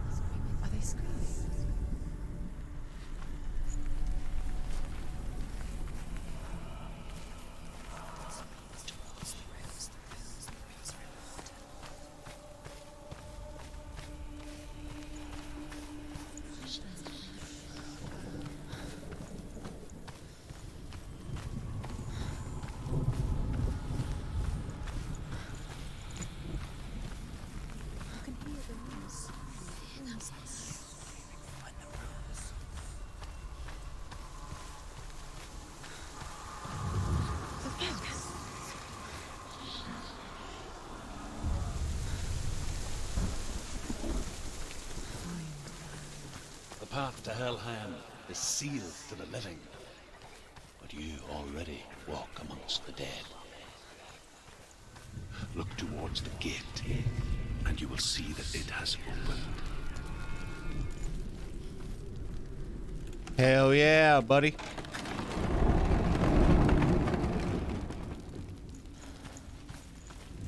When they first came to my lands, I knew enough of their tongue to beg for mercy, and they took me as a slave. I wish now that they had slaughtered me like the others. I rode their storm of fire, death, and slavery to many lands. This darkness you speak of, I know it well. And I'm still here to fight it.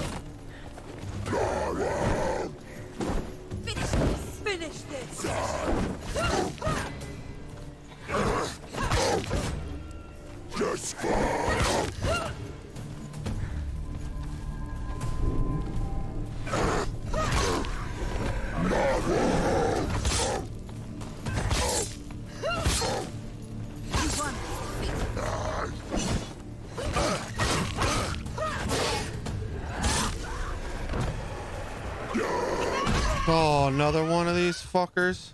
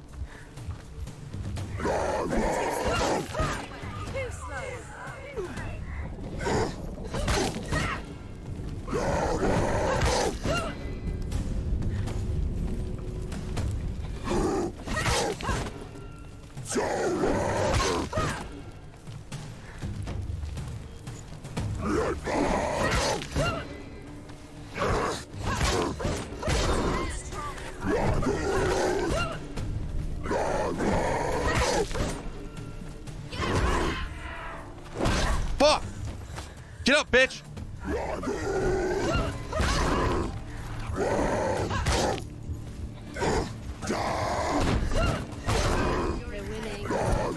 He's down. Finish it. Finish it. Just die.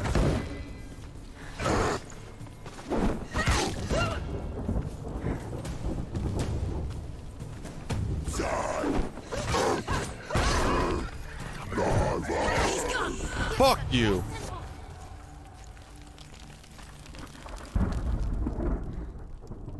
When you see a fire gate of Surt, know that only a sacrifice will stoke the fires of Muspel and let the dead walk through. Find the fire, Senua, to follow the path to Surt.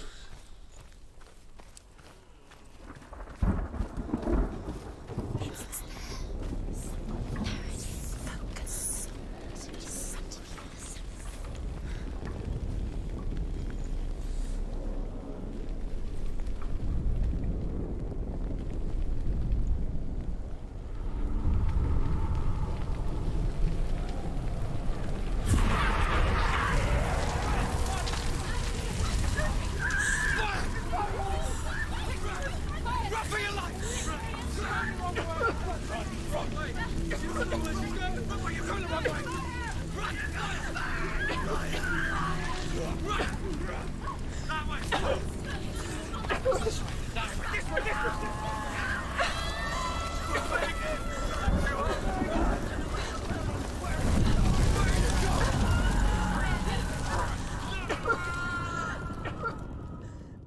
Did I not make it? I was right there. What the fuck?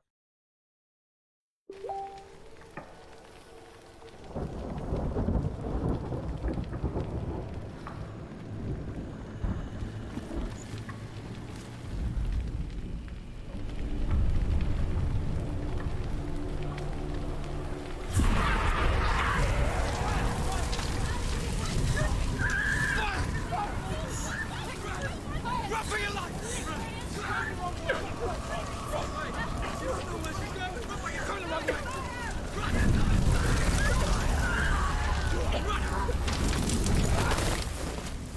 Hell will not give you the answers you want. But you mustn't look away from the horrors it does offer. Because you cannot overcome suffering. You refuse to look at it.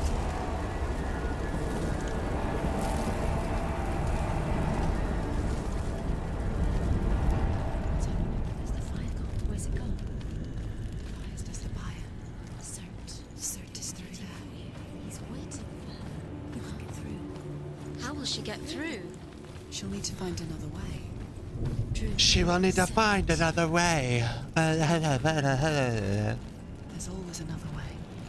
There's always a way. Find your own way. You just have to find it. Is waiting for you. It was never going to be that easy. The Northmen say that the defender of Muspel is called Cert, the foremost of the fire giants. His name means the Black One, because he is like something burnt. The Northmen believe that he sits in the border of Muspel with his flames.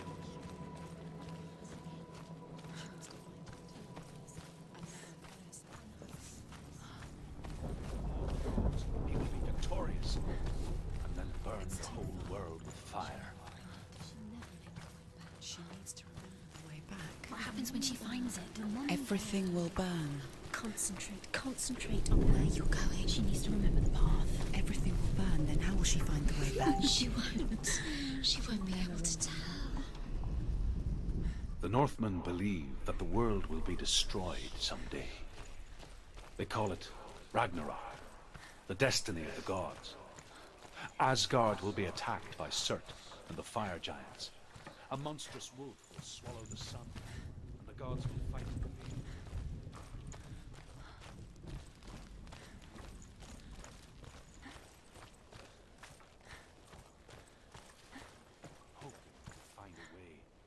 The Northmen made fire sacrifices, burning slaves like me to reveal the path to Cert. I searched for meaning in their suffering, in their eyes, but they just screamed like helpless pigs.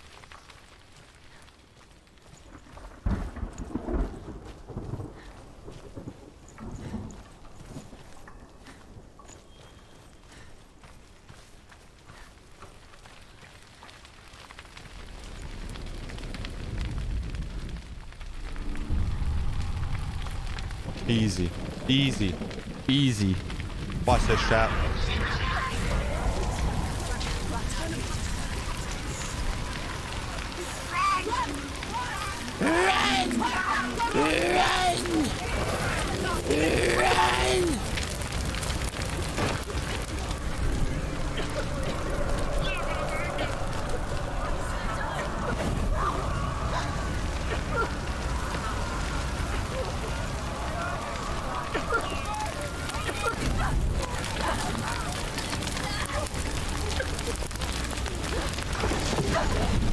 Oh, that shit landed right on my head.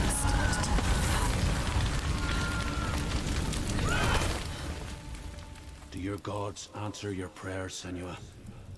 I asked the gods for mercy, all of them, even theirs. None answered. In the end, I set myself free. Defy the gods, Senua! Find your own path, like I find mine! My gods abandoned me. I am alone.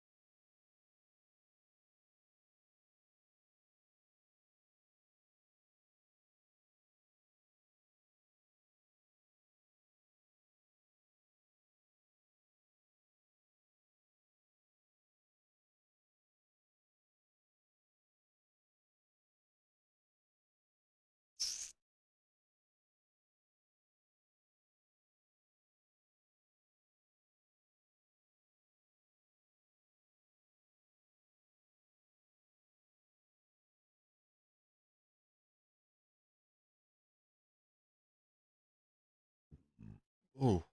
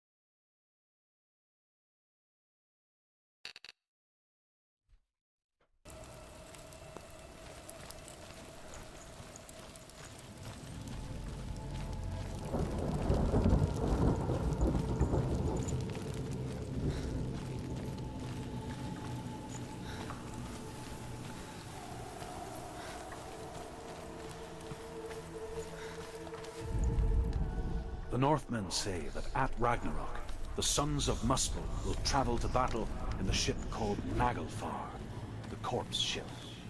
And when the sons of Muspel leave the ship and ride to battle, it will be as though the sky had split open, and Surt will lead them. Wherever he goes, flame will erupt before him, and fires will burn behind him.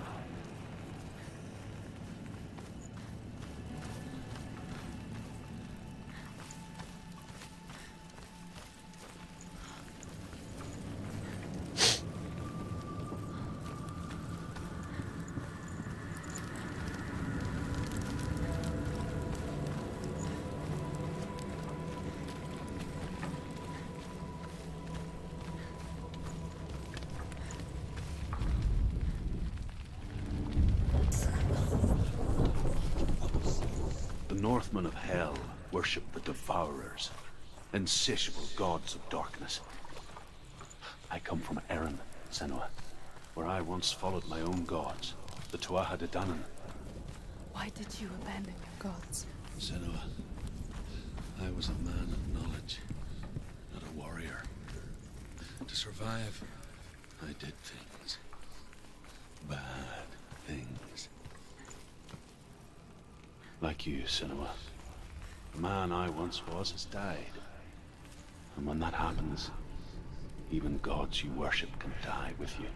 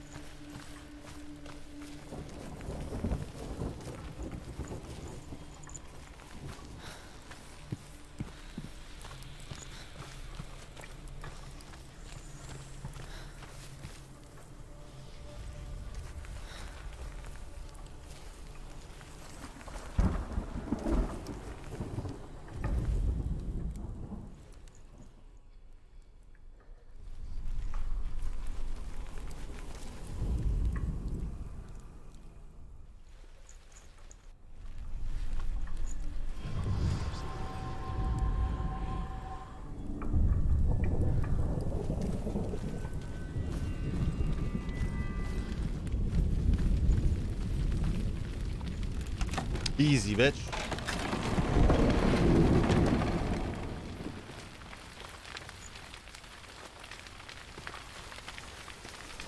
Okay. What? There's nothing. Oh, okay.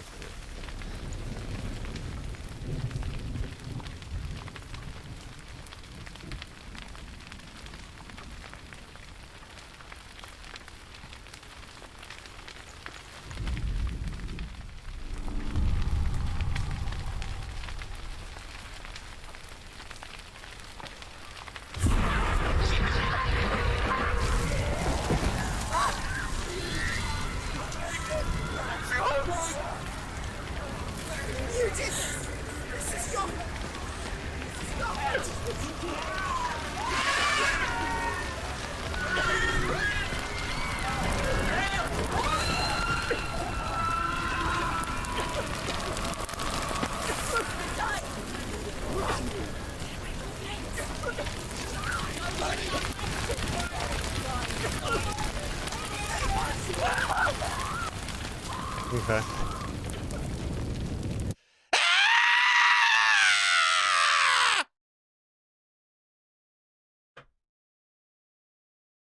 That's the sounds of me being burned alive, chat.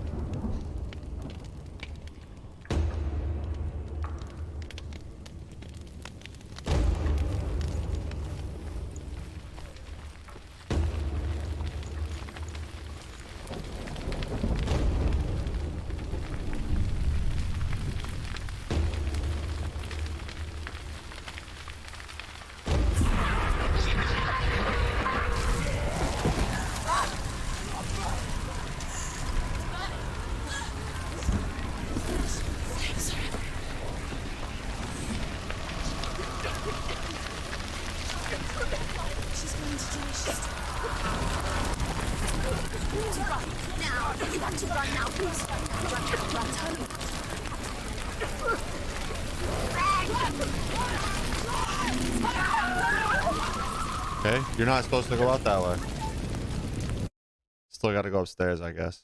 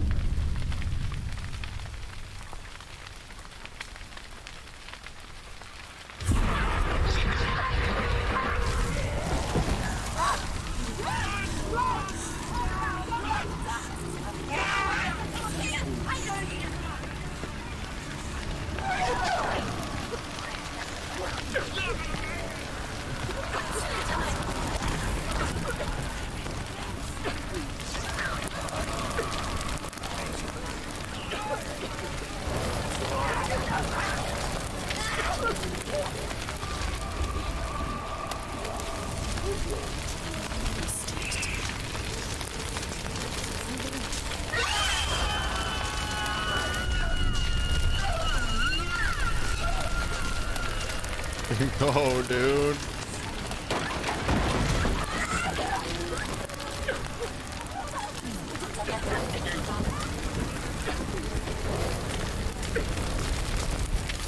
Oh shit.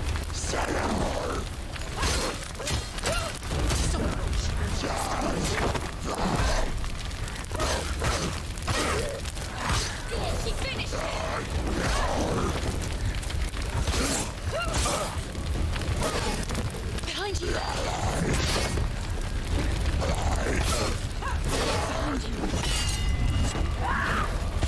Finish this. End it now.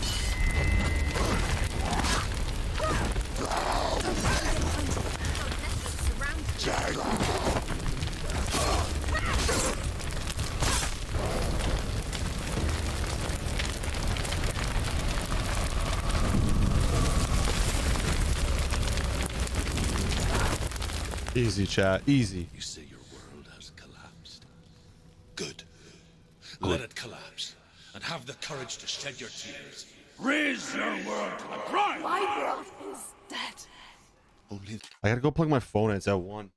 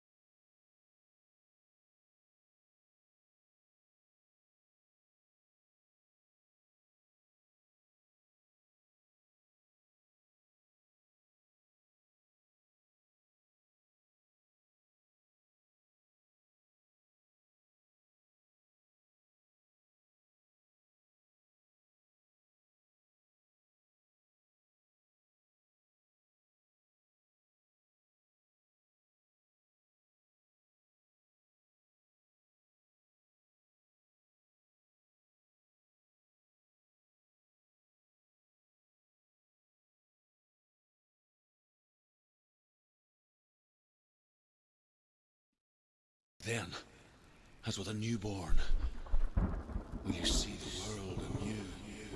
No, I see nothing now.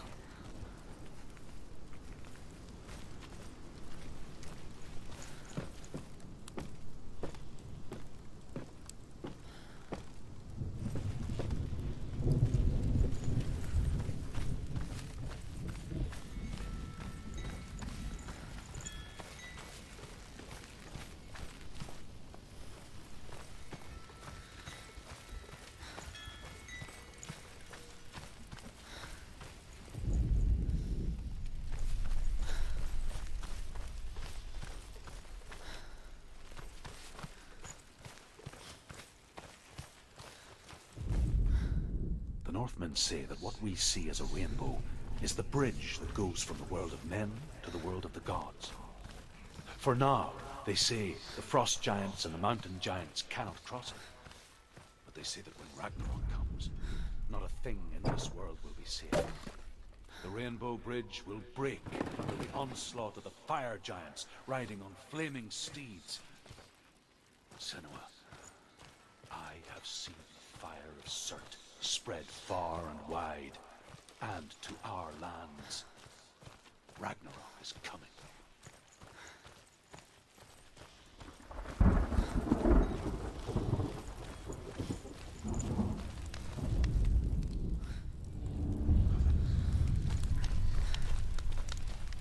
Tell me truth. How did you escape your darkness? Senua, once I found my purpose, I was no longer enslaved to the suffering I had to endure to reach it. Unclouded by fear, I could see it clearly in others. Even my captors feared the fire of Surt. And so, during one raid, I took my chance and ran, knowing that they would not follow. A fool ran into the fire. They left me for dead. Maybe they were right to. But here I am. Free. I'm glad I found you in the wilds. I wouldn't have made it without you.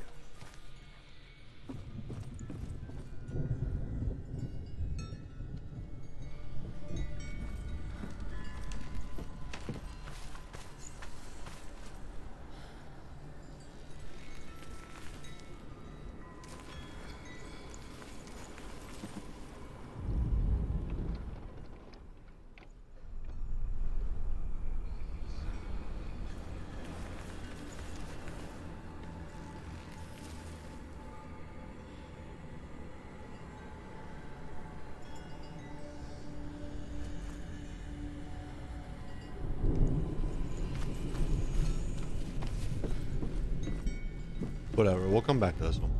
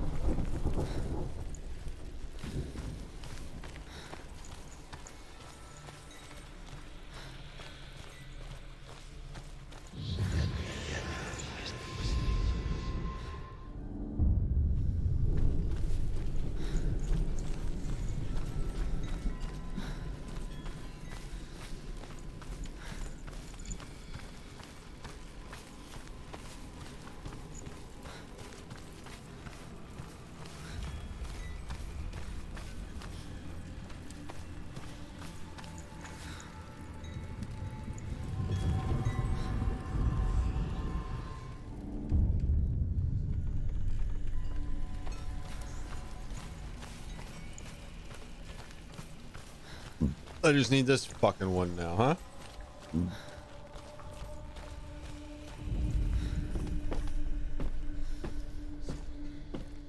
We'll fucking rip a bong ski or a dab ski after this. Where the fuck? Okay, so if I'm in the right spot, thing will pop up.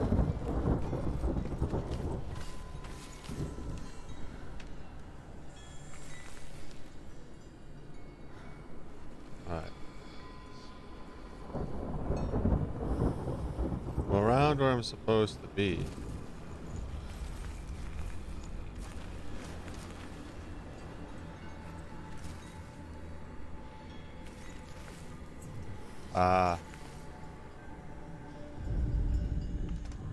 Here. Your boy's a fucking motherfucking genius, dude. You wouldn't even have known that, dude. You wouldn't even known that because you're fucking stupid.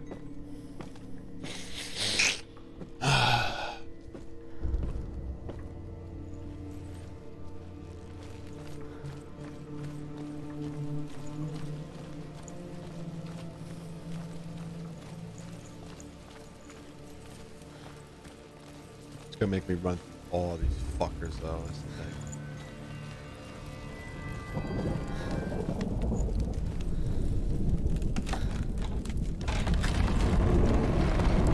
Senua, if I can survive the fire of Surt and escape my darkness, then so can you.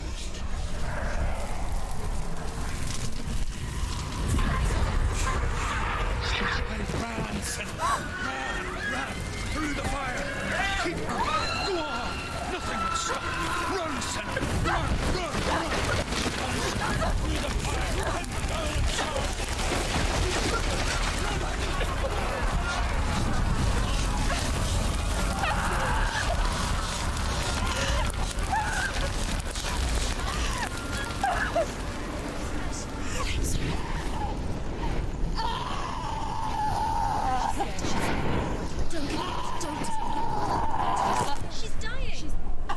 Bro, this fucking game is just leagues above everything else, bro. Oh.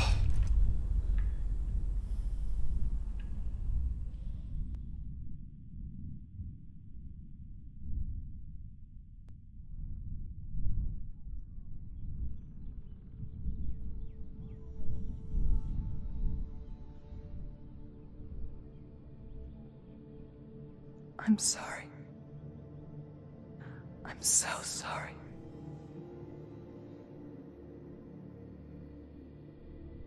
This darkness takes everything. Everyone. Senua, are you sure you want to do this? We can fight this together, side by side. We always do. This is my battle. I have to face it alone, away from you. Where will you go? I don't know. For how long? I don't know.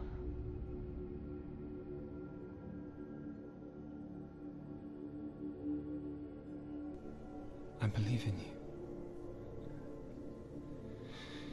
you. You know that.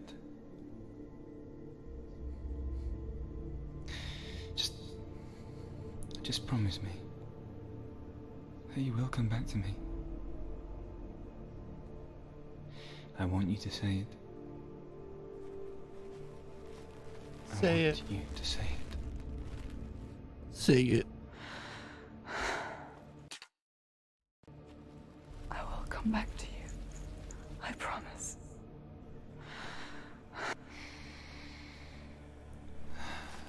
Come on.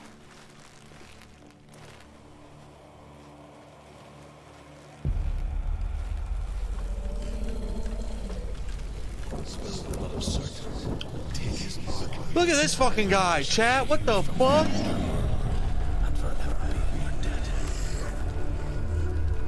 You destroyed everything. Everyone. But Fight me now! Fight me now!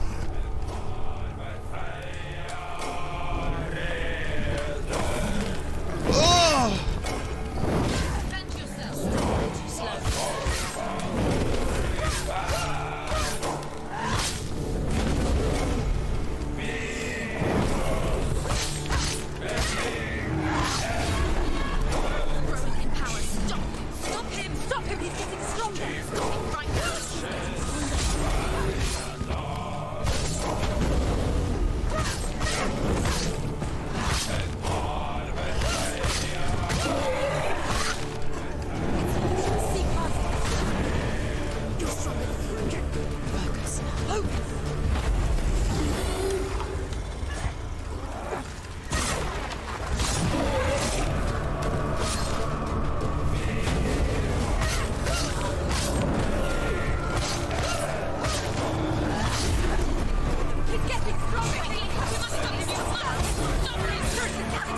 Let's go.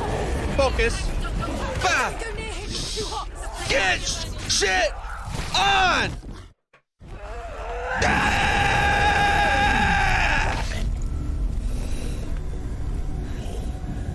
Fuck you.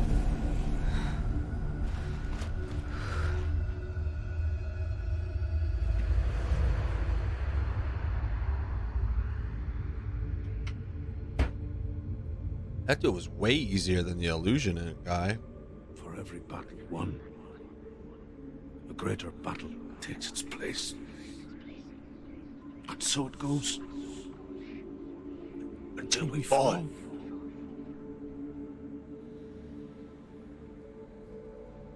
And in the end,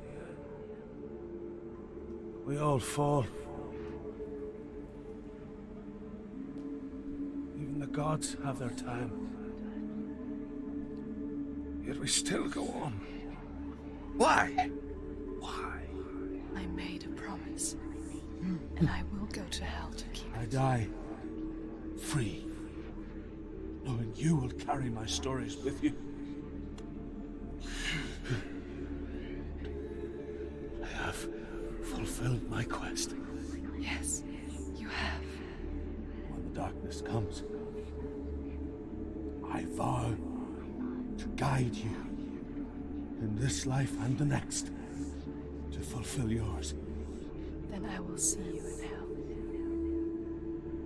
Be ready to face horror in the eye, as I have. To find your answers. Your quest.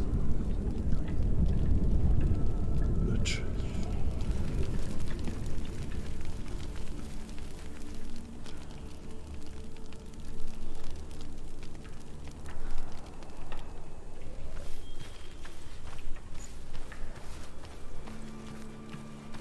Druth was a troubled man, a scholar turned slave.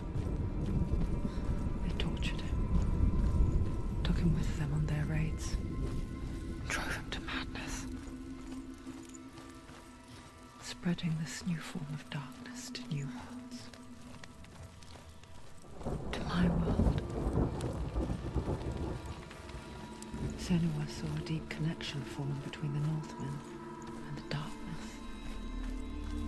His tales of hell were true, then that was the source of it. She learned everything she could from him, until she too could see what he saw.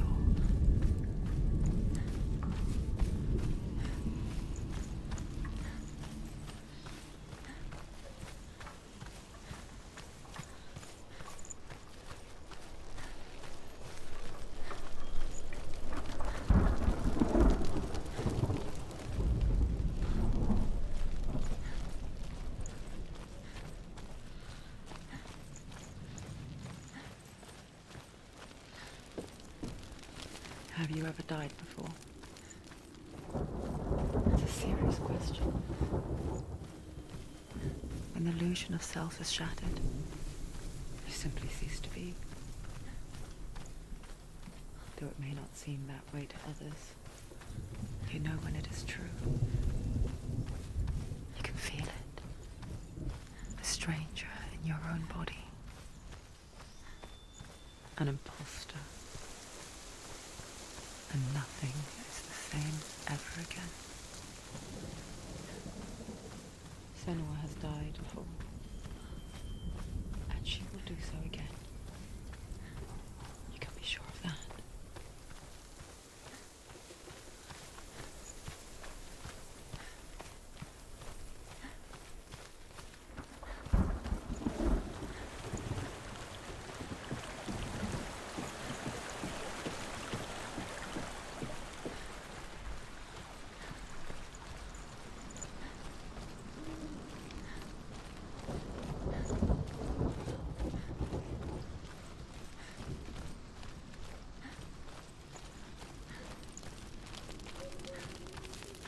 With the mark of Valravan and the mark of Surt, you may cross the bridge over the River of Knives to Helheim.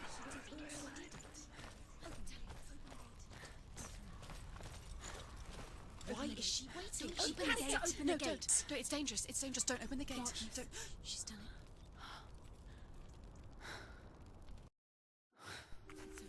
It's so dark. It's dark. The darkness. Only the dead may cross. Only the dead may cross into hell.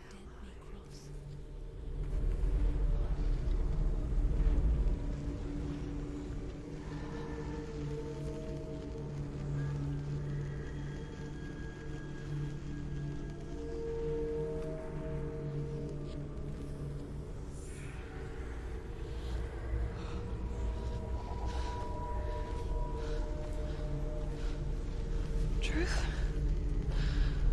Anyone? There is no one here but me. Not you. Did you think that I would let you go? That you lost me back in the wilds? I will never let you go. You can't get rid of me. I am your shadow. And I will be watching when you draw your last dying gasp. I'm not ready to die. You will be when you see what they did to your dear beloved.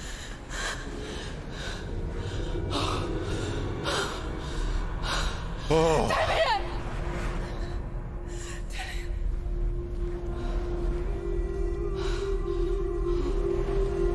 In this waking nightmare, where all dreams come true, you searched for control, a way to pull through. When you were in love, you left him in tears, to smother your furies and banish your fears. But in darkness they came, through stormy black seas they raided these shores. Do you still hear his screams? And now that you're home, he's so far away. They've taken his soul. To these gods you cannot pray. They can break you, but not your promise. Even death won't keep you apart. Through his darkness you will find him. In your sword still beats a heart. You fought for love unspoilt by your darkness within. You fought for your dreams. Now there's no way to win. In the head of his corpse lies the seat of his soul. So you must carry his vessel to bring him back home.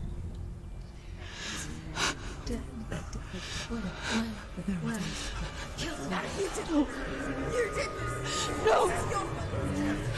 No!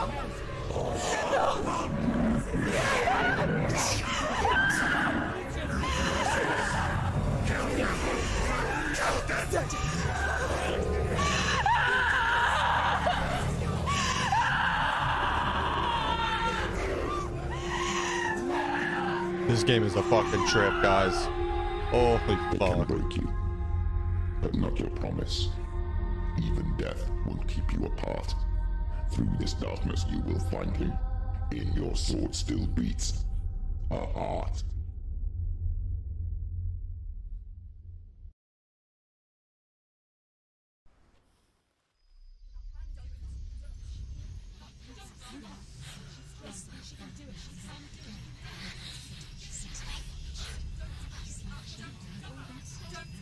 The darkness touched you.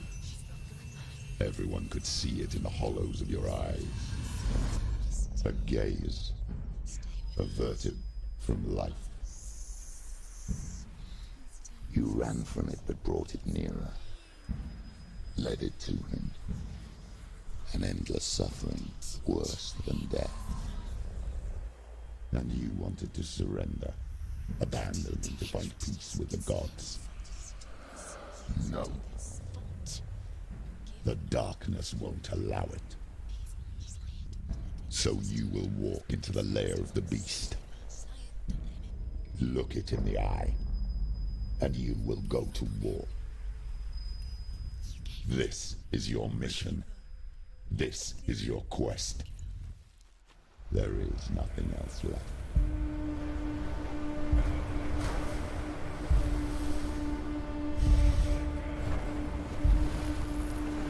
We're on the Bridge of Knives, chat.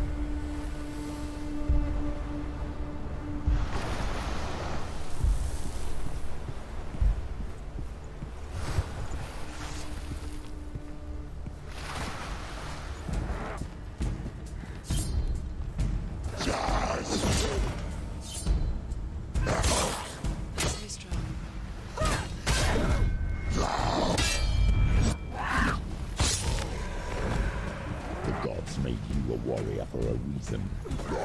It's your call.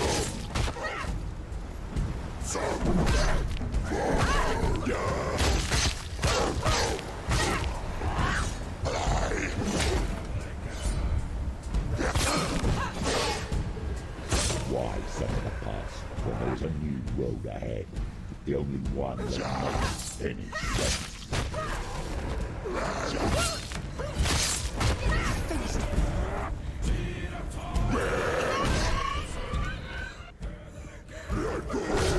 What?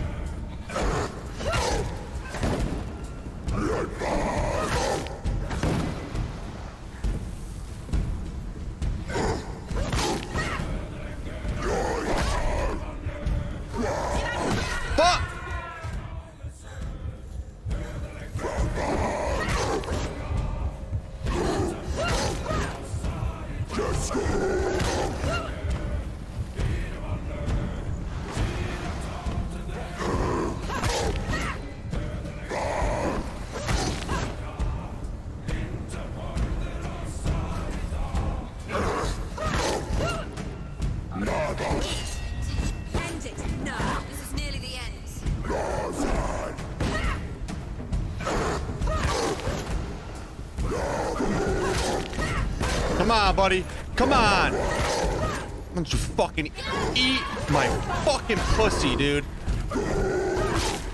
Told you, you're gonna eat it and you're gonna like it. It's sour.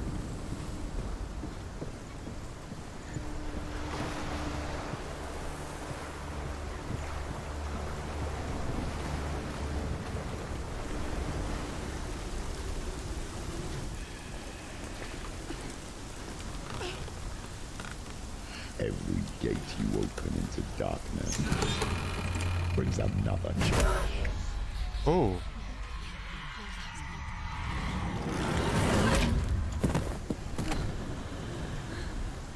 Who the fuck is that, dude? Yo! Get up!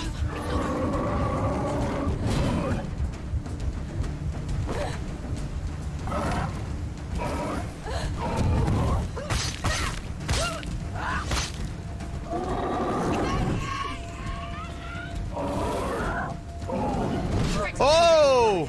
Remember your training.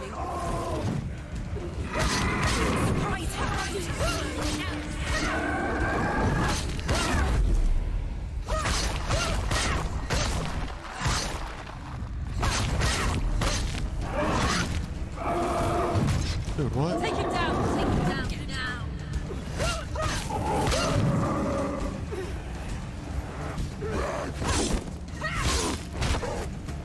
Behind you.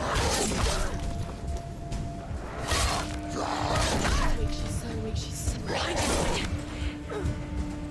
He's gone.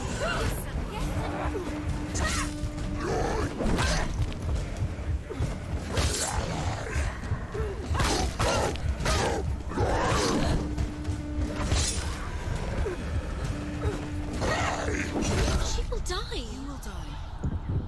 Quickly get up. They're coming. She's hurt. She won't make it. Fuck! Get up!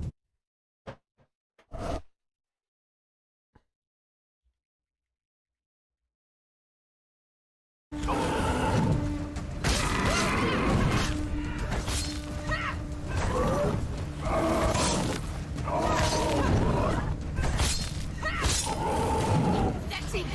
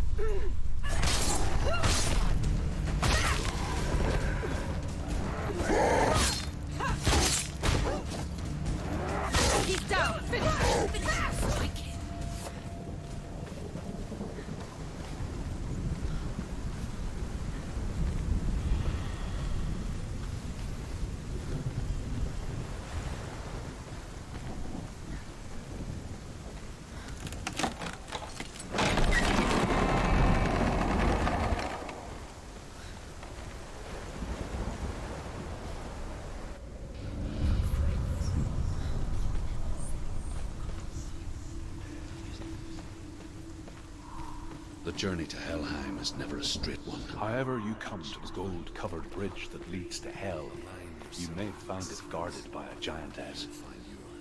She will ask your name. She will ask your lineage. She will ask your business. The Northmen tell of the warrior.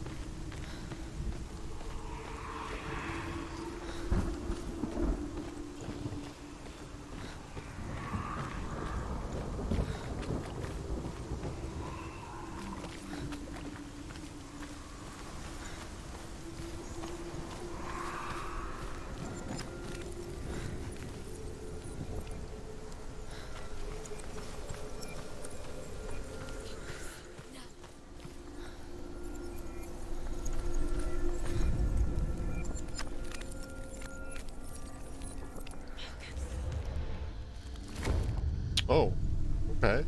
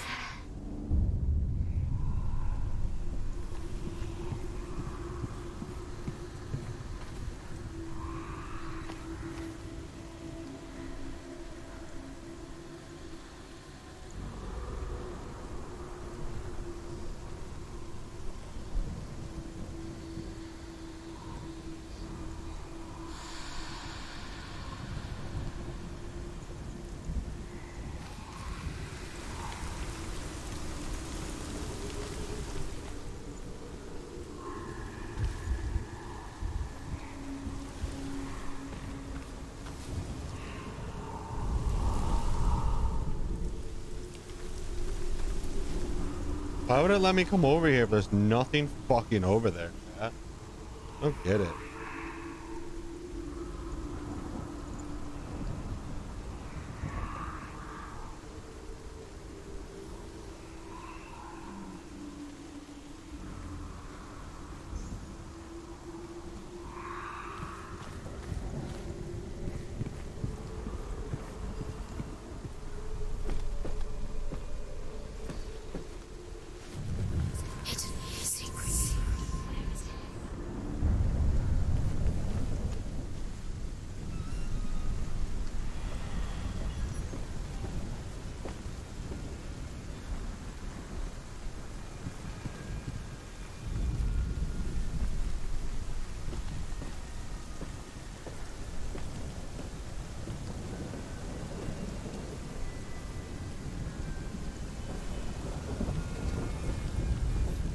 Hela possesses large dwelling places in Helheim. Tall are her walls, high are her gates. The name of her dish is hunger. Her knife is famine. On her threshold all will stumble. Her bed is called sick bed, and her bed hangings are called flames of a funeral pyre. They say she is easy to recognize. Half black and half the color of flesh. And her face, menacing and grim. The gate is opening.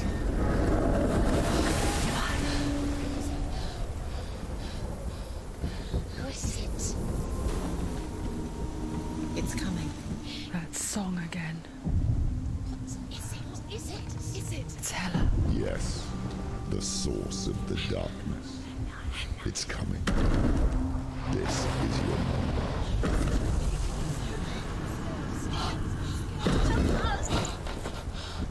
I'm sorry.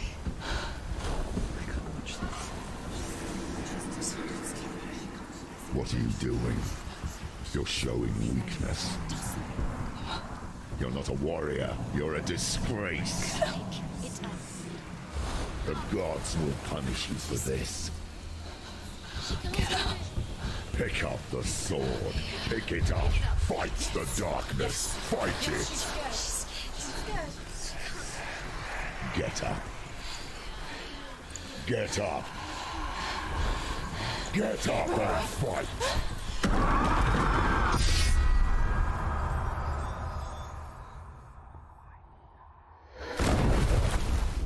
Shit, bruh. Shit, bruh.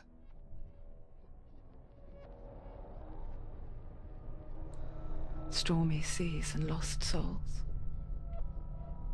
She's dreamt of this before.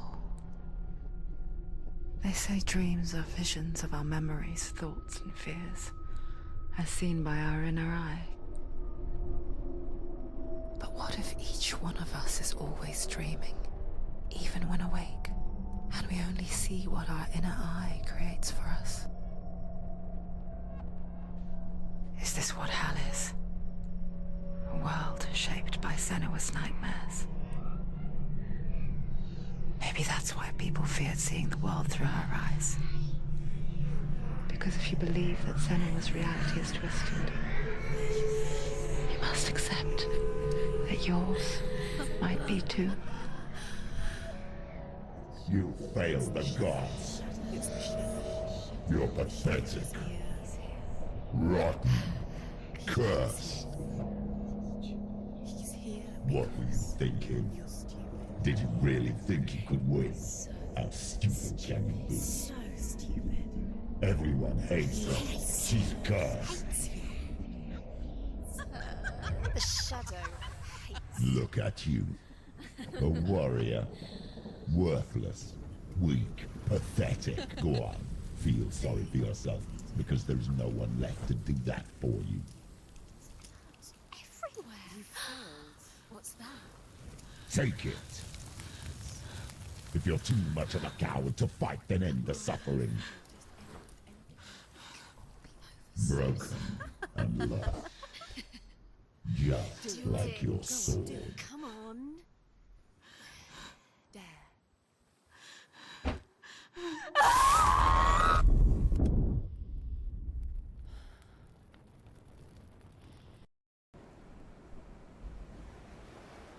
Why go on when you give everything and face that which torments you, only to find that it is worse than you could have imagined? Why go on? Is it really so weak to ask this? Or are we just so afraid of the honest answer that we do not dare pose the question? Sometimes the answer lies in a memory, a feeling, a song.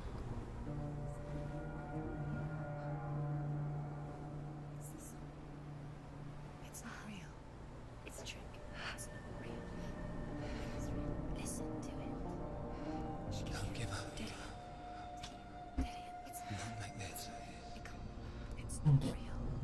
It is real. It's a trick. Don't trust it. Baby, you're already dead. Who are you? Do you still believe in me, Senna? No, it's a trick. She knows it's a trick. He's already dead. He can't be here. It's impossible.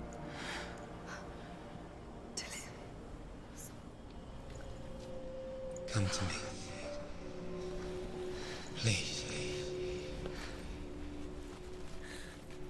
The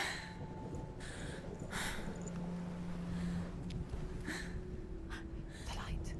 Go towards the light. It's him. There he is. It can't be him. It's just a trick. It's in your mind. No, he's here. It's in your It's mind. him, it's real. What's happening? Go towards it.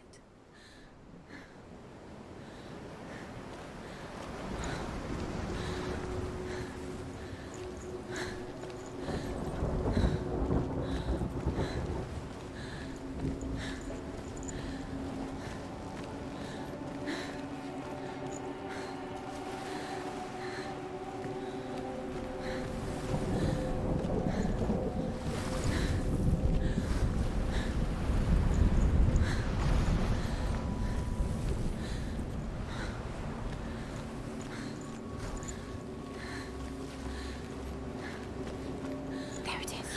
You're imagining things. It's Dylan. He's gone. You were so slow. How could you? Keep going. How could you? Keep going. Ignore the pain. I told you it was to trick you. I told you. Where are you going? Up. See, there's nothing to follow. Come on.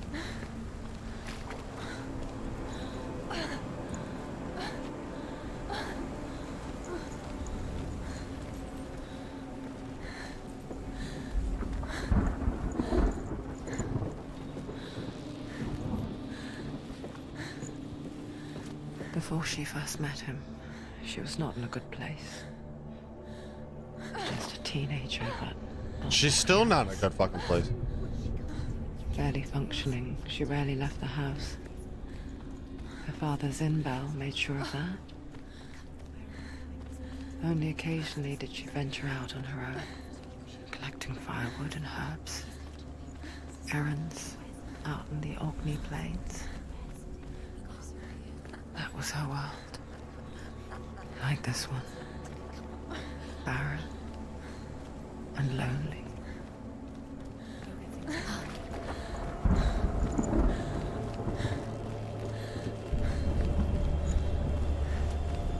No runes around here? It's back there.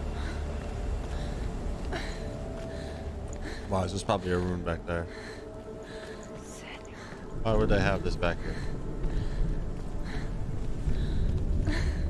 Ooh, face.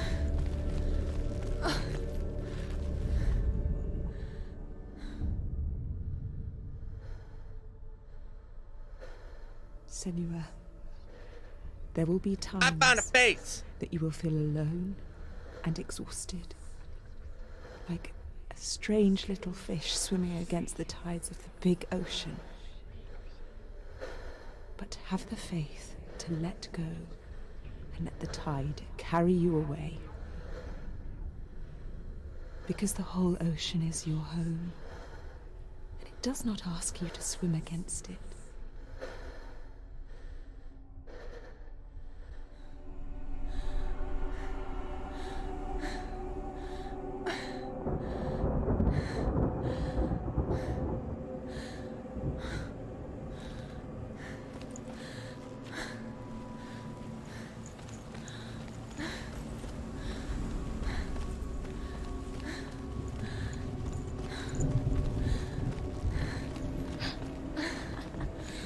Already disappeared. Nothing lives here, not even you.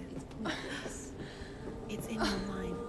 You think you can see it, but it's in your mind. There's the tree. There he was. The lone figure of a boy. He's there. Sword play under the shade of a tree.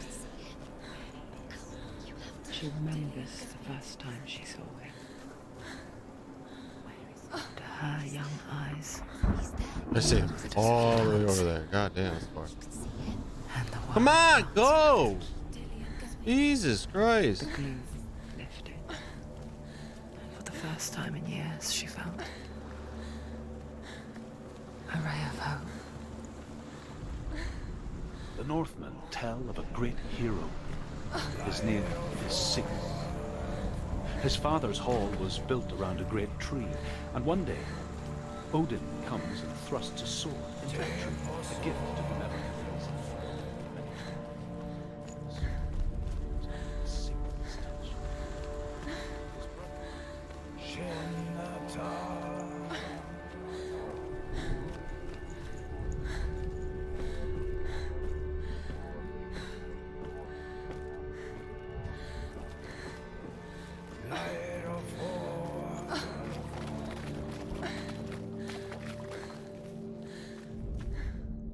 Death for Sigmund and his brothers seems certain.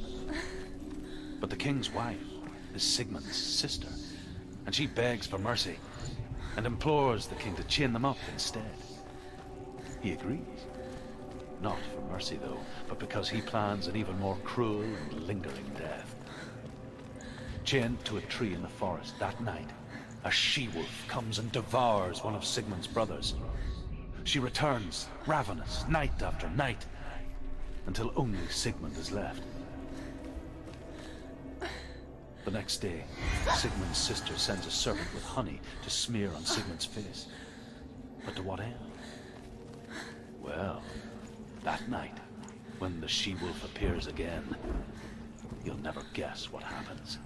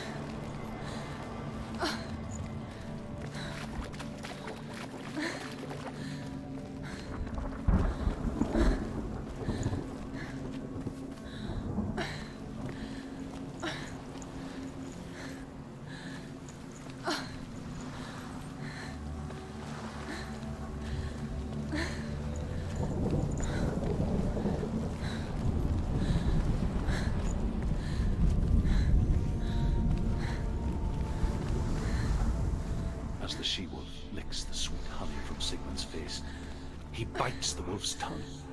The she-wolf pulls away, but Sigmund holds on. The chains break, and he is free. After his escape, Sigmund lives like us, hidden in the forest. His enemy, King Siggeir, believing him dead, as his sister.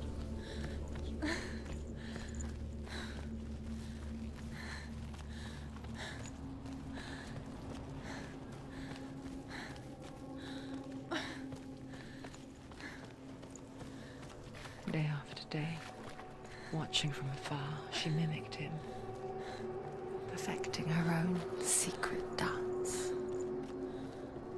wishing those fleeting moments of light would stretch out to last forever. Sigmund's sister trades shapes with the sorceress, and in disguise, she lies with her own brother. She gives birth to a son named Sinfjord.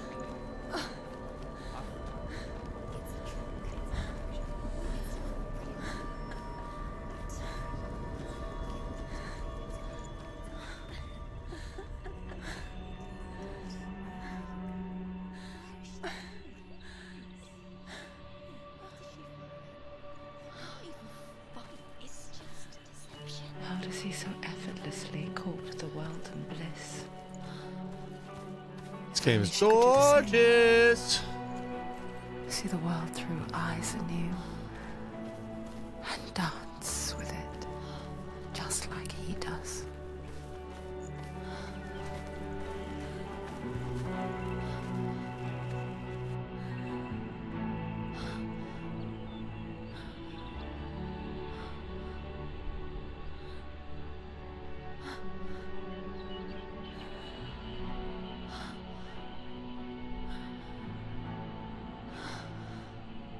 What's your name?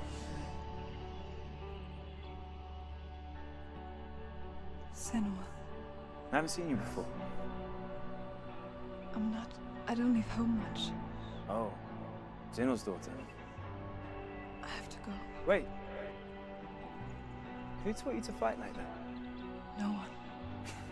No one? Well, I watched you, and... You learnt all of that from watching me? You should become a warrior, you know. Me? I'm Dillian. I'm here for the warrior trials. Come and watch. And bring your sword. You can't put it into words. That moment when you look into the eyes of the one who's supposed to reassure you, make you feel safe. It only takes an instant. Fear swallows you before you have a chance to make sense of it. And darkness becomes a part of who you are. You killed him! You killed him! You killed him! Change the day You killed him!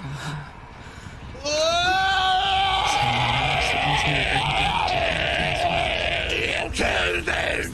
That there's nothing to go back to at all. Stay still, stay quiet, hide, don't tell her. Their gods can see into your mind.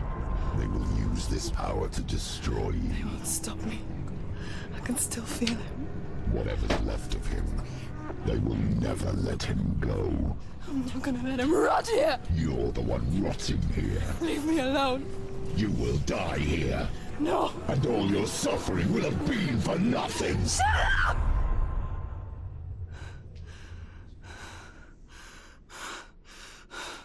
Where's your sword? Oh yeah, your sword. Dillian? Senua. Is that you?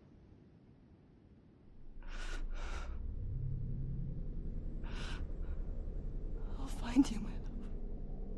I promise.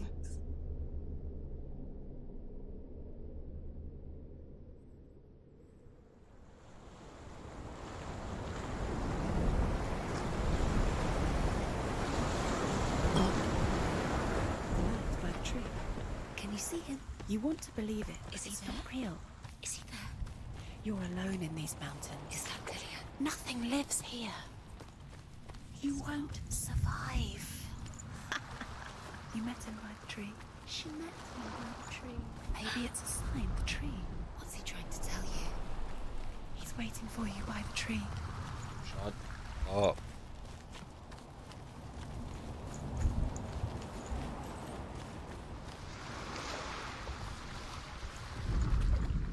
As Sigmund and Sinfjotli are being buried alive, Sigmund's sister throws an armful of straw into the grave mound. Hidden in the straw is Sigmund's sword, the gift of Odin. They cut their way out of the grave mound and set fire to Sigurd's.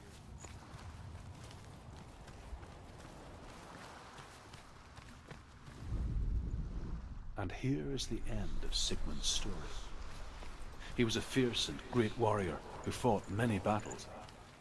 But one day, an old man came onto the battlefield. Although shadowed by a hood, Sigmund saw that he only had one.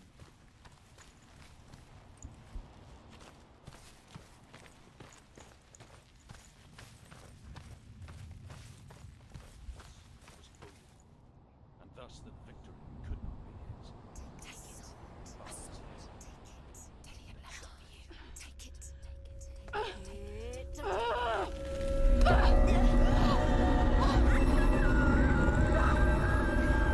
Fucking pussy, just grab the sword and yank it, bitch.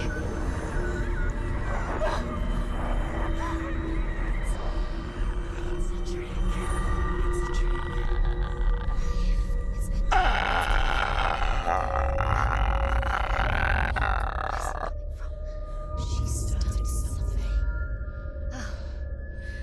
What's happening? Senua, imagine a sword that can slay gods. Its name is Gramr.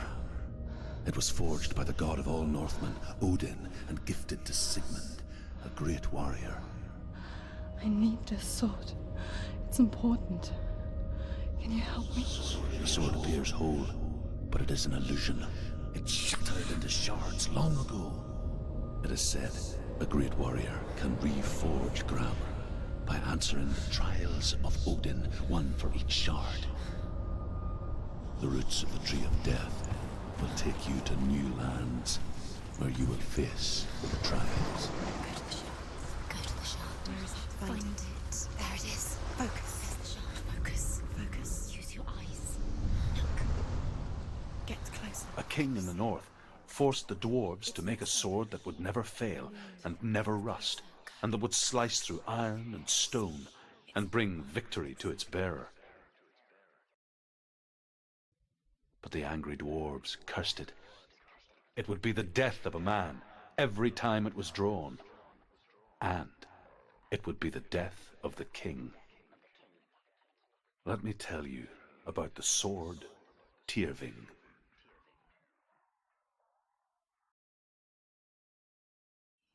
I don't recognize this place. Where are we? Where is she? It feels wrong. Where are we now? Burial mound. So strange that we go to such lengths to bury death.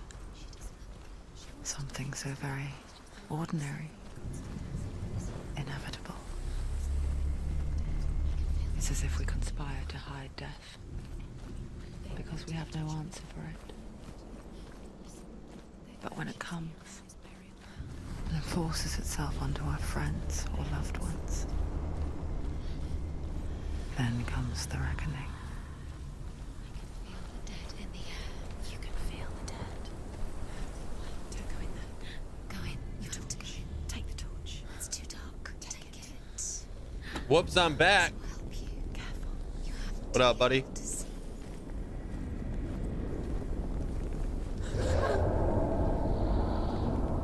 Who's there?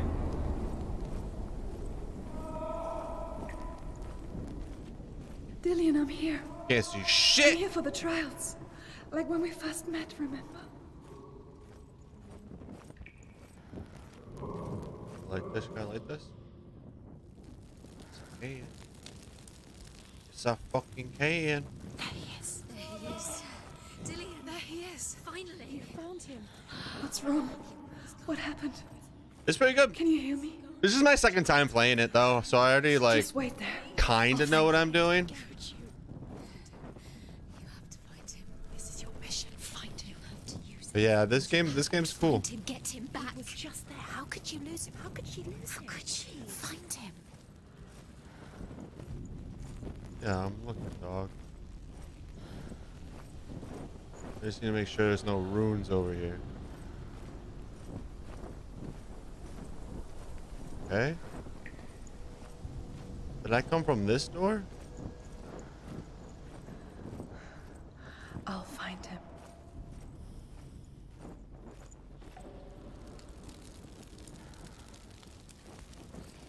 What's that?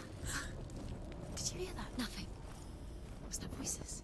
Is that his voice or the voice of the dead? Not Dillian. Dillian's calling to you. Can you hear him? Where is he? He sounds like he's getting further away. Senua, you remind me of a story that the Northmen tell about a young woman warrior. Her name is Herver. We've missed one rune so far, and I'm pretty mad about it. Not She's gonna a lie. wild, I don't know where the willful fuck it could be. child who teaches herself to fight with weapons. When she learns where her father is buried, her only desire is to reclaim the treasure buried with him, but above all, the sword, Tyrving. She has to keep going. It's not safe here. She has to keep going. If you go down there, no one can save you. It's too scary.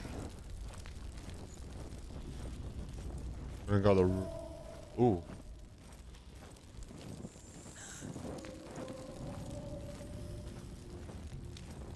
You missed 2 on your first playthrough? I missed a lot my first time, but I played it a long time ago. Herver disguises herself as a man to join a band of warriors. Played like 3 years and ago. soon becomes their leader. When they come to the island where her father is buried, her men do not want to go ashore. They say that evil haunts the island, and that it is a worse place by day than other places are by night. Fearless, she lands alone. There are many grave mounds, But and all of them have I wanted to ghostly play this flames game because I burning wanted to over get them. ready for the second one. She comes to the grave mound of her father after passing through these ghostly fires, as though they were mist. Because second one's gonna be tit. The flames I passed through were real enough. Down the Northman to hell. Focus. Use your light. Where's he disappeared? Look, it's not him. It's not him. We told you. It's been very loud in here. It was a trick.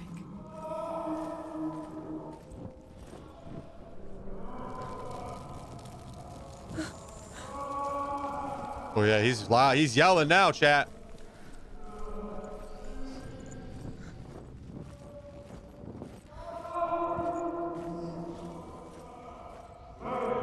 This doesn't sound like Dillian. What's happening? Quiet. It's not him. He wants me to find him. I'm lost without him. Yeah, too bad it's not Dillian. It's not Dillian. What's in there? What is it? A secret. That voice. It's not Dillian. There's no way in. I hear growls now, chat. To be away. Find a way. There's always a way. Don't stop now. Don't give up now. Find a way. You're too close to stop. What's in there?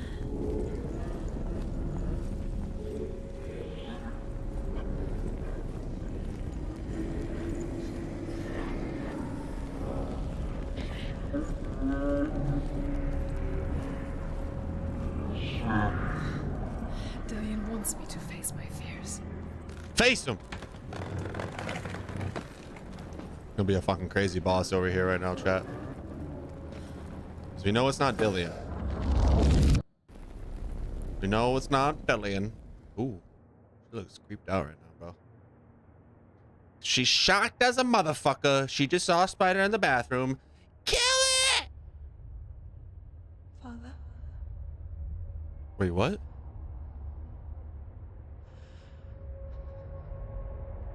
I'm leaving. I've decided. I think it will be good for me.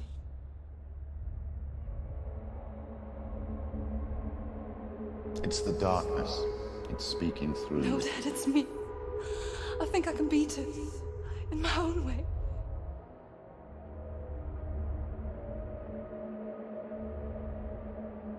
I can see the darkness in your eyes, child. I met a boy. Boy. The chief and son. No.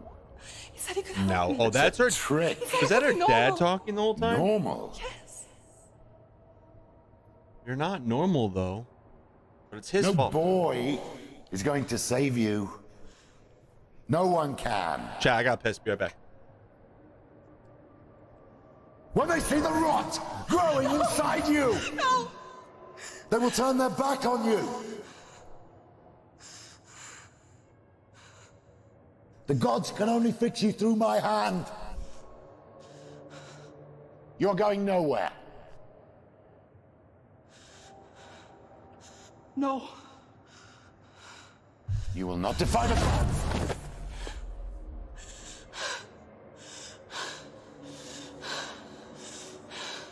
Come, child, take my hand.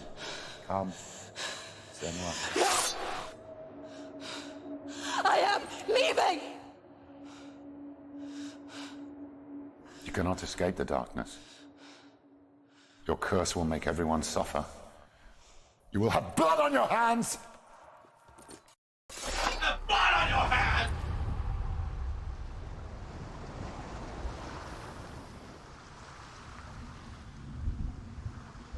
It's done. You did it. But there's more. There's more. You're tired, but you have to keep going. There's still more. There's always more to do. It's not going to be easy. You're getting tired. Can you do another one? It's too much. Have you got the energy? She hasn't got the energy. No. Too much to do.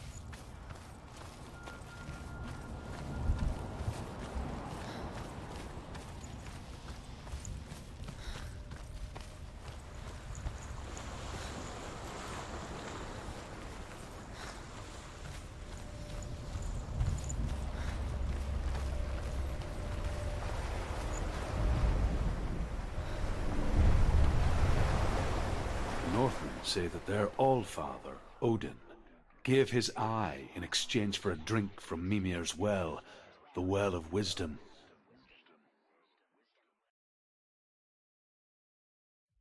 In blindness, there can be wisdom. Only by giving can you receive in return. For this reason, I give my life and pass on my stories of the Northmen to you, Senua.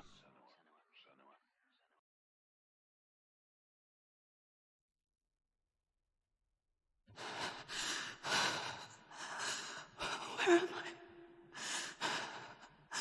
I can't see.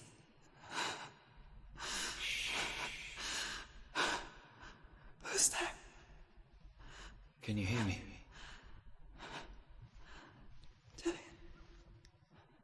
I'm right here. Can't you see me? No.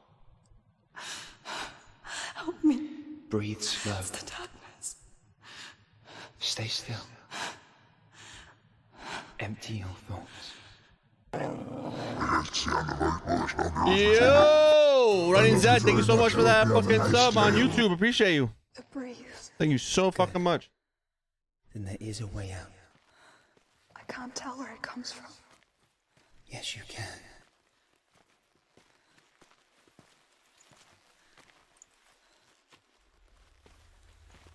The others.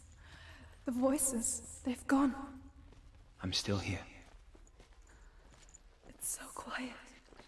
So dark. It's okay. Listen to your own breath. Feel it rise and fall. Good.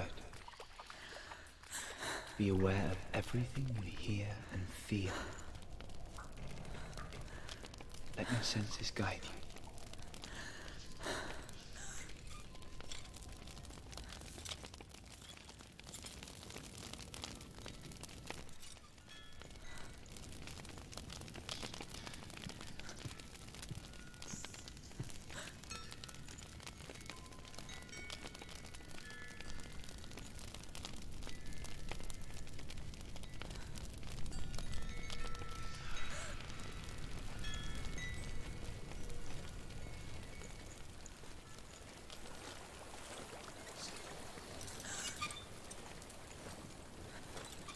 I think I'm somewhere else now.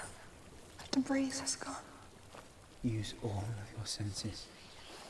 Let the world speak to you. What do you hear? I hear water. Go to it.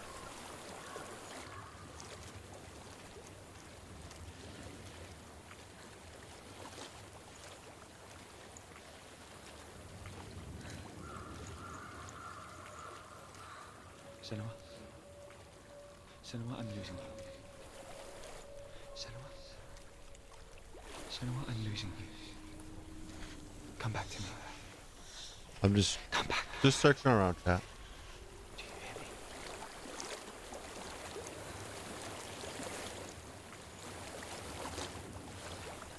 I've reached the water.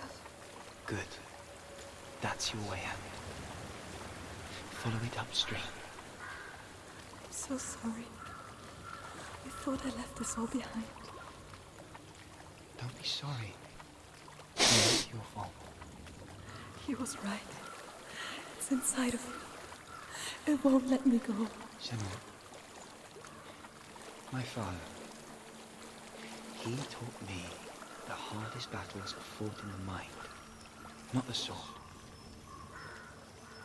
You're no coward. You proved that to me in warrior trials. This is just another battle. You can beat it. This isn't your battle. You don't have to help me. I want to. Besides, you are going to be a great warrior one day. We need people like you. Okay. I'll do my best.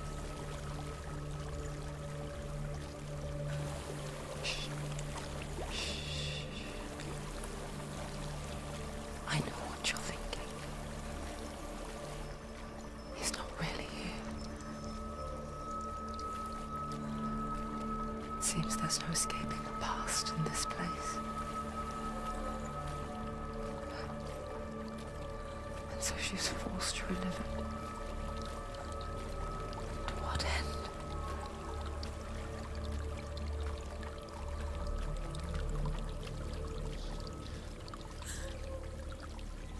a house.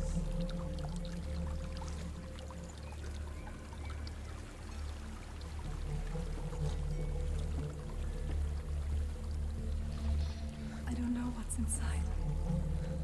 Don't be afraid.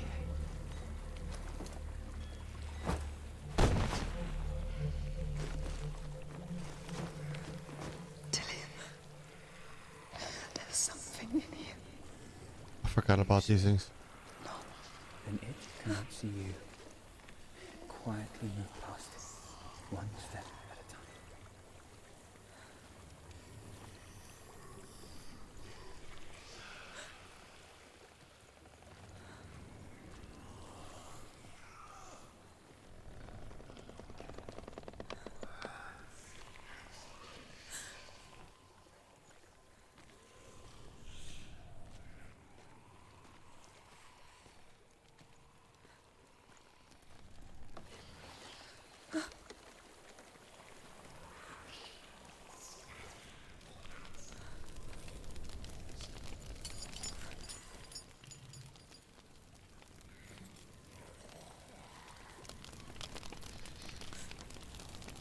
It's not following me. Leave it behind and keep moving forwards.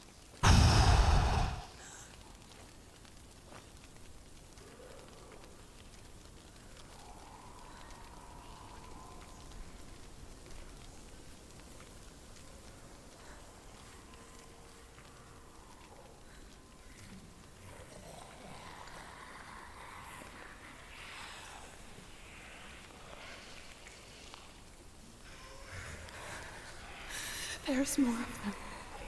I think they're moving. You're breathing too fast. I'm scared. This is the sound of your breath. In and out. In and out.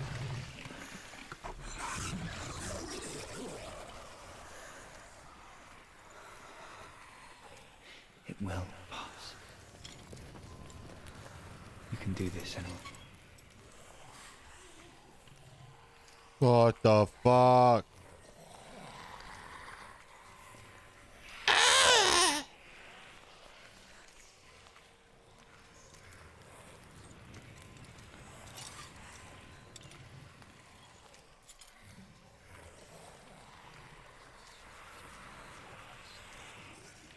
No. No, dude, no.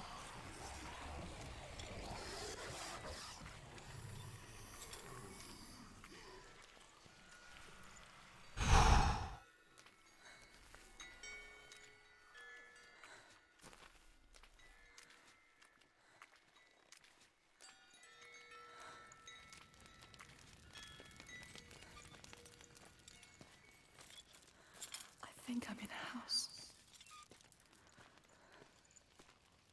It stinks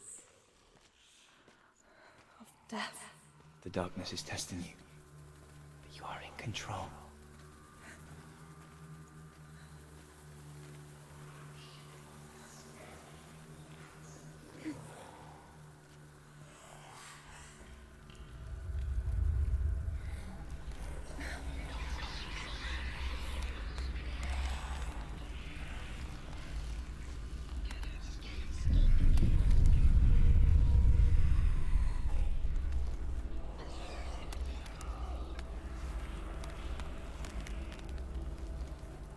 A well. There's a well. Don't turn back. You're getting close.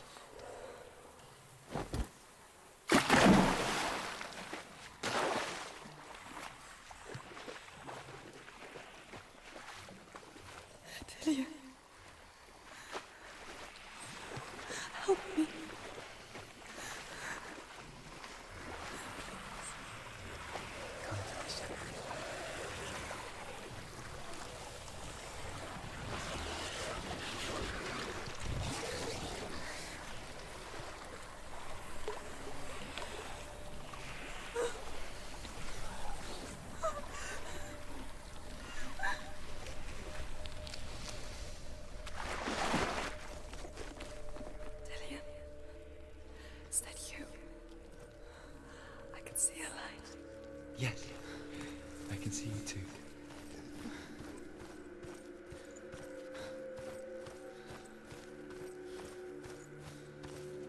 Get me the fuck out of here, chat.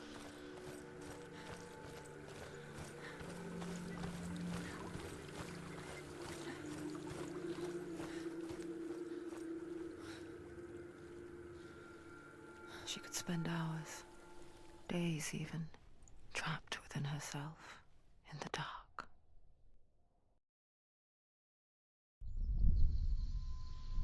You see me? Yes. Your eyes were open, but you were gone. And when it finally let her go, she could be anywhere, with no memory of how she got there. When it comes for me, I have no power. You remember struggling in this area? For the first time. I remember the first time I played this, I was scared shitless. This part was creepy as fuck, but this is before I started playing horror games too. Because now I play horror games and it doesn't affect me as much. We played Biohazard. We played Resident Evil Biohazard and The Evil Within over the last 3 months, so like I'm kind of used to scary games now. Still scary, but not as scary as it would have been.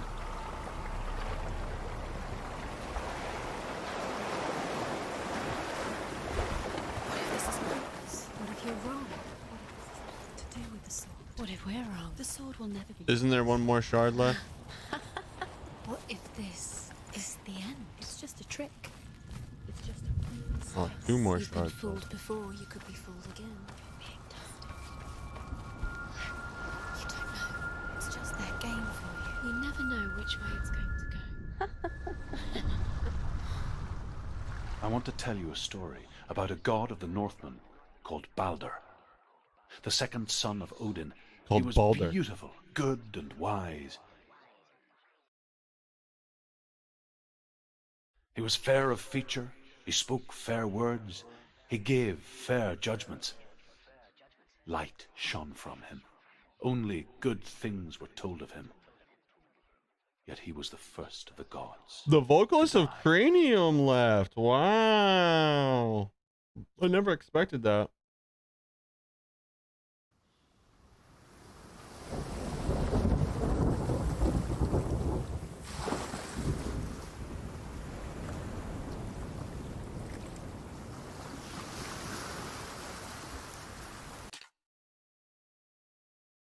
Yeah, I have to piss again. We were supposed to smoke a bong or a dabski like forever ago, and I just didn't do it.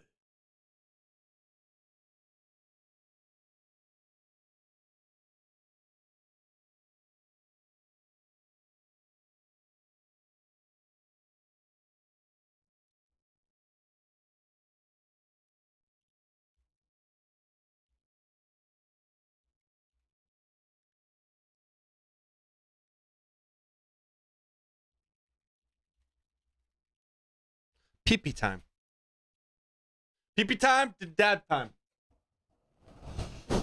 Oh!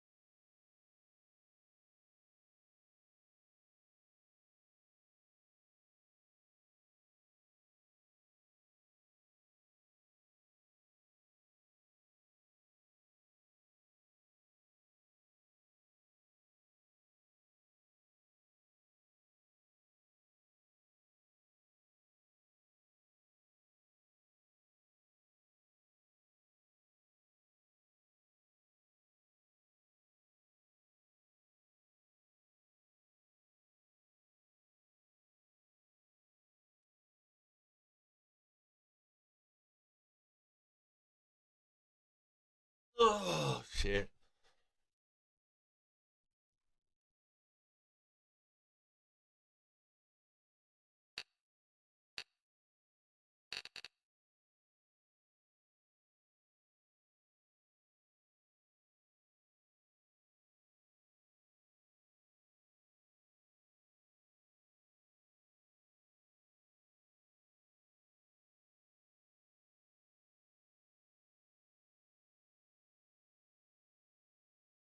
Oh, hell yeah.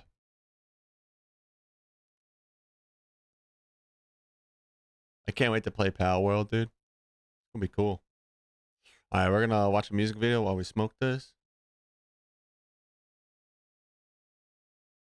Oh, I'm gonna just watch him right now.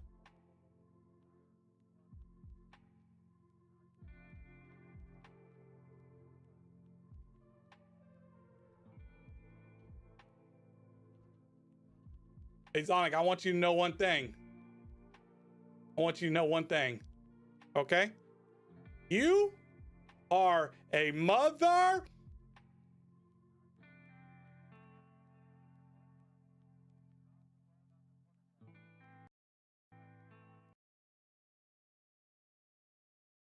Oh.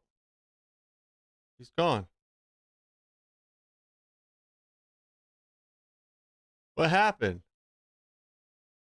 Where'd he go?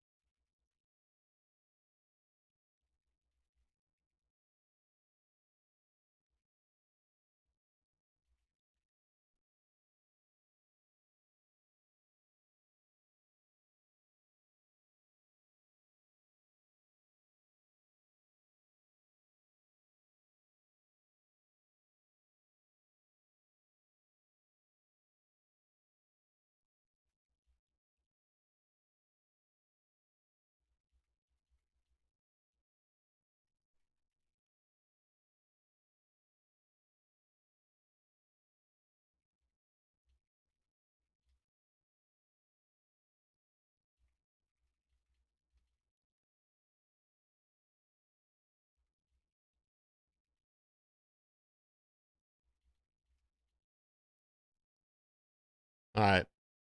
We're gonna watch fucking a little bit of this motherfucker, but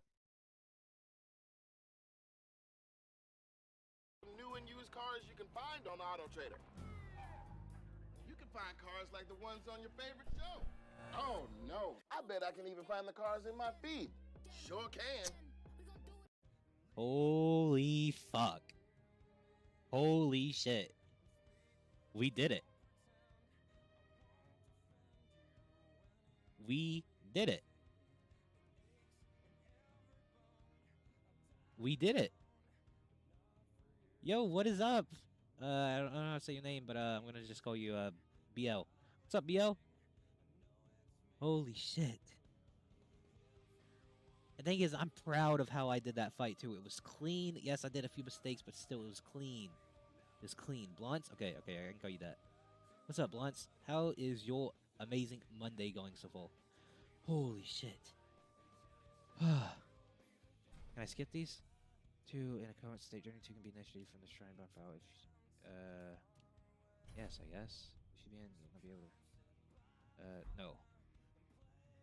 Chilling, playing Hellblade right now. I think I'm almost done. Yeah, I pretty much beat Dark Souls.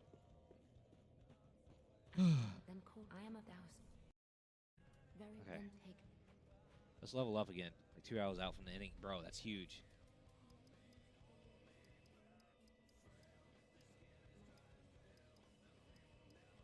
Go 40. Everything's at 40 right now. Holy shit. Be my 8th game, beating this yo. 58 games already, and it's what, the 15th? Yo, easily got this shit. Easily. Alright, thoughts on doing DLC right now? May as well. I think I'll do the DLC. I don't know if I will do, I don't know if I'll do like new game pluses and everything like that, but I definitely will do the DLC. The reason why I don't want to do new game plus is because I plan on doing Elden Ring as well. Wait, what's that? Yeah, I plan on doing Elden Ring as well. Which I'm excited for Elden Ring. I feel like it's going to be not a difficult game, but also a really fun one as well. Have you played Lies of P? I have, but I didn't like it. But to be fair, I wasn't good at Souls-likes, and now I'm not going to say I'm the best at Souls-likes, because I'm far from it. I'm far from the best. But I do think Dark Souls, I am like, holy shit. I used to hate like Dark Souls, right? Like I thought it was, oh, it's the worst game. It's so hard, whatever. And now, plays the Soul-like game. It's the best non from Soft Rail Souls, but it's still not the best game. Yeah, that's fair. I haven't played it much. I played it a little bit, but I know Jinky, he's played it. I think he 100% it as well. Who the hell's talking? Who's talking? Can I go in here? Ooh, I can.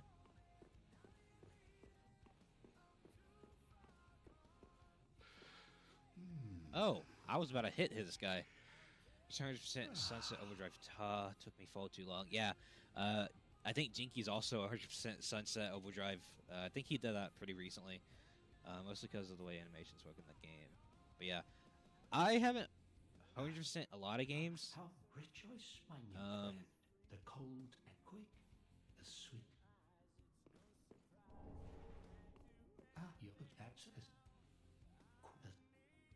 Okay, so I don't like those enemies, by the way. Part of me just wants to kill him, but I feel like he's important. Or will be important. I never won 100 games. I just do stories, and if I really enjoy everything about the game, I'll go for more. Lies of P animations telegraph their attacks in a misleading way, so you end up dodging or parrying in the wrong timing. See, I want to try... People say that Bloodborne was like one of the best Souls games from like, I think the same company that makes Dark Souls. Apparently. And this little birthday,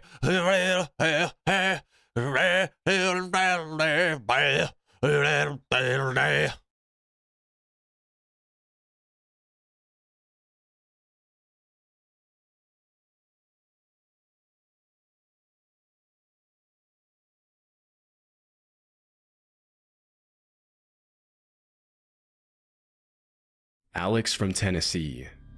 On April 24th, 2013, an anonymous 4chan user posted an image from Google Maps with a cryptic caption reading, "By this rubble your prize awaits, Tennessee. Park nearby and walk to this point for the secret. It's under plastic at this point. Good luck." The image appeared to be an aerial view screenshot of a random location in the town of Elizabethton, Tennessee. In the screenshot, there was a pin marking the exact location of the coordinates the user had entered. If you enter the coordinates into Google Maps today, you'll find a bunch of dilapidated, sketchy-looking old buildings.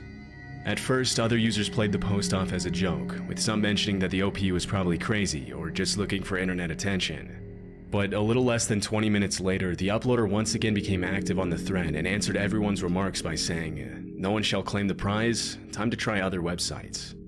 While other 4chaners debated amongst themselves in regards to what kind of prize the uploader was talking about, the OP himself responded to the speculations with the comment, "It is warm."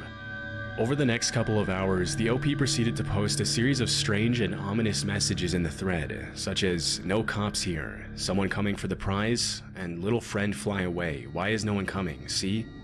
With this last comment, he also posted an image of what appears to be the claw from an unidentified animal lying on the grass. The extremely long fingernails and disturbing nature of the image were unsettling enough, but the thread was only about to get more eerie. A little less than 2 hours after the original post, the OP continued posting strange comments. At 10:23 p.m., he said, "I am angry you are not here. My friend moves. My friend is not the prize." A few minutes later, the OP commented, "Plastic prize, and I've had my friend for long now. Not what matters today. I need people to come." Seeing that nobody was claiming his so-called prize, the OP then uploaded 2 images to the thread. In the first grainy image, we can see what appears to be some sort of dark room or dungeon, while the second image is a picture of a handwritten note with the words, "Please come, Wednesday, April 24th, 2013. The last message shared by the OP in the thread was, "Singing tonight, someone come." After that, the uploader went completely quiet, and it wasn't until 5 nights later that the thread had an important update. At around 9:45 p.m. on April 29th, a user simply named Alex uploaded a series of comments and images in a follow-up thread in which he mentioned that he was at the location posted by the original anonymous user. With his comments and pictures, Alex narrated what he saw inside the dark, mysterious location, posting updates periodically for his fellow 4chaners. Disturbingly, the images he uploaded seemed to get more unsettling as the night went on. First, he uploaded a few pictures of plastic garbage bags and other images showing his general surroundings, but when he showed the bag's contents, things got a little darker. As per the images, the bag contains what appears to be a mummified pelvic bone and a styrofoam plate with a messy inscription that reads, "Plate's a date, a very important mate, you shouldn't have come, I lied." He then uploaded an ominous image of a bunch of prescription pills in their containers surrounded by dust and cobwebs. Unfazed by the creepy message on the plate, Alex continued to investigate the mysterious underground location, until he mentioned in one of the comments that he heard a car coming and decided to head out. This was his last post. Window thing isn't a window, it's some other vent thing. Turning around and leaving around through wood door. Jesus. After this post, Alex was never heard from again. Following the disturbing series of posts, many people were left wondering if something had happened to him. Although many users were concerned about Alex's safety, it's unlikely that anything bad happened to him. There seemed to be no records of murders or kidnappings in Elizabethton, Tennessee from that time, and a case like this would surely have been on the news. This leaves the question of whether or not Alex's experience was genuine. Although the images he uploaded are definitely creepy and appear to have been taken at the actual location, there are some clues in the post that indicate he could have been lying about his whereabouts while he was uploading the images and comments. If we look at the average span of time that went by between his posts, we can see that he was posting pretty much once a minute, which is an insane posting speed for someone who is visiting a dangerous, unknown location for the first time. This makes it much more likely that Alex had the pictures handy on his desktop and was uploading them in rapid succession to make it seem as if he was a random 4chaner who went to go claim the mysterious prize. The most widely accepted possibility in this rabbit hole is that Alex was also the original anonymous uploader, who just wanted to mess with people by creating an internet mystery. Although there still isn't a real clear conclusion to the story. 5 years after the original discussion took place on 4chan, in a video that's since been deleted, a YouTuber by the name of Noah went to the location and went into the abandoned old buildings. Inside, he found what looked like the belongings of the homeless people who probably lived there, but other than that, there wasn't much to look at. It's more than likely that Alex fabricated the entire story to gain internet attention, but because this was never confirmed, the mystery has been kept alive by various other YouTubers and uploaders in online forums, as people continue to search for a definitive explanation. Thrift store discoveries. Thrift stores have certain guidelines and rules regarding the kinds of items they can receive from donors. This helps prevent the stores from getting filled with damaged, unusable, or illegal items, and most of the time the screening process is pretty effective. However, due to the large volume of donations that many stores receive, it's often impossible to keep track of absolutely everything that comes in. As a result, buyers oftentimes end up finding all kinds of unexpected items in thrift stores, ranging from the cool and unlikely to the jarring and extremely disturbing. An example of this is this image that was allegedly found in a photo album at a Goodwill in Washington. The image originally started gaining attention in the online forum Reddit when it was uploaded by a woman who claimed that it was originally posted on a true crime Facebook group. The woman who uploaded it to Facebook allegedly deleted it after people started spamming her inbox with questions about the jarring image. The image in question shows 2 men in a small creek with their hands bound behind their backs. Disturbingly, one of them is face down in the water, while the other one sits upright. In the foreground, the shadow of what looks like a man holding a weapon can be seen. According to the Reddit post, the woman who uploaded it to Facebook knew someone who had bought a photo album at a Goodwill in Washington. The album was allegedly empty except for this one photo. Immediately after it was posted to Reddit, people started speculating and coming up with possible explanations for the image. One of the initial theories that gained a lot of traction online was that the image could have been a part of a low-budget horror or crime film. Others speculated that the image shows some kind of military training or fraternity hazing ritual. It's also possible that the image shows a real crime scene where someone might have abducted two men, thrown them in the river in handcuffs, and held them at gunpoint. The fact that this was never confirmed makes the image all the more creepy, and people have continued searching for explanations to this day. In my research, I found that this isn't the only unexpected picture that's been found in thrift stores in the past couple of decades. As it turns out, cursed thrift store finds are almost an entire genre of their own in several online communities, with people uploading images of the strange, cool, and unlikely objects they found in random thrift stores all over the internet every day. In January 2023, a TikTok user by the name of JC uploaded a video with the caption, "When I bought a camera at Goodwill in Arizona and found a SIM card in it that had photos of my dad who lives in Idaho." In the second part of the video, the user shows her laptop screen where she downloaded the photos from the camera. One of the blurry images featured in the TikTok, which appears to have been taken from below, shows the uploader's dad with a smirk on his face. In the caption, JC claimed that as soon as she saw the picture, she was so caught off guard that she immediately called her dad. Although thousands of TikTok users asked her for an update, she never explained where the image came from or how the camera ended up in Arizona if her dad lives in Idaho. Although it might seem like a 1 in a million chance to find a picture like this in a SIM card, it turns out that the occurrence of these coincidences is actually pretty common. In JC's TikTok, several people jumped in the comments to talk about the time something similar had happened to them. One user commented, "One time my grandma found a wedding album at the thrift store and it had pics of me and my mom because we attended." Another user commented, "I work at a thrift store. I found a ripped up old Christmas photo of my aunt's family on a shelf in a pile one day. They don't live in the same town." The further I went down the rabbit hole, the more disturbing the thrift shop finds seemed to get, with some of them being incredibly creepy. In September 2023, Goodwill employees at a store in Goodyear, Arizona were sorting through a donations box when they came across a real human skull. After reporting the incident to the police, an investigation was launched to determine if it was a part of some sort of crime. Fortunately, police determined that the person had died of natural causes. Though this obviously doesn't explain how the skull even got into the donations box, and the investigation is still ongoing. Creepy thrift store finds have become increasingly popular since the birth of online forums, and it's likely that many of the mysteries surrounding these strange and often terrifying pictures and objects will never be solved. UVB-76. Since the 1970s, a Russian shortwave radio station has been broadcasting on the frequencies 4625 and 4810 kHz. The station is still active, and depending on where you are in the world, you can still tune in to listen. For over 50 years, the station has been broadcasting a short, monotonous buzz that plays for 24 hours a day at about 25 tones per minute. What up, Cold Blue? How this you doing, man? This is what it sounds like. We're just chilling. Taking a break from Hellblade for a minute.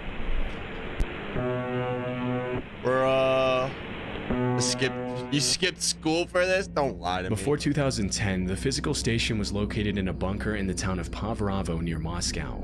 But one day in 2010, the station went silent for about a day. You skipped school and then realized I was on. The broadcast was coming from a different location in St. You ain't Petersburg. got a lot of me, After brother. September 2010, the call sign of the radio station also changed Haven't seen you in a hot from minute. UVB-76 to MDZHB. Since then, the call sign has been changed multiple times, and as of 2019, ANVF is the most commonly used call sign for the station. Much of what we know about what the original station in Pavravo looked like is thanks to the testimony and images that was uploaded to different blogs and websites by several users who visited the station after it was abandoned. In 2011, a blogger who goes by the name of WASD uploaded hundreds of pictures to his blog from his trip to where the UVB-76 station used to be housed. After visiting, he said, "It is worth mentioning that the bunker is a quiet and deserted dark place, somewhat similar to a labyrinth with a bunch of corridors and rooms. It's better not to go there without a flashlight because there's absolutely nothing to light there. It's completely dark." As of today, the original station has been out of order for years. The buzz that can be heard in the broadcast is pretty unsettling in itself, and this is part of the reason why UVB-76 has become an extremely popular internet rabbit hole. At certain points during the broadcast, the buzz breaks up and a male Russian voice can be heard reciting encoded messages in the form of numbers and letters. Another detail that has caught the attention of listeners is that the frequency at which the voice can be heard reciting the encoded messages is not regular It's at all. Saturday for you? This is what it would sound like. No, it is Monday. It is Monday, sir. Николай, Женя, Татьяна, Иван. Николай, Женя, Татьяна, Иван. 82, 890. Женя, Анна, Николай, Роман, Ольга. When the station was first launched, the voice only interrupted the constant buzzing once every few months, but ever since the station was moved, it's been heard with increasing frequency. Strangely, the voice has also been heard in the days leading up to important international events, such as when Russia annexed Crimea in 2014. This has caused many people to speculate about the purpose of UVB-76, with many people thinking that it's been used since its creation for spy communications. Others suggest it may be a counterattack measure for nuclear war, but after looking around on various Russian websites and forums, I was able to find a much more likely theory. In several Russian forums, it's common to find discussions on UVB-76 in which ex-military members debunk the myths that have circulated around the station for decades. Those familiar with the Russian military have explained that because the codes are constantly being changed, recycled, and transformed, it's pretty much impossible to know what exactly is being said on the station without the key. But far from being used to send messages to spies, the most likely possibility is that the voice messages are being used for Russian military drills and other basic military activities. From what I was able to find, the purpose of the continuous noise is just to stop others from broadcasting over the same frequency. Ultimately, there are hundreds of other radio stations around the world with a signature placeholder to prevent others from broadcasting on that frequency. And although this has given rise to one of the most popular internet mysteries of the decade, the reality behind UVB-76 is probably a lot less dark and mysterious than many people seem to think. Right, yeah, most likely. Probably just like some fucking... The disappearance of Doveland, Wisconsin. Random channel that people just If you've ever gone digging around for internet rabbit holes, you might have heard of a town called Doveland, Wisconsin. If the name sounds unfamiliar, Doveland is described by users in online forums and groups as a small town in Wisconsin that housed hundreds of military families in the previous century. And it's often mentioned that the town was made for the sole purpose of building Project Sanguine. Project Sanguine was a US Navy project proposed in 1968 to improve communications with submerged submarines using extremely low-frequency radio waves. The initially proposed system for Project Sanguine, which was meant to survive a full-fledged nuclear attack, would have required a giant antenna consisting of 6,000 miles of buried cables in a rectangular grid covering 2/5 of the state of Wisconsin. Although this system was never implemented because of protests from residents of neighboring towns, several sources claim that a smaller, modified system was built in Doveland in the 70s. At first, the story of Doveland might not sound like anything out of the ordinary, except for one detail. It's long been believed that at some point in the 1990s, the entire town of Doveland, Wisconsin somehow disappeared off the face of the earth. Strangely, Doveland doesn't appear on any maps, and if you look up information on the town today, you won't find any official reports about its history, which is incredibly strange considering that over the years, a huge number of internet users have claimed to have relatives who used to live in the town. For example, a user named Jamie Ivanov posted the following account of the rural town on Reddit. I just learned of all the noise surrounding Doveland, and I think I can add some insight. Doveland was a small town in Wisconsin that housed a lot of military families. My father lived there for a year or two and spoke of it occasionally. The main thing I remember is that it had to do with Project Sanguine in the early 60s. I don't think it was X-Files type stuff, but the town was destroyed after an incident. I thought they were digging up a ton of land for something and they flooded the town or something, but this is a rehashed secondhand memory from years ago. In several online forums, websites, and groups, people have also uploaded pictures of shirts, mugs, and other souvenirs from the town. One particular post on the obscure Urban Legends Wikia page even features a photo that was supposedly recovered from Doveland, Wisconsin. The image in question shows a middle-aged waiter sitting next to a young woman who puts her arm around him as they both smile at the camera. On the right-hand side, a young kid can also be seen sitting across the table from them. Although the image has been reposted in many online forums and groups, there seems to be no evidence at all that suggests the picture was actually taken at a restaurant in the allegedly vanished town. In the past decade, many people have also reported a digital ghost trace of Doveland in the form of Google search autocorrect and recommended search options suggesting the term Doveland, Wisconsin. But mysteriously, the suggestion doesn't lead the user anywhere in particular, which is added to the mystery surrounding the town.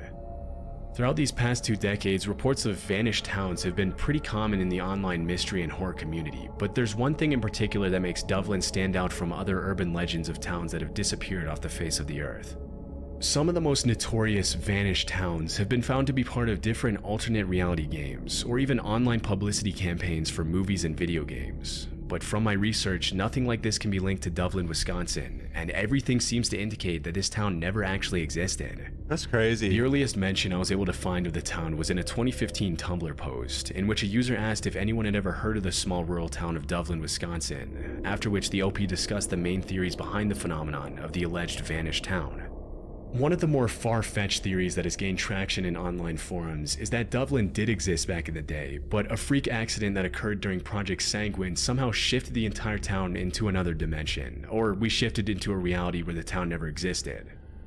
Obviously, this is a bit of a stretch, but a more down-to-earth theory is that something did happen during Project Sanguine that turned the entire town of Dublin into an uninhabitable wasteland, forcing the military to cover up their mistake by evacuating the families that lived there and destroying the entire town. Many users seem to favor this theory, but the fact that most accounts of the town's existence have come from online users and not from people who actually live there or from residents of neighboring towns suggests that the whole thing might be an example of mass delusion, which brings us to a more realistic and widely accepted theory. Although it's unlikely that a large number of users met in secret and agreed to spread lies about the town across various online platforms just to mess with people, it is possible that Dublin, Wisconsin is an example of what social psychologists call the Mandela effect. The Mandela effect describes an eerie phenomenon whereby a large number— No, it's probably just like a creepypasta. Alright. Alright, chat, let's get back to this bullshit.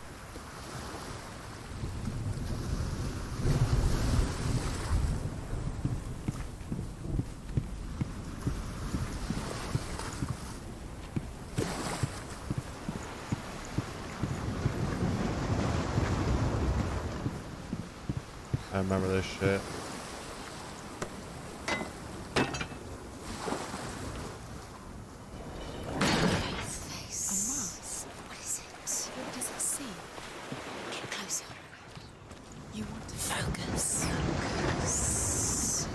Focus on the mask.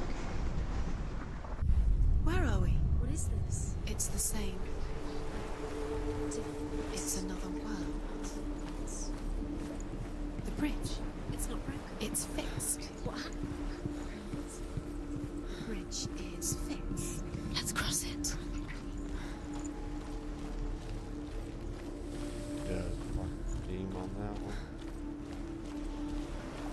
Oh, I missed 2 more. God damn it. The Northmen tell this story about the death of Baldur. It begins with dark dreams. Night after night, Baldur dreams of his own death, and the gods fear for his life. So Baldur's mother makes everything. He's waiting for you. Go knock this fucking thing down. He's close. He loves you. Thank you. Dillian, Dillian.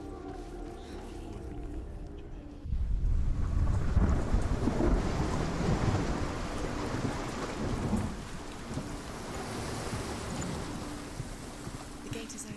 Go through the gate. Go through it. It's dangerous. Follow it. What's behind the gate? Where will it take you? It's not safe.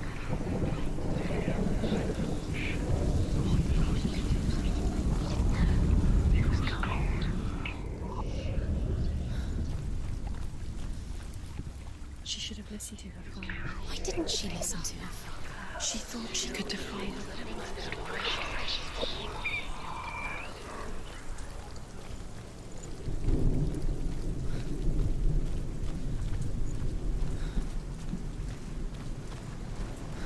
Alright, nothing on this side.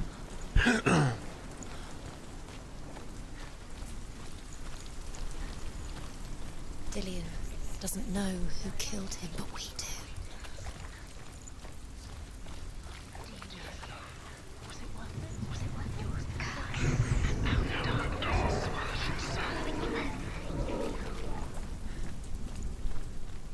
Dillian, There he is. There he is. What are you waiting for? Quick, find a way. Find him. Go. Where is he? Where's he gone?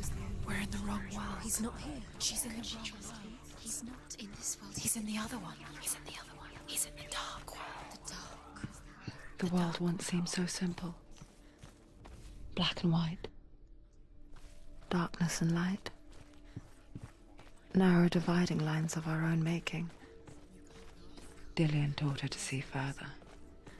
To peek through the cracks and see the worlds of colour stretching away from the gloom. And Senna explored new paths into the unknown. And asks Baldur's mother, is it really true that all things promise to keep him safe? I did not ask the mistletoe, Baldur's mother confesses. I thought it was too young. He's gone. Oh dear. He's gone to the dark world. You're in the wrong World. He's in the other world. The dark world. Without you. You have no chance. Ever again. Believe in you.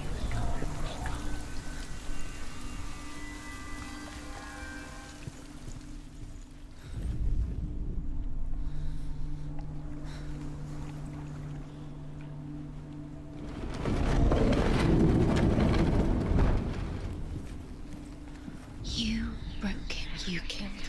I couldn't see the darkness within you. There he is. Where are you taking? He's up there. He's up there. How do you get up there? There's a way. There is a way up there. She can do it. You're nearly there. She can find the way. The curse. Just like it strangled him.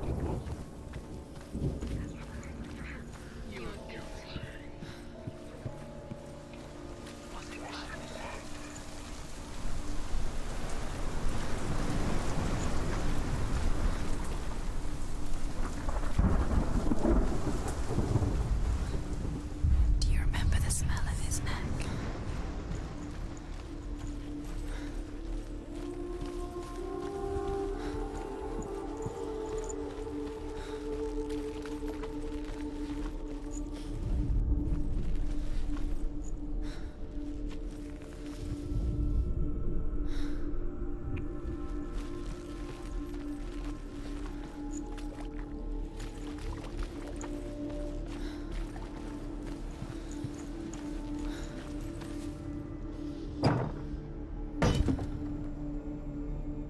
He saved you.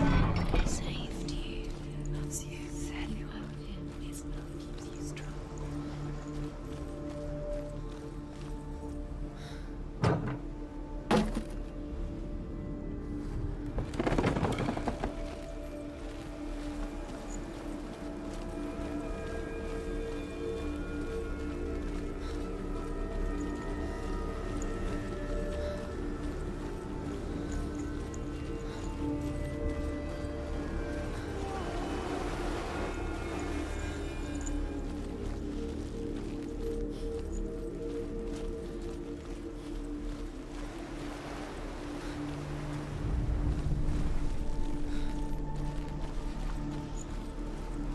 Do you remember the way he touched you?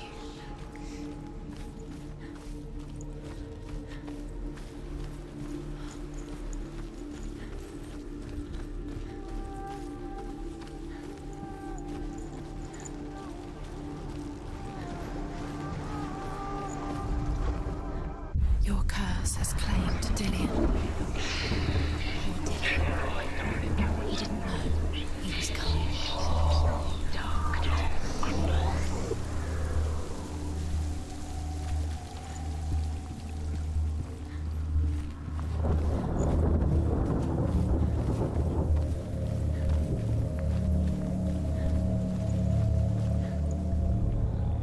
Loki makes a dart out of mistletoe and goes to the gods as they throw things at Baldur.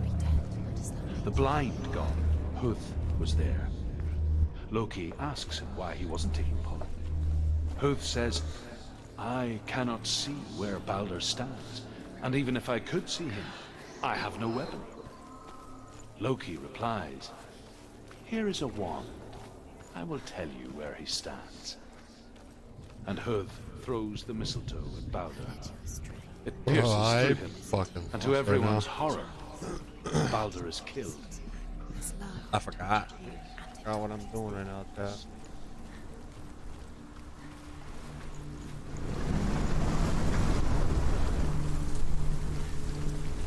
Stump. Like, I gotta get that fucking bullshit back together. But I don't know how to. I got these bitches talking shit in my ear, man. You're cursed. Yo, fuck off.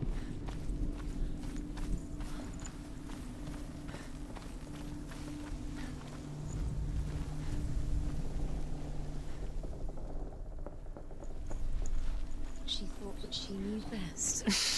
She thought she had light within her when she has only.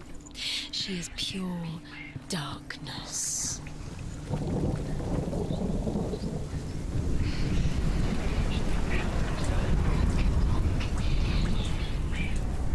Bro.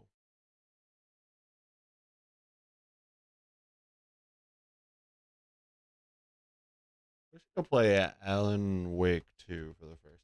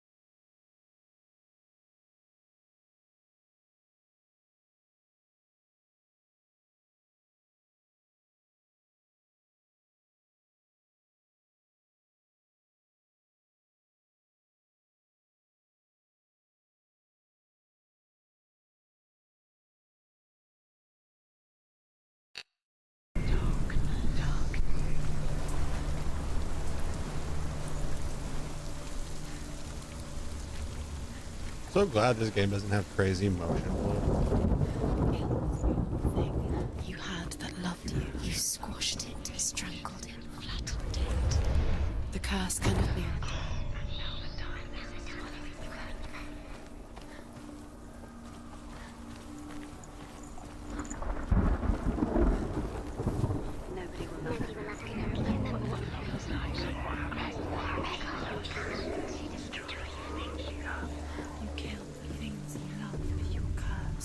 The Northmen tell how the gods mourned Balder. His body was to be burnt on his ship, but they could not manage to push it into the sea and sent for a giantess to do it. Years had passed since she left her father. She trained hard alongside her friend, Dillian. She saw things no one else could. Patterns, shapes, movement. An intuition that made her an exceptional warrior. Friendship turned to love. But the shadow of darkness never let her go, and she was caught between two worlds.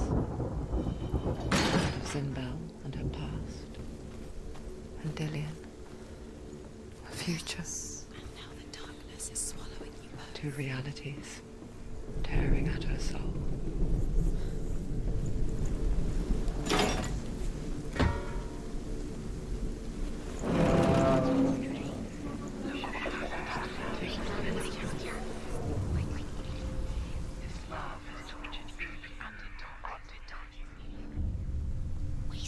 You have no time for this. Speedy.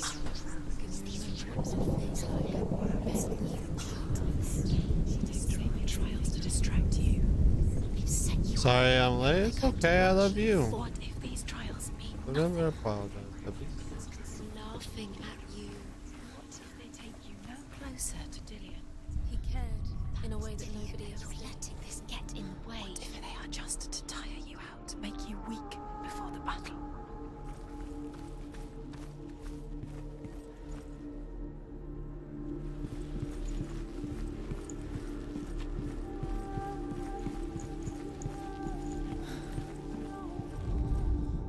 Overcome with grief, the gods send Hermod to ride to Hell and ask Hela to let Balder return home.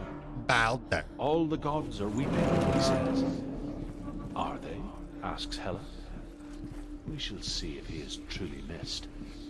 If everything in the world will weep for him, he shall go back to the gods. But if even one thing refuses, Balder stays with me. Balder. The gods send messengers everywhere. Weep for Balder. Weep him out of Hell. And everything wept. Men, beasts, earth, stone, trees, metal, everything. Except for a giantess they found in a cave. Balder was never my friend, she says. Let Hel keep what she has. The Northmen say that the giant... Everything has broken in the end. You killed him with your love because he believed in you.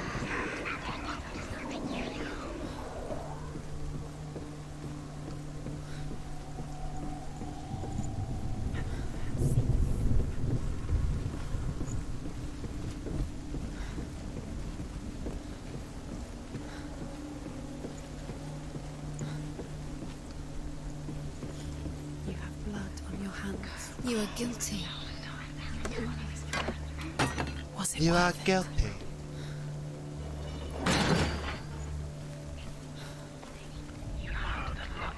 Son will be strong. The curse cannot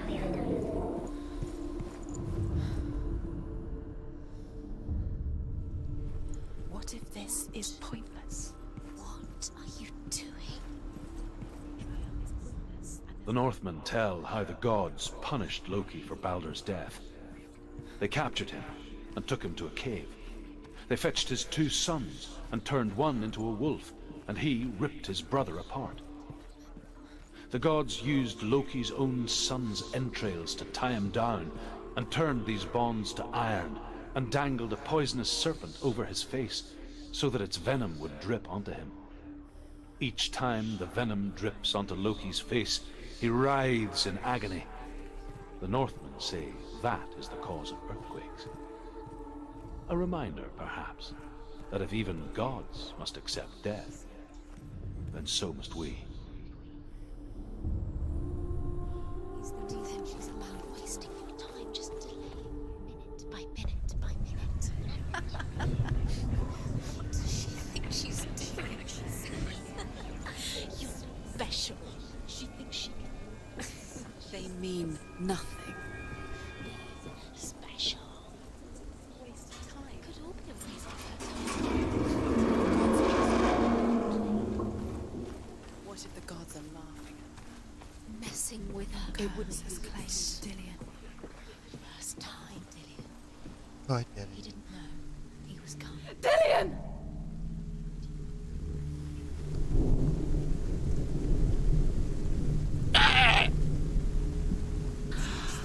Yes.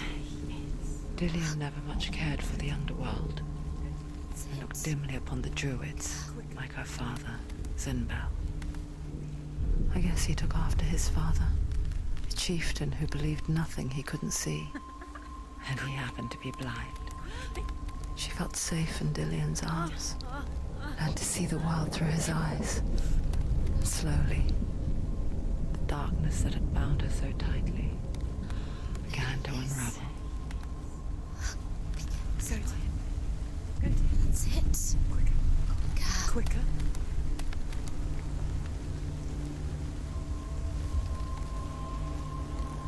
It's not safe.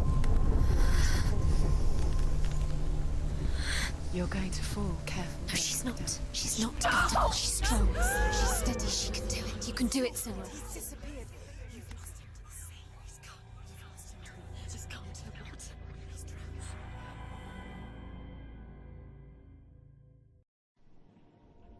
Senua, Bye, I guess. your father cannot understand your darkness. He cannot see through your eyes. No one can. My own father was born blind. Doesn't have the faintest idea of what the night looks like. The word dark to him means as little as the word light. So someone is afraid of the dark.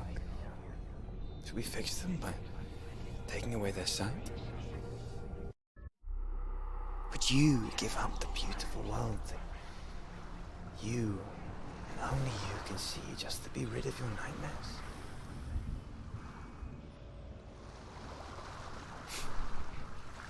Or is this the price you pay for the gift you have?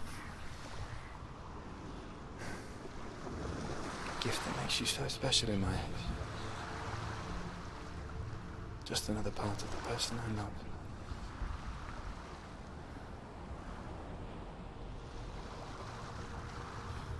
I left for the wilds to protect you from my darkness. Because I love you. But it made it worse. I'm so sorry. Killing you would be too easy. They're taking your memories to torture you.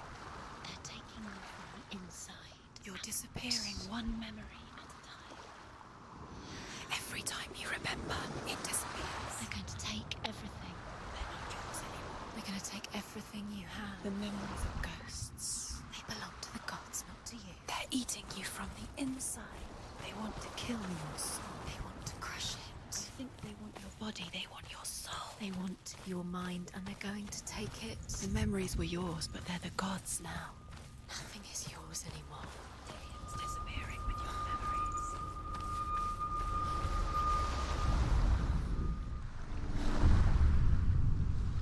I saw once a plague strike northern lands of ice.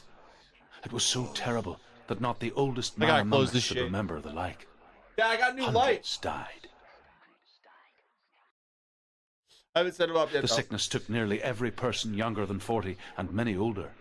And where dying mothers gave birth, the marks of the plague were on the babes as they came out of the womb. The marks of the plague were on the babes when they came out of the womb.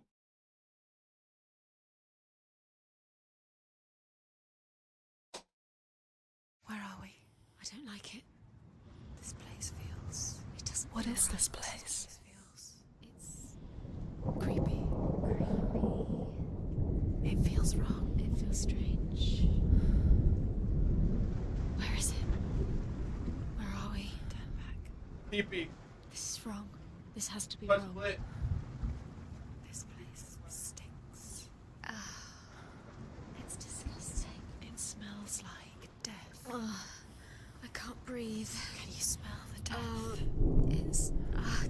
It's too much. Turn back.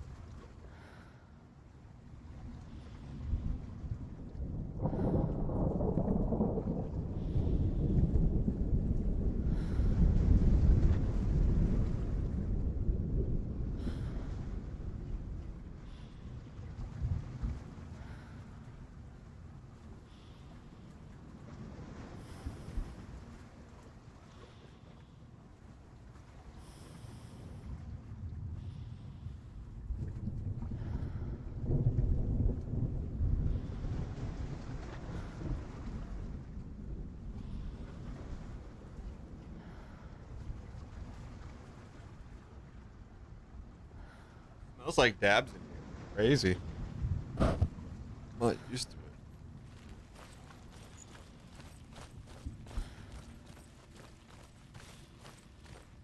There he is. There he is. The light. Go towards it. He's in the house. He's Find- going in. He's disappearing. Follow him. Don't let him disappear. It's a test. Like the old warrior trials. Dillian will help me. The stench of rot. She must taste it. Do you smell it? No. Don't worry. Not everyone can. It was a warm spring day when she went to the river with Dillian and the others. But the water. She could taste the rot. But no one else could. She knew something was wrong. Something sinister. She begged them to leave, but they just laughed at her. But soon enough, as the bodies piled up, no one was laughing. And they knew that she was not like them. You have to get to the house. You have to find Dillian.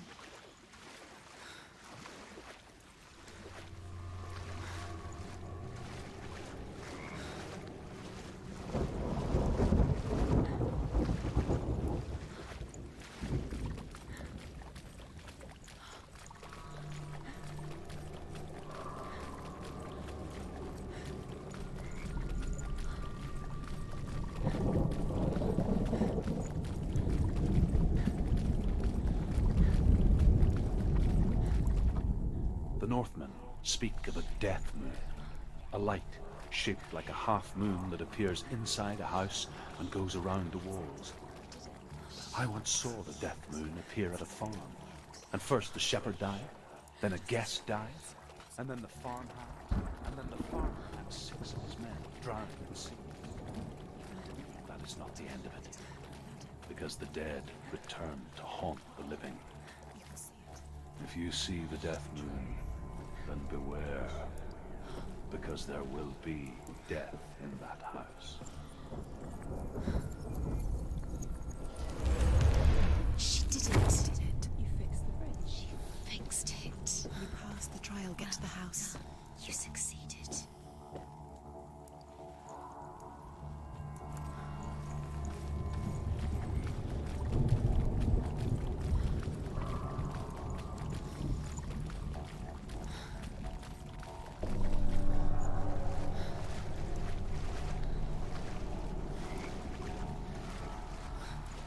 Now you have to find him. Quick, get to the house. Get to the house and finish this trial. It doesn't finish until you get to the house. Before he disappears, Senua. You have to get in.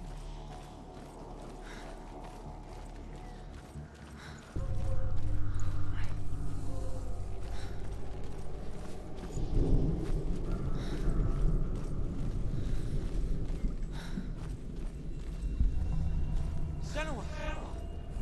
Come to me! Where are you? I'm here! I'm right here! Are you in there? Come out if you are. Find him. You have to find him. The runes. Focus. On the runes. Dillian! They're coming for me! Someone's calling you.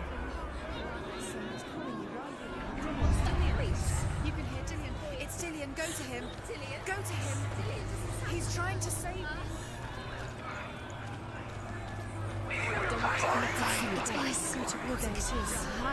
It's close. It's close. Move away. Senua, move away. You're gone. Run now.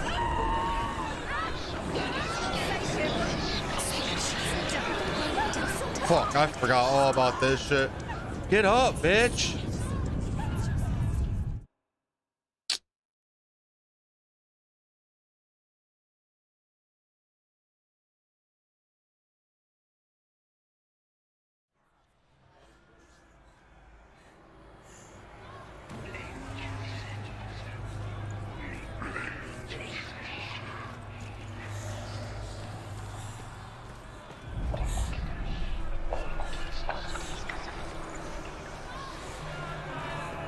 it is. It's close. It's close. Move away. Senua, move away. You'll die. There's nowhere to go. There's nowhere to go. I can't. The burning has I begun. can't move. I can't move. They wouldn't let me move at all. Like what kind of bullshit is that?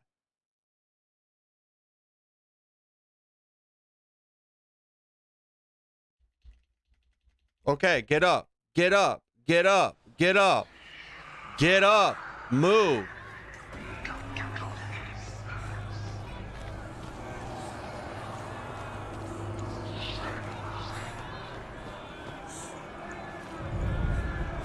To find one more. One doesn't. There it is. It's close. It's close. Move away.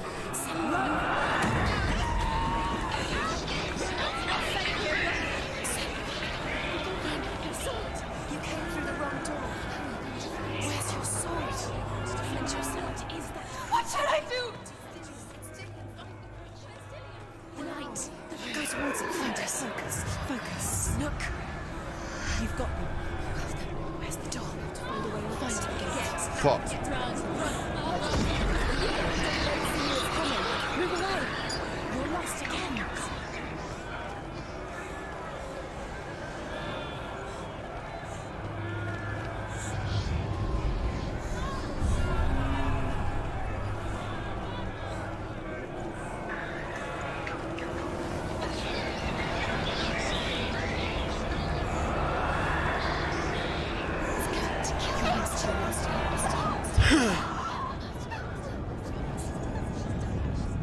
What is going on? Why am I dying? It's not even fucking near me, dude. I don't understand.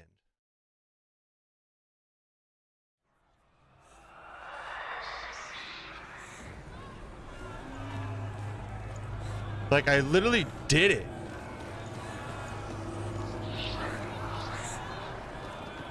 There it is. It's close. It's close. Move away. Senua, move away. Feel it. You'll die. Run. Run now.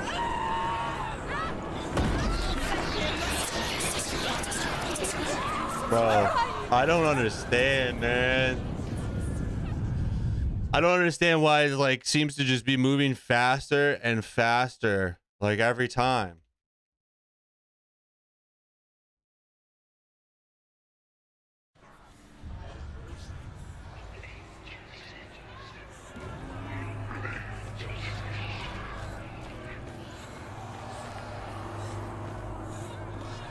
There it is. It's close. It's close. Move away. Senua, move away. Feel it. You'll die. You'll die. Run. Run now. Run. It's not safe here. Run. Senua, you don't run. Have your sword. You came through the wrong door. How are you going to fight? Where's your sword? Are you going to defend yourself? Is that creature? You can't defend yourself. It's Dillian. Find the creature. It's Dillian. Where are we? It's not safe.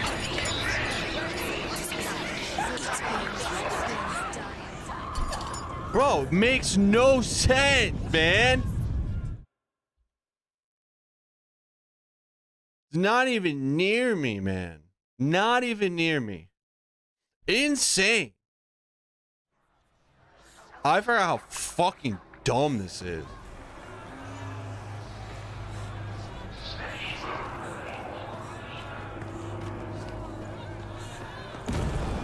There it is.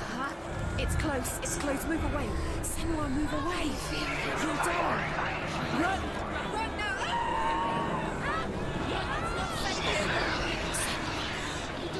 Your sword. You came through the wrong door. Where's your sword? To defend yourself. Is that creature? You can't defend yourself. It's Dillian. Find the creature. Where's Dillian? Where are we? It's not safe. I feel unsafe. Where is it? I'm not safe. You're dying. You're lost. You're dying. This is what death feels like.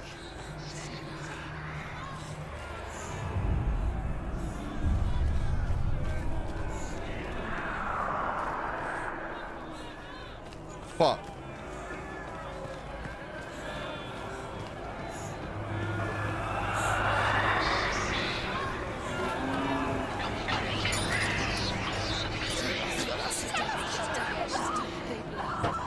Bro! What the This makes no sense.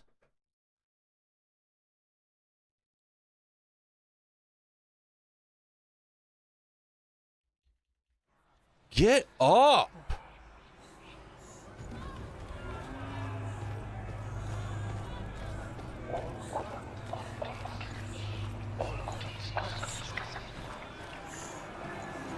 There it is.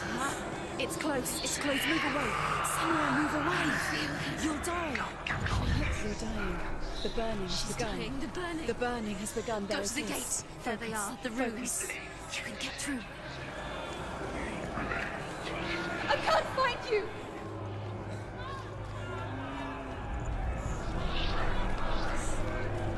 Run! Run now! Run! It's not safe here. Run! Senua. You don't have your sword. You came through the wrong door. How are you going to fight? Where's your sword?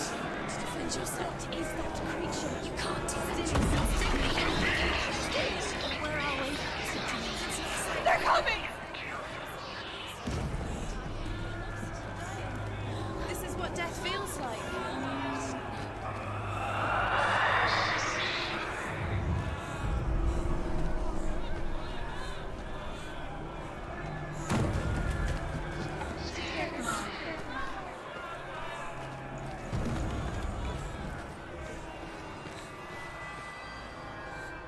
Okay.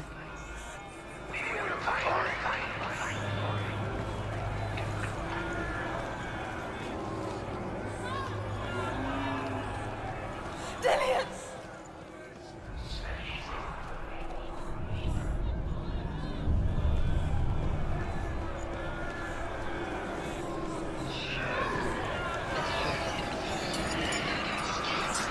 You killed him. You killed him. Bro, I don't fucking get it.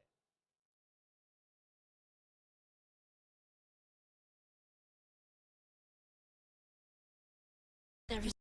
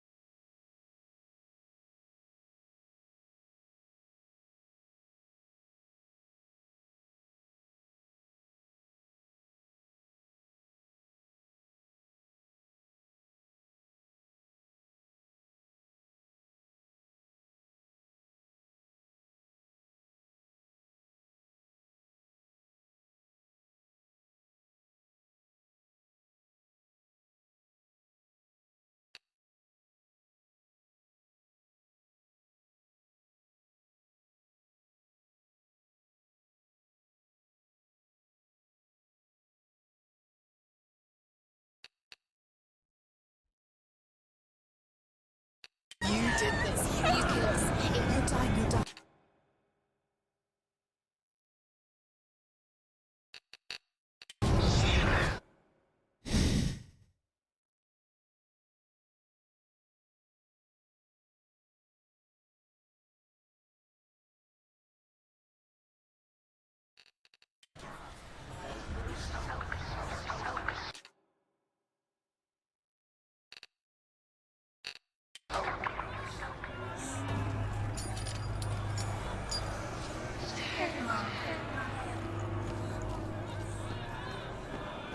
There it is. Huh? It's close. It's close. Move on. Run now. That's not safe. Bro.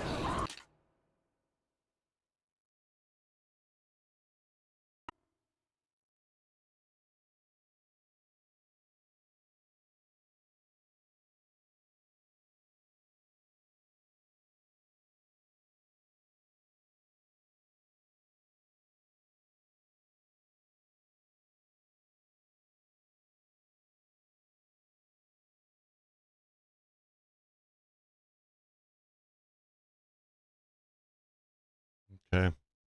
That's why it's not supposed to look at you. I had to look up why it was killing me. You're hot. It can't be looking at you.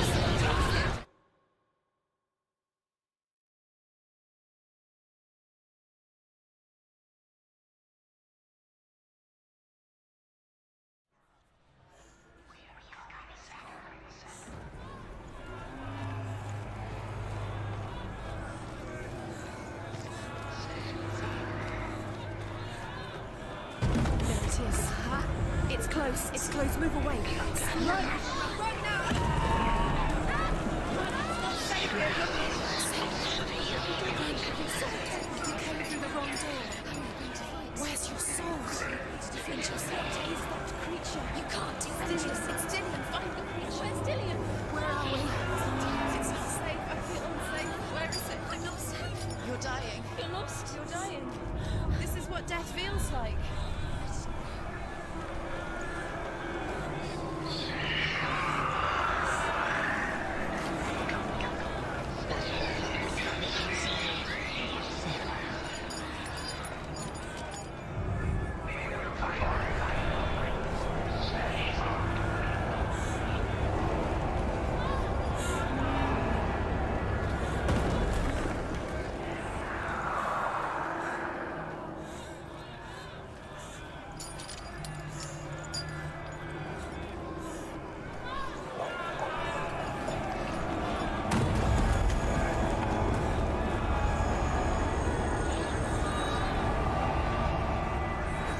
Holy fuck that shit!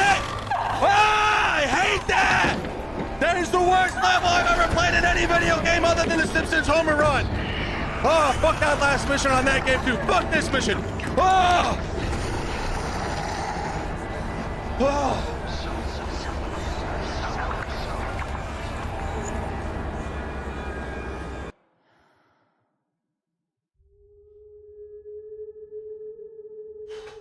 Senua!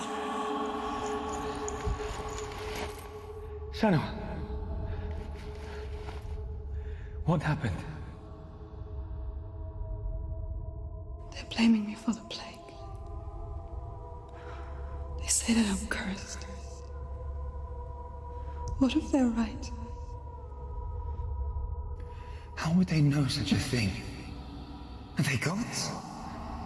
None of us are. They're just people.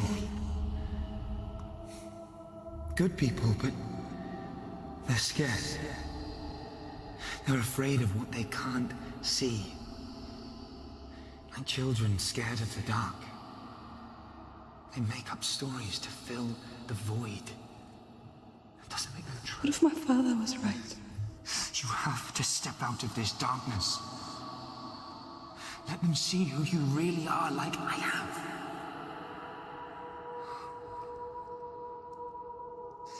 You're not a monster.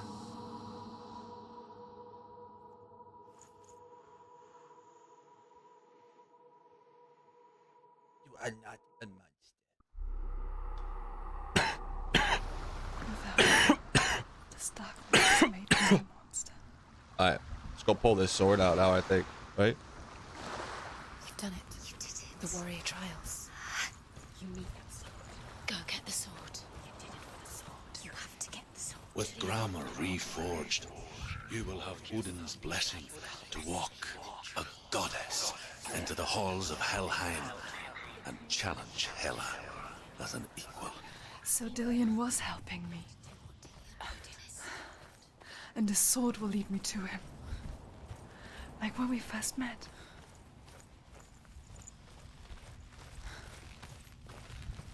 Whatever you say, bitch.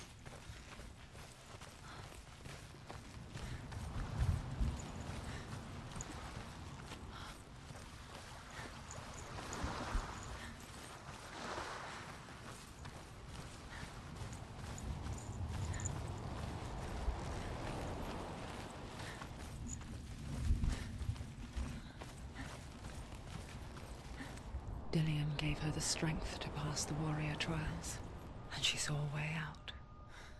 To leave her past behind and become Oh, a let's warrior go, baby. in Dillian's clan. It's not safe. The sword is tainted by the gods of darkness. Leave it. Nah, it's mine, bitch. I'm taking He it. left it here. He wants me to take it. You will pay a price. Let's for go. this.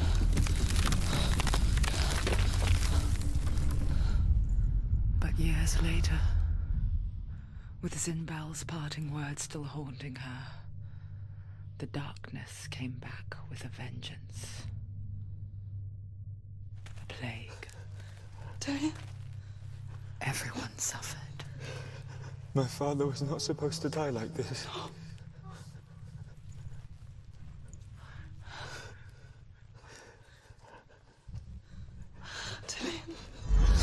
Do you see it clearly now, Senua? The suffering you've caused. This is your fault. You brought this plague to us. You have blood on your hands.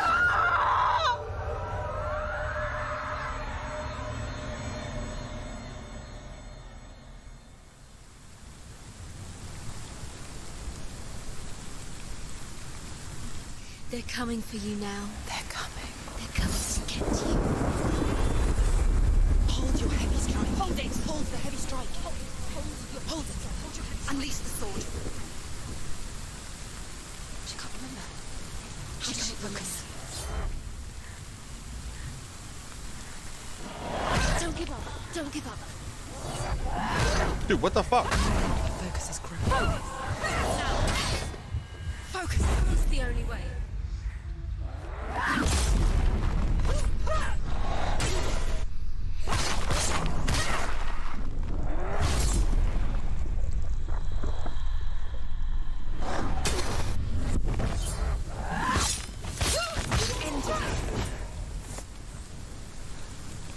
There's nowhere to run to. There's In the sea of corpses, the corpse waved through itself over the ones I loved.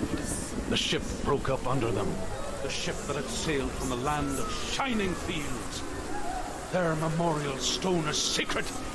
Come not here in the sun. Come not with a sword. Come not crying over a naked corpse. Come not with disturbed mind. Dude, stop talking to me about coming, bro. I'm not gonna fuck you.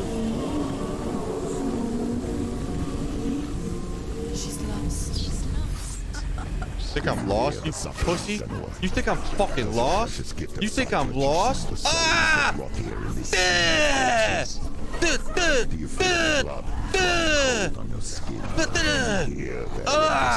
Smell their putrid wounds. They were once brothers. Oh my god. Sisters and loved ones. And look at what you have done to them. All the I will avenge everything! instead of facing it. When you turn your back on your father, Zinbel, you turn your back on the gods and let the darkness wreak havoc on your people. Why must they pay for your heresy?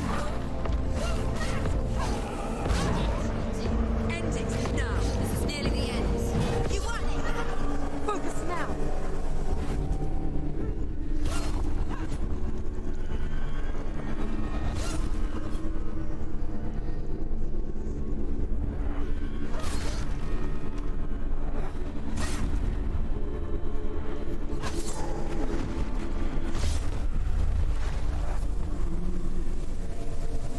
Oh. Who is it?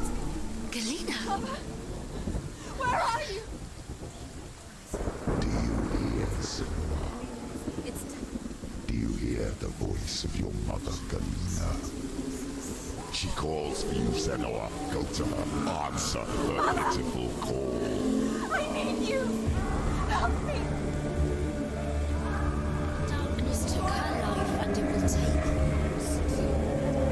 It's take yours. This is fucking nuts. Your dear beloved mother was powerless against the darkness when it came for her. She too had a sight. She too doubted the gods and let the darkness infest her. But she didn't run. She escaped the only way she knew how. She gave her life to the gods. If only you had done the same, the world would have been spared this horror. It's not too late. She's calling for you. Why don't you join her?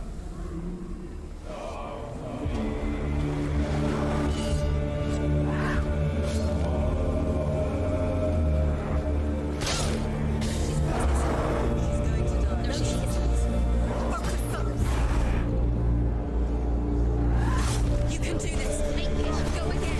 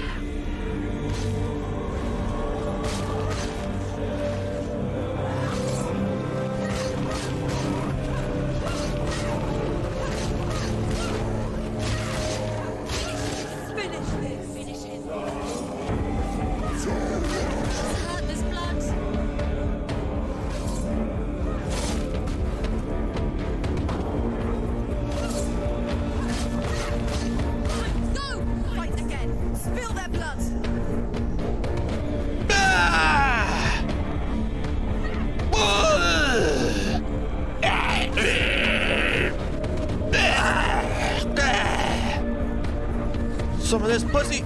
Ah!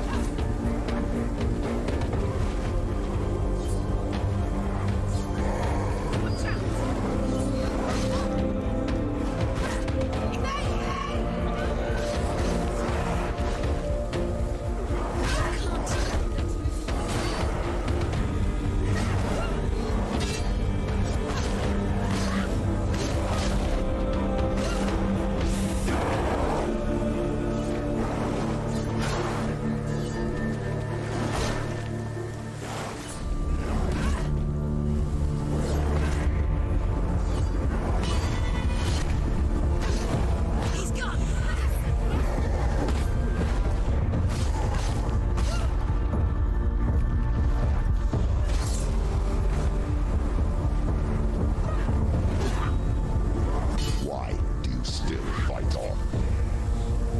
Maybe you too should suffer with your brethren in this rot and let your blood seep into the seas and the rivers of hell. Isn't that what you deserve after all you've done? Give the darkness what it wants, let it swallow your soul and destroy. No! What you are. No! I will fight! Who's already dead. Get up, bitch. Just look around you. What hope is there for him, even if his soul could be rescued? Do you think he will thank you for what you have done to him, to his friends, to his father?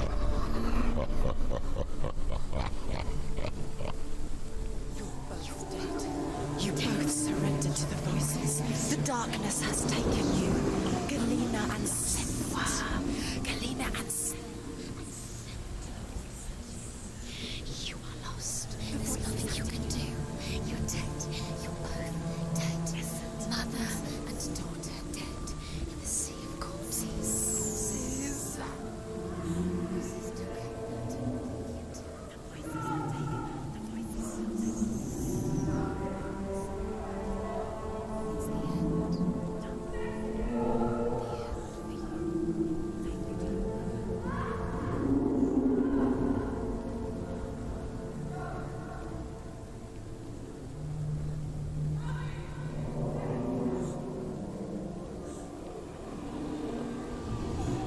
I can't fight it anymore.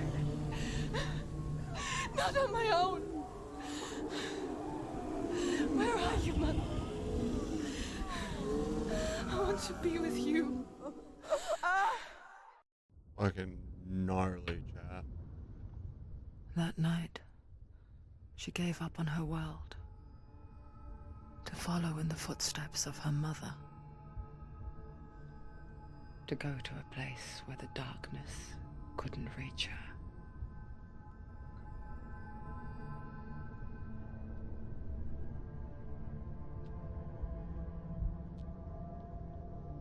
Senua. Look at me. Bitch behind you. He's behind you. The person you've been chasing this whole time is right behind you. They're calling for me. We've lost so many.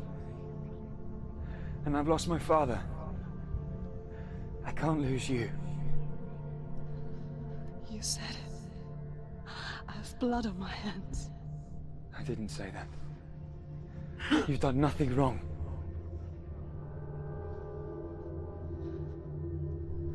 Symbol was right. Everyone will suffer. Zimbel is a fake. He is a hateful, bitter liar. He's poison. And his words still haunt you. Who do you trust? Him? Or me? I don't trust anybody, dude. Do you still believe in me, Senua?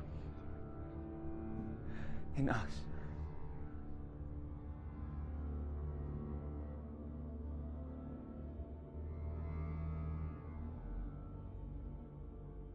Come back to me. Please.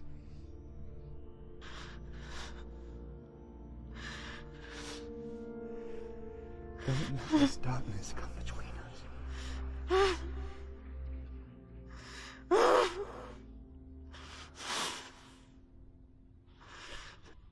Pretty sure we're holding your head on our waist there, buddy.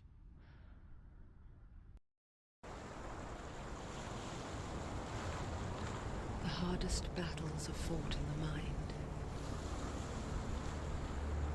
He gave her the sword with which to fight in more ways than one. And she gave him her word, never to surrender. All she needed was a little help, a little hope.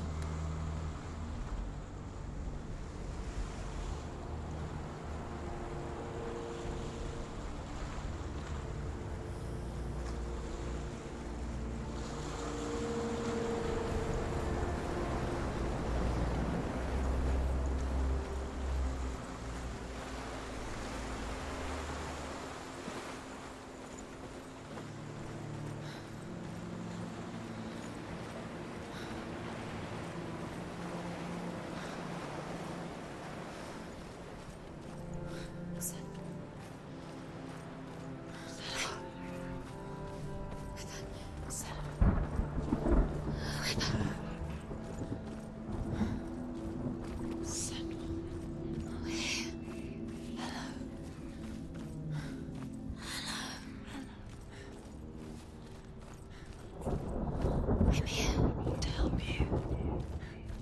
Senua. We're back. We found her. We found you. We thought we lost you. Where have you been? Here she is. Don't worry. We're here to help you. You don't have to do this on your own anymore. You need us. We were worried. We're here to help you. You need us. So worried. Silence is lonely. We're sorry. Where you'd Sorry. We're here to help you. Don't worry. You can trust us. Trust us. Senua, it's us. We won't leave you. Hello. Don't leave us. We're here to stay. She needs us. She needs us. She needs our help. She always does. We found her. We found her. We found you. Here she is. We're back. Don't worry, Senua. We'll look after you. Don't worry. We'll make sure you're safe. She's safe now. Always safe with us. She needs us.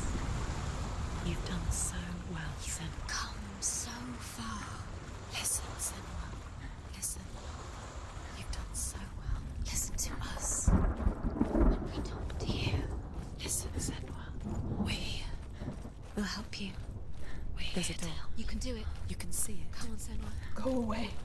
I'm not listening.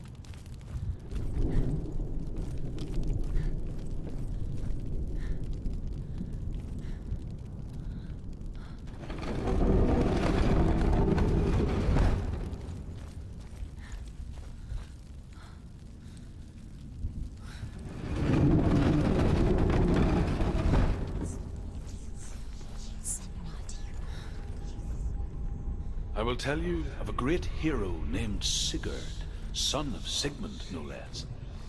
Born after his father's death, Sigurd is cared for by the dwarf Rain. But Rain does not love the boy.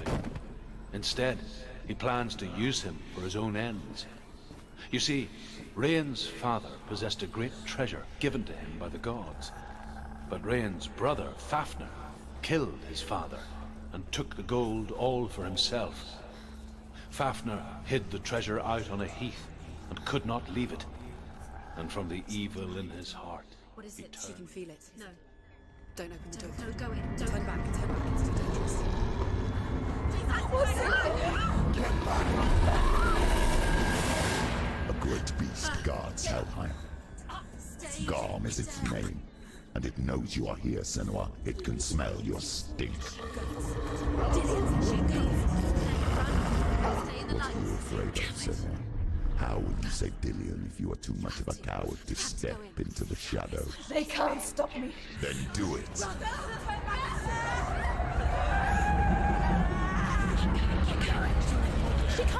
beast is stalking you from the shadows. Your sword is useless here.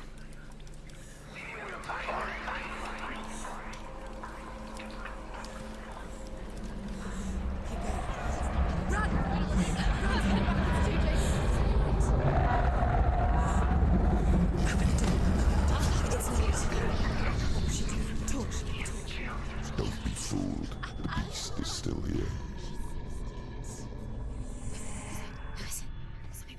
No. It's a trick. Mother, do you hear that? Don't fall for it. It's me, Senua. It's so loud. It's not her. So full of hate. It's a trap. I just want to help them. Tell me what to do. Your father wants them to go away, and he only hurts me to silence them. But he's gone now. They always come back. He says I will die if I go with them. They say that I'm already dead. No, they want me with them. Stop! That's why they crawl through the walls. Don't listen. Do you see them? Do you see their faces? The fuck is she talking about, chat? He's coming. Senua, help me! Help! Get me out of here! Don't go! Where has she gone? She's disappeared again. She shouldn't be here. She escaped the darkness. She took her own life to escape it. She can't remember when it started, or when her mother lost her smile. Her eyes gazing past her towards a world she could not see. This is what happens if you reach for the underworld, he said. It was a lot to take in for a child. And the first time she felt the cold chill of fear. I don't talk much about her father, Zinbel. I suppose I just didn't want to risk upsetting her. But it doesn't matter now, does it? The light's gone out. Run! Get through it as quick as you can. The panic is here.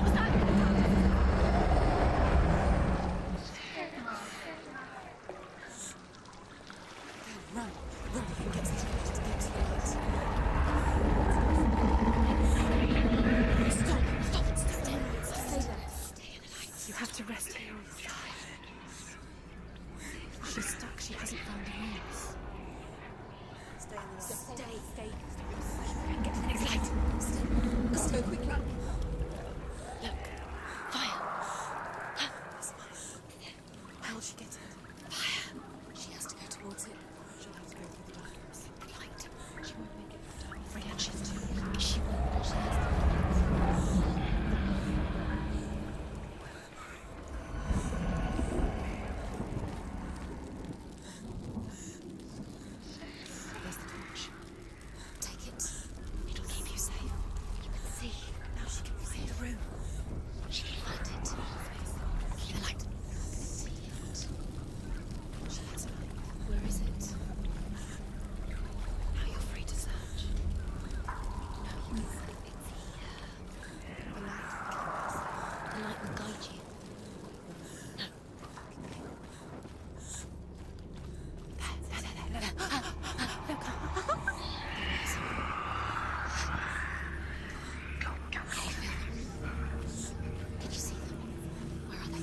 She can't see clearly. She doesn't know.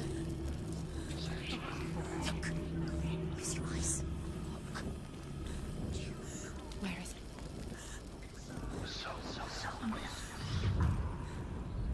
What are you waiting for? Hidden in plain sight. She has it. You have it. Where's the next? Too mortifying. Too mortifying. Why are you doing these pointless rules? Time. Symbols are pointless. Mother. They're meaningless. Your mother's here. What have you collected when there's nothing behind the door? Save Dillian. This is just another trial. Just another trick. Just to distract her from her real mission. You think you know, but you don't. Your mother is not. You don't know anything. Or is she? And Dillian is dead.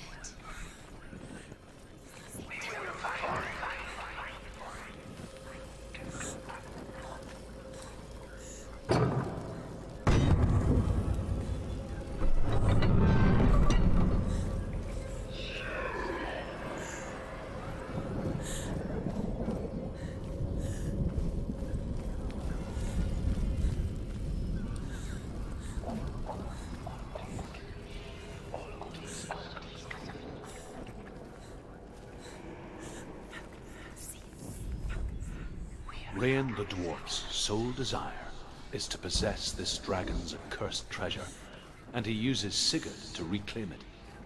He tells Sigurd the story of Fafnir's gold, and the good-hearted hero promises to slay the dragon if Rain would forge a strong sword for him. Sigurd remembers that his father once possessed a sword given to him by Odin. Odin broke the sword to bring about Sigmund's death, but Sigurd's mother still has the pieces.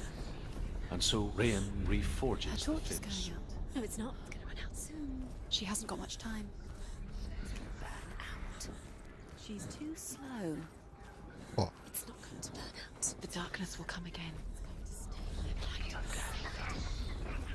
You killed her. Come on. Down here.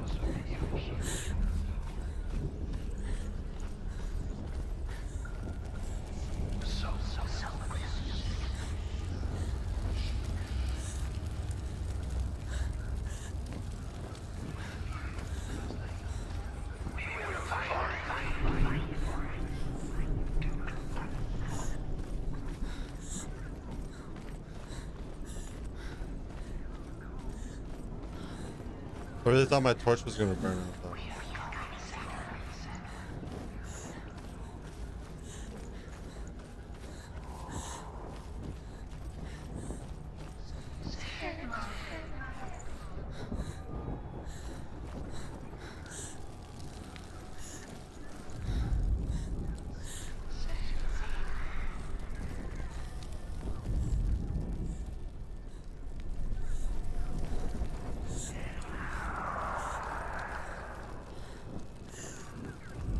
Literally a pea.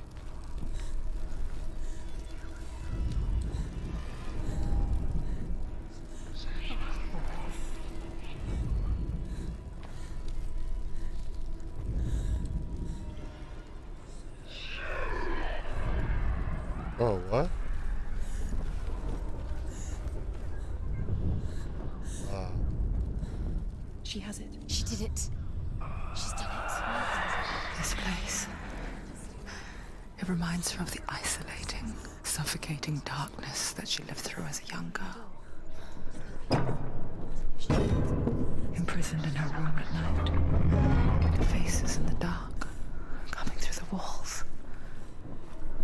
She once thought everyone could see them. I mean, that's what children say all the time, isn't it?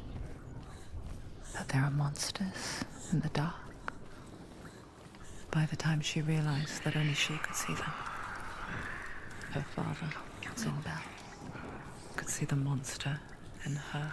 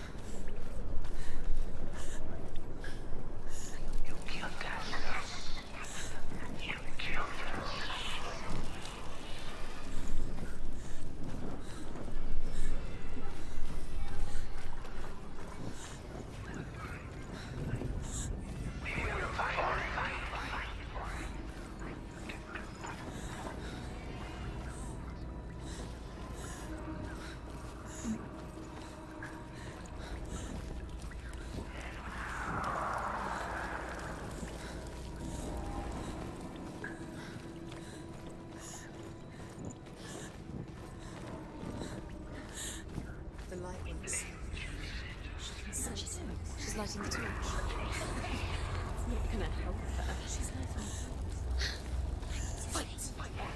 Oh! Fucking A! Fuck you, bro!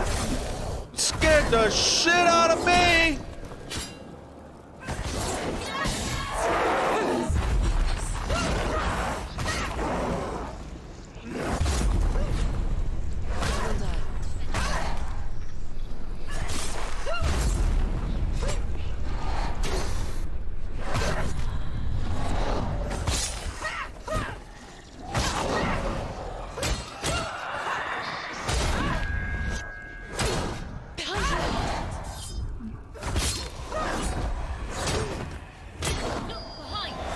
Dude, what the fuck?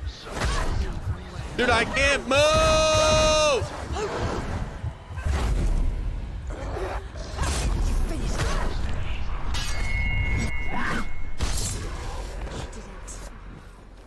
You can't go anywhere without your light. Take the torch and move. Blood.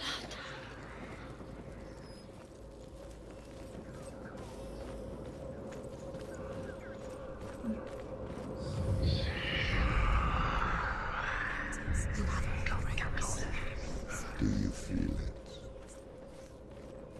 The beast is crawling into your mind, searching for weakness.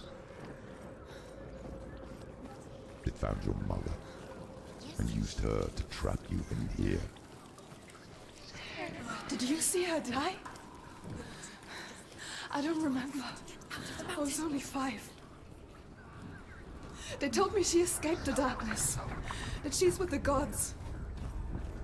But what if they lied? What if the darkness took her and trapped her here? She'd get her mother out. Our mother doesn't exist. It's a trap. The beast is coming. Oh. Oh. Run, run, bitch, run, run, run, run, run. Run, bitch, run! Fuck!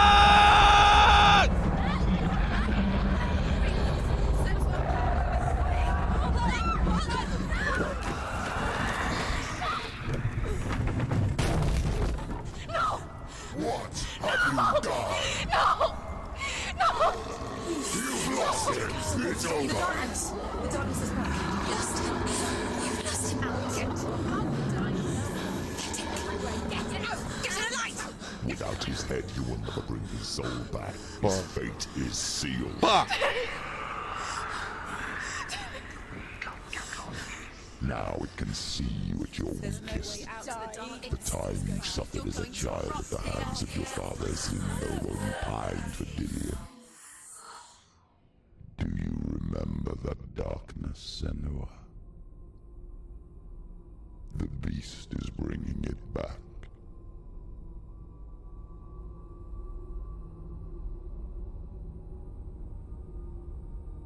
Mother, why did you leave me? This darkness, it's spreading.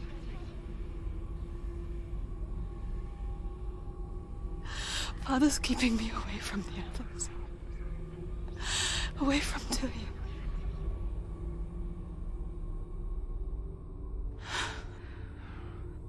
I won't give up. I'm not going to rot in here.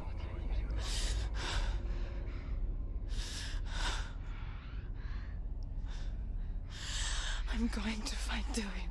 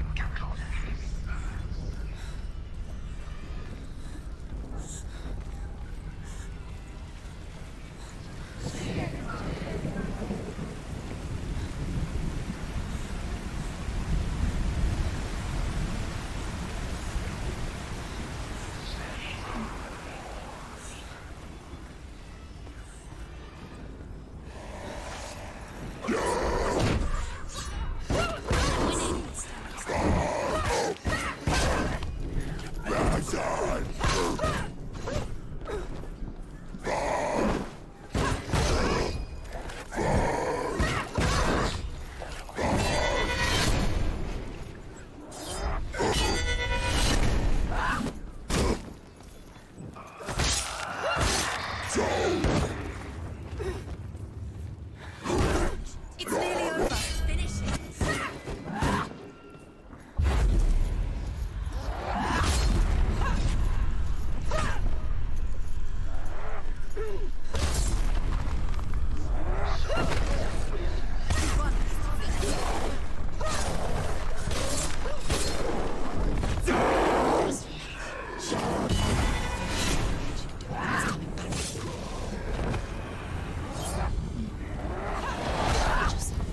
Focus. Now, focus.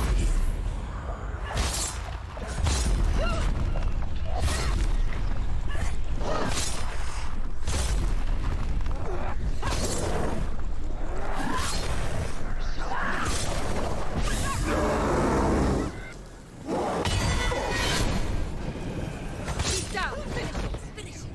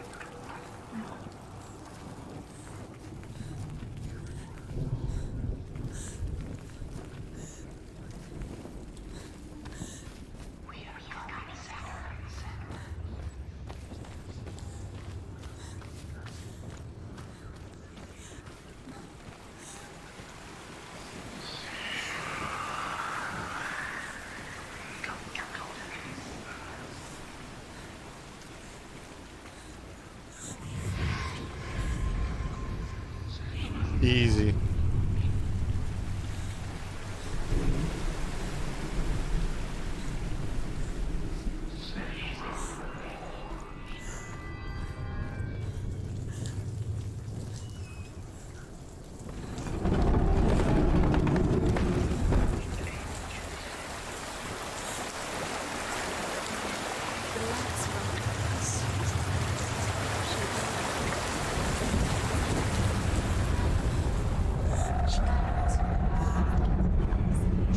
Her father tried to help her, but she wouldn't listen.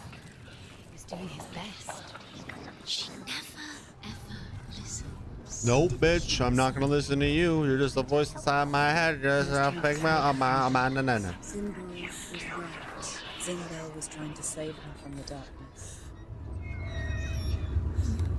But she wouldn't listen. Never choose. And now everybody is dead. Because of her. It's all her fault. All Weak. So weak. She should have known. She should have. Why doesn't she learn? Before she learns. She doesn't understand. Now the darkness has Dillian saved. And it will take it and never give it back. She can see the living. The light's right on us. She'll die.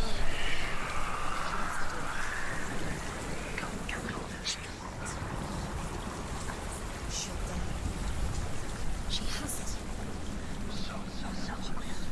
She can't. The dragon Fafnir is so large and deadly that it would be impossible to kill him face to face. But each day, Fafnir crawls across the heath to find water. So Sigurd digs a pit in the dragon's path and lies in wait in it. When Fafnir slithers overhead, Sigurd sinks his sword into the dragon up to the hilt. Sigurd leaps from the pit, and Fafnir sees his killer. He warns Sigurd that the treasure will lead to his death, as it led to the death of all who owned it. Sigurd replies that death comes to all men, and every man would want to do welfare till that day. And he takes the treasure.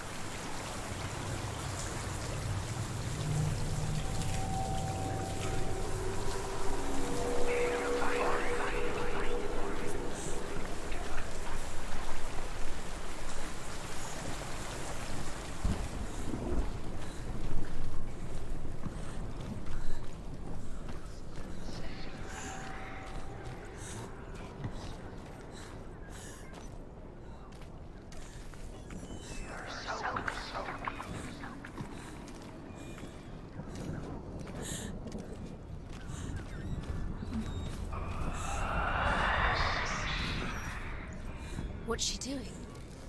She's lighting the hall. She's making light. She's making a fire. She's got light on the other side. She'll be safe. What's the plan? What's she thinking? Come to get there.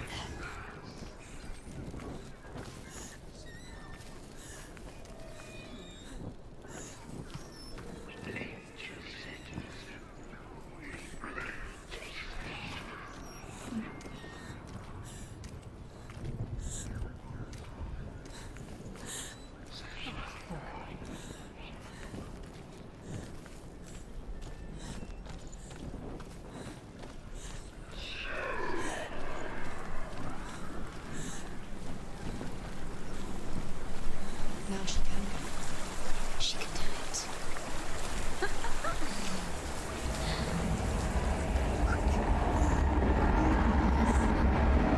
She can't get through, so she has to. Get up! Get up! What are you doing? Get up, bitch.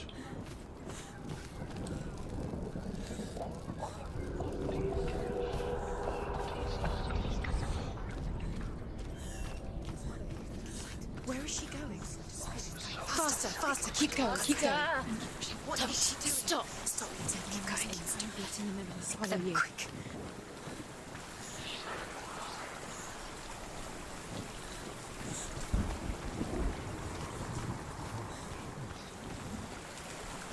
Faster, faster, keep going, keep going. Stop.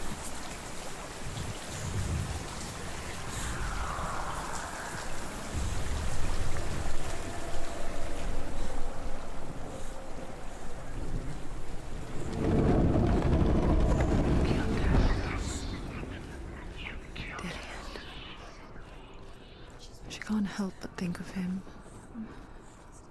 A tender guiding flame in a world so black. The longer it burned, the more she convinced herself that there was nothing beyond its reach. How little separates us from what we fear. Keep the torch alight. Keep going. Here. There's some light. Please.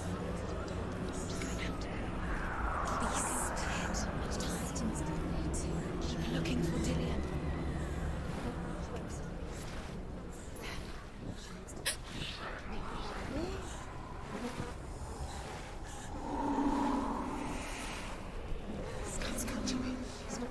Come back. Do you hear me? I hear you. Come back to me soon. I'm coming for you. Follow my voice. I'm coming. Come back.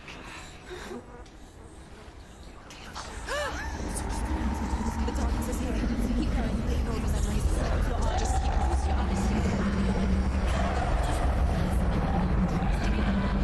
What the fuck? Remember this. Dillian! I see you!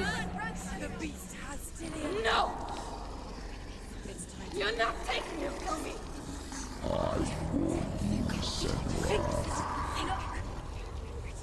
I can smell your No!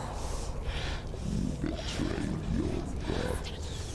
I am leaving with him! Turn your back on me. That is why Dillian will rot in hell.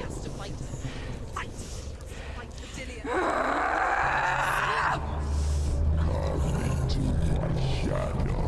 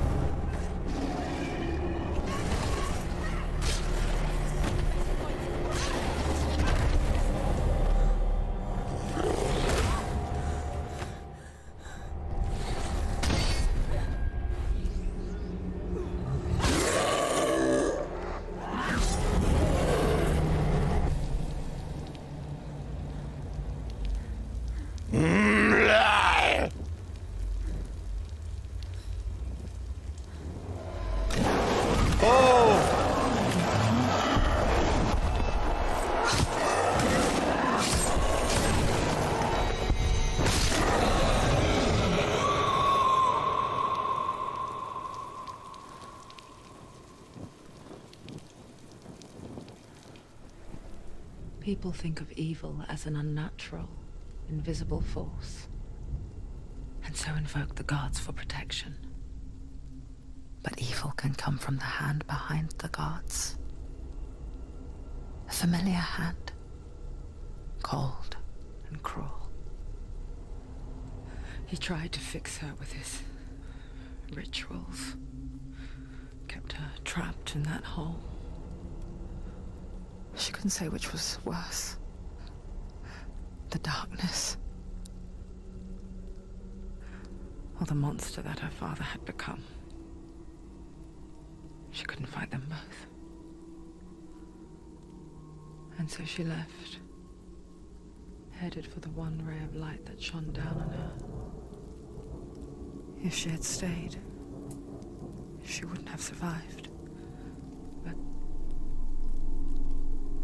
maybe Dillian would still be alive. I'm so sorry, my love.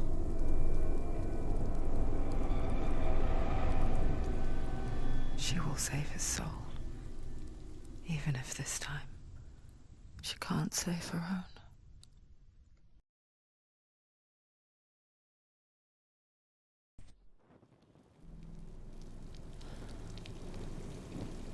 Forgive me, Senua.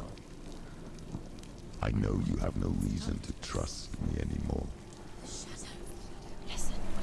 But believe this, it was my mission to make you hate. To hate the darkness with a passion so great it would focus your mind on this quest. For without it, I've proven what there is of life. All this time, I've wanted to protect you from the truth that would have destroyed you a long time ago. But you have conquered your darkness at every turn. You deserve to see behind the veil of darkness. And take me to the mountains. Trust him. As deep as we can go. I won't stand in your way. She has to trust him. You will not survive what is in there. I know. What else can she do? She doesn't want to turn back. She has nothing. She's come this far. She wants to go forward. This means she wants to save Dillian's soul. She must listen to the shadow.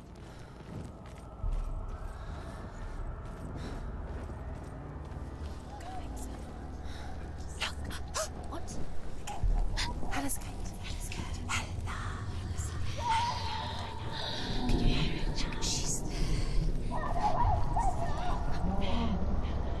Mother, I won't let the darkness trick me again. I know you're safe with the gods. I can feel Hella's gaze, searching for secrets inside of me. Secrets that even I can't see. I'm not here to fight my past. I'm here for Dillian. I will fulfill my vow, whatever the cost. How will she do it? There must be a way. You have to try. She'll never make it.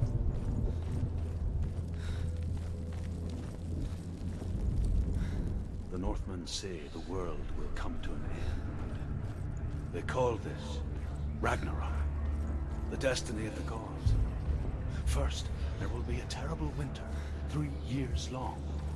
Then, mankind will turn on itself.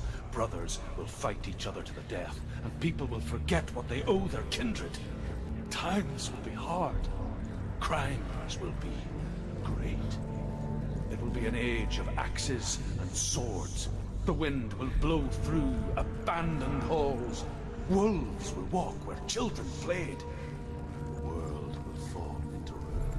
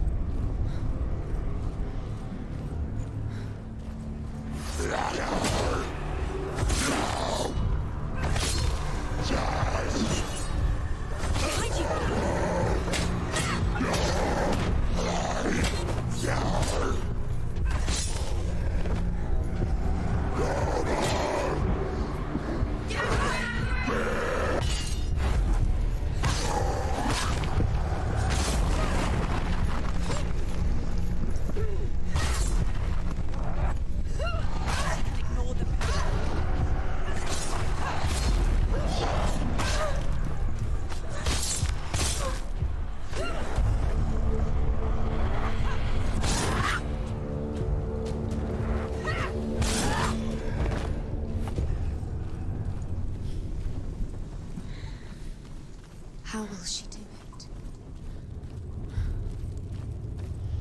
What will she do? How's she going to find his actual self? Where does Hela keep her souls? How will she get it? Hela won't enter. She must bargain. No. She'll kill Hela. She cannot bargain with Hela. She's not strong enough to kill Hela. What does Hela want? No one can bargain with Hela. What does Hela want? What can she give her? She could give her her soul. No. Soul's wanting. She'll not die. It's a worthless soul. But it's all she has to give. She has a warrior soul. What more could she give? A cursed soul. Of course she is, no matter what she does. She can see it. The bridge. She can't cross the bridge. It's broken. She has to fix it. It's too dangerous. She's done it before. You have to fight her. Be powerful. The final battle. Get his soul back. It's the final task. Yes, it is. This isn't just a broken bridge, is it? Mother, you showed me how to see further. To see the hidden wonders in our world and explore new paths into the unknown. To lead so that others may follow, or to warn so that they may avoid. That is our gift and our duty. I'm not going to look away in fear anymore.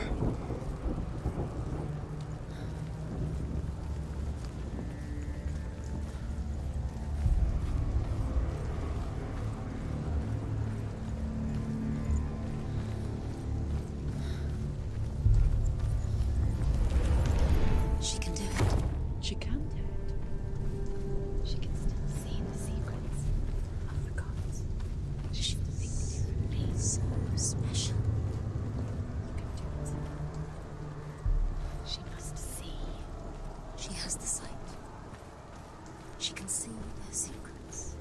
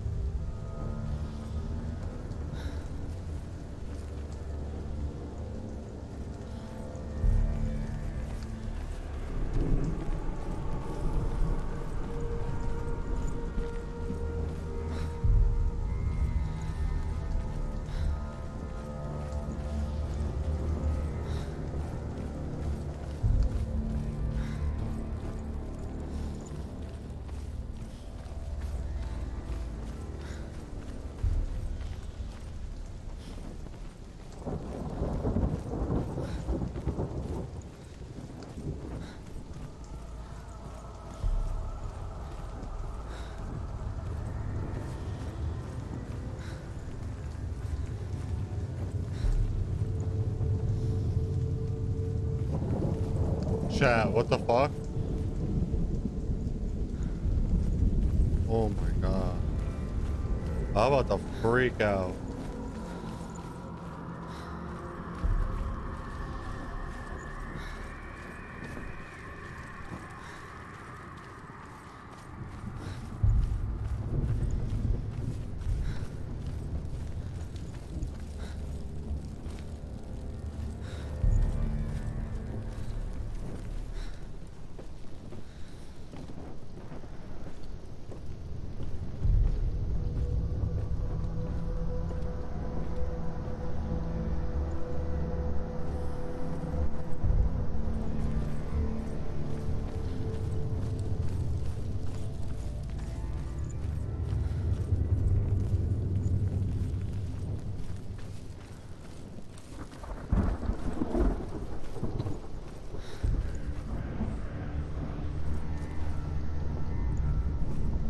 Okay.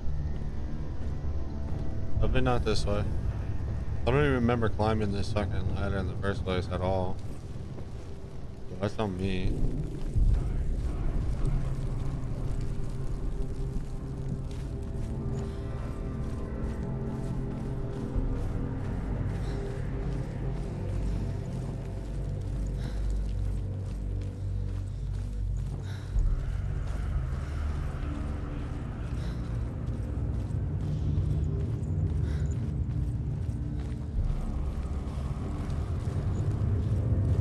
Let me make sure there just isn't another way to go.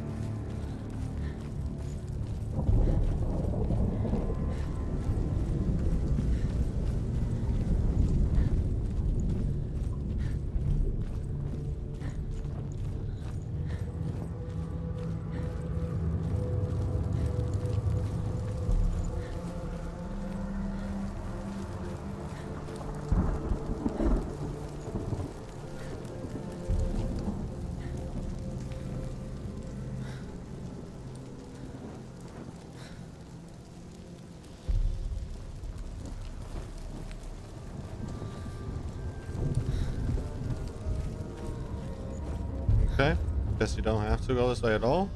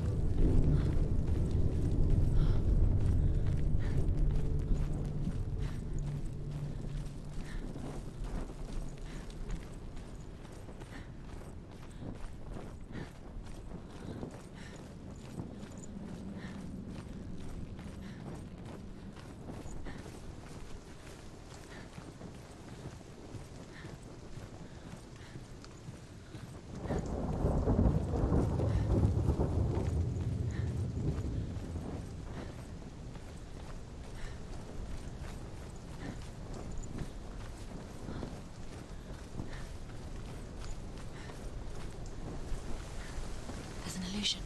She's found a way. Oh. She can see it. She must align herself. She can do it. There's the door. She aligns herself. It's there.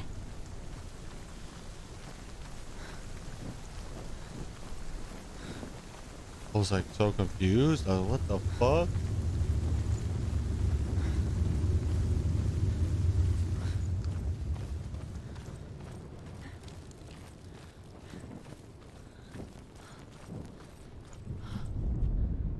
The Northmen say that at Ragnarok, the gods will face a ship full of their foes, which Loki has steered to Asgard. It carries the fire giants, the wolf that will eat the sun, and all kinds of dark creatures. Surt will join them with his sword of fire. The cliffs will crash, trolls will walk the land, men will tread the road to hell, and the heavens will split open.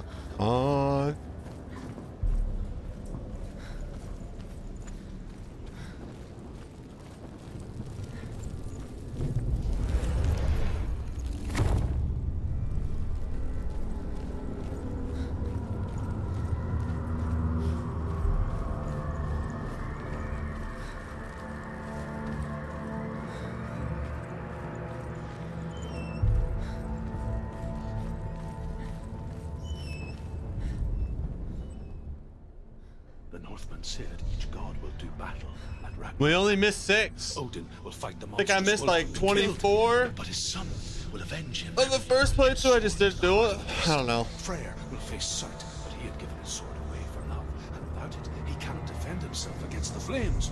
Thor will smite the Midgard serpent to no avail. The sun will grow black, the earth will sink into the sea, the stars will disappear, fire and water will meet, steam will shoot up, flames will play against the sky, the heavens and earth and all the world will be burned, all the gods will be dead, and the warriors of Valhalla and the people everywhere. Senua, prepare yourself for Ragnarok, for it is nigh.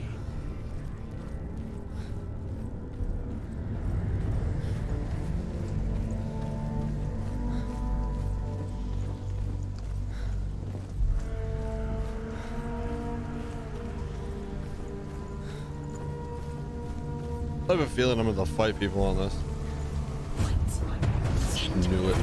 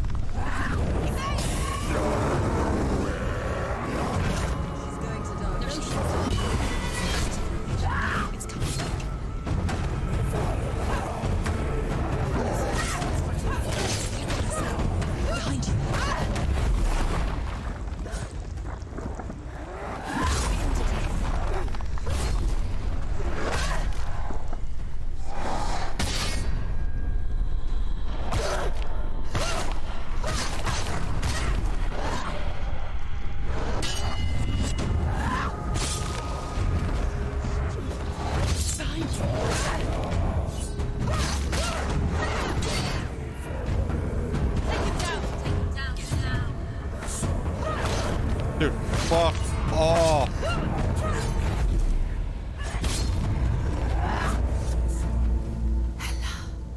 She's there. The path to Hela. I can sense her. Where is she going? She's getting closer to Hela. Wait. What? What happens when she dies? What happens to us? What happens to us? We die too. Do we die too? We die too. I don't want to die. We'll all die someday. I don't want to die. And when everyone's gone, even the gods will die. We don't want to die. I don't want to die. Senua, stop. Turn back. Stop. Stop her. Why would she stop to die? She won't stop. Stop. Stop.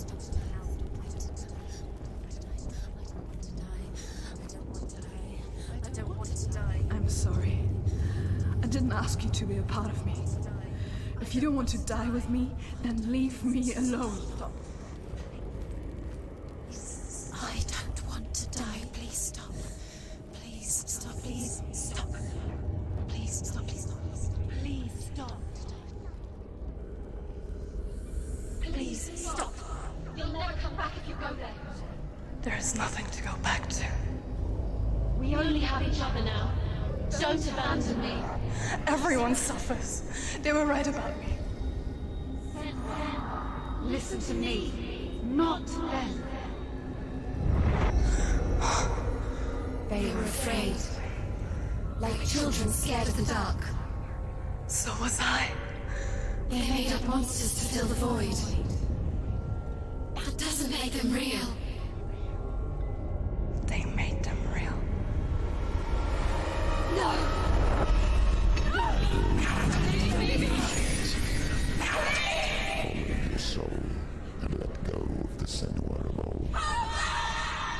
For there lies your weakness, and the darkness will find it.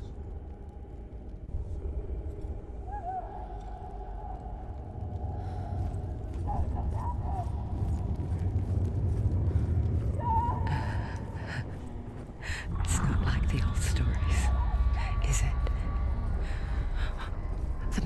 warrior facing evil in search of victory and honor. Clear dividing lines. No. Oh, this place is not quite like that. I only missed. It's as if it knows that true torment lies within. Memories you cannot defeat, cannot escape. This is her hell. What I need to do is plug in my controller. Like,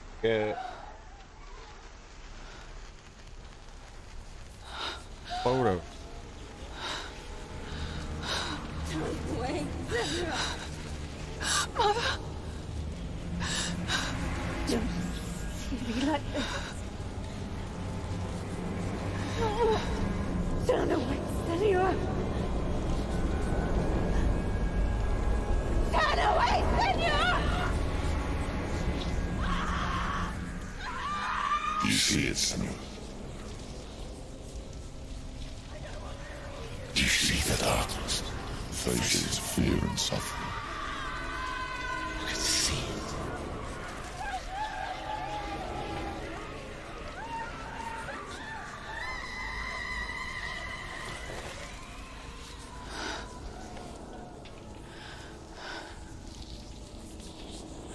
I remember it clearly now.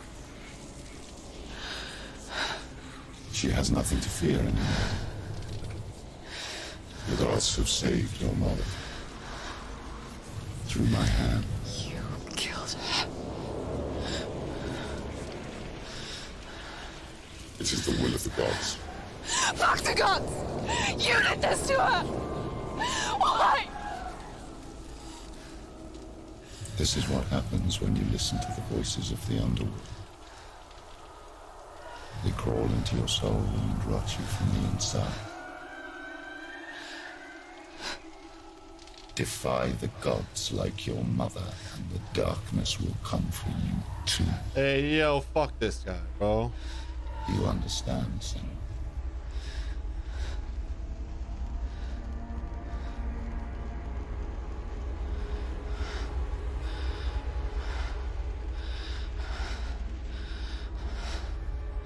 I do understand.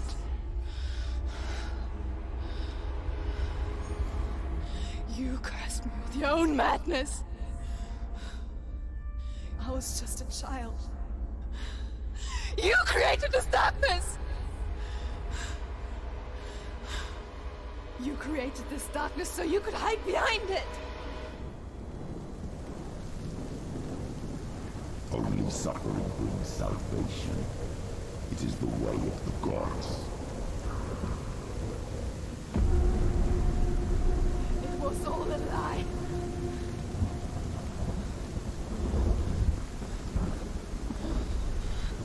You are a lie! She didn't defy the gods.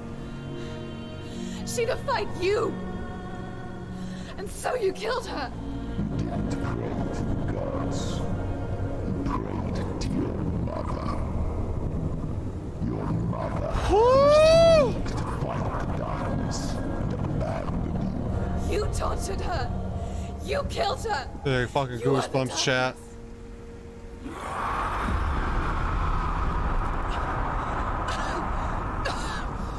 Those rituals, the years of isolation, the pain that still haunts you. It was the only way to fight the curse within you. You're a liar. The darkness is a God. It will destroy you. You're a liar! No, Senua. The darkness is here. You cannot wish it away. And it will watch as you draw your last dying gasp. I won't let you kill me. Ah!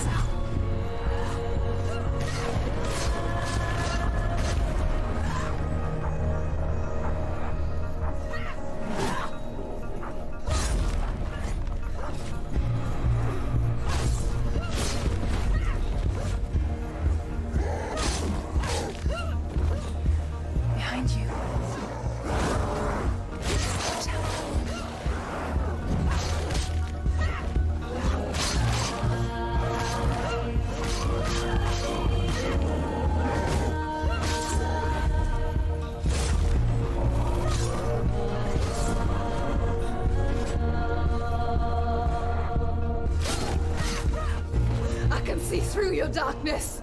You're a liar and a murderer. And if you really are Hela, then I have a sword here that can kill a god. Let's go! Look at you. Run forward. Act one past. You're making a mistake searching for Dillion. The same mistake that killed him in the first place.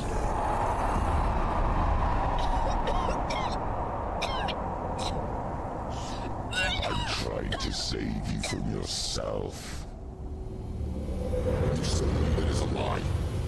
The plague of darkness, the butchering of Dillion by the Northmen. You saw it yourself. You told everyone I was cursed. They believed you. I believed you.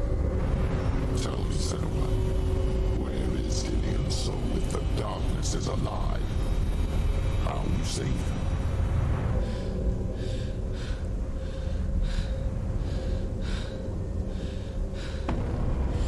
He's here. I know he's here.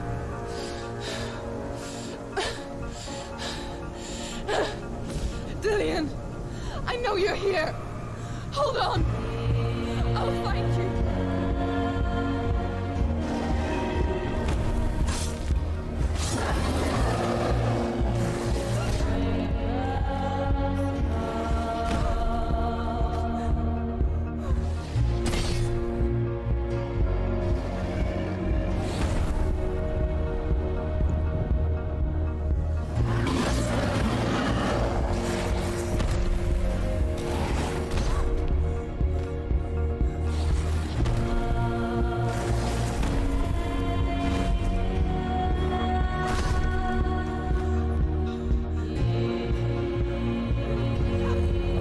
Dude, why can't I do anything to him?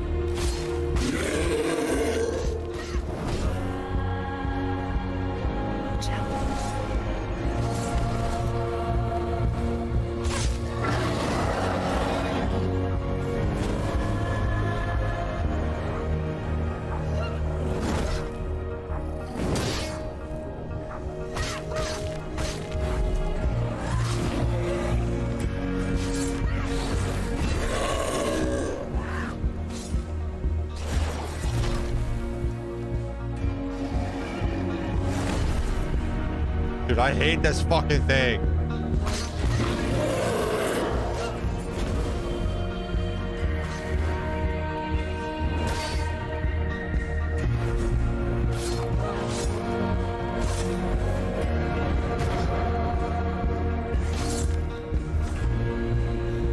Dillion!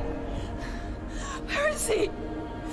You're trying to trick me again with your lies.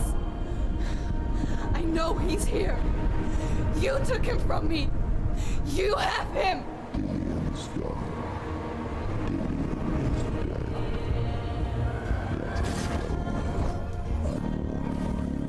Or what? What can you do to me that you haven't already? Fight me. Come on. Watch out. Search of love. Look where that's got you. Let go of the battle. Let go of redemption. Let go of Dillion. Don't let your darkness hurt anyone else.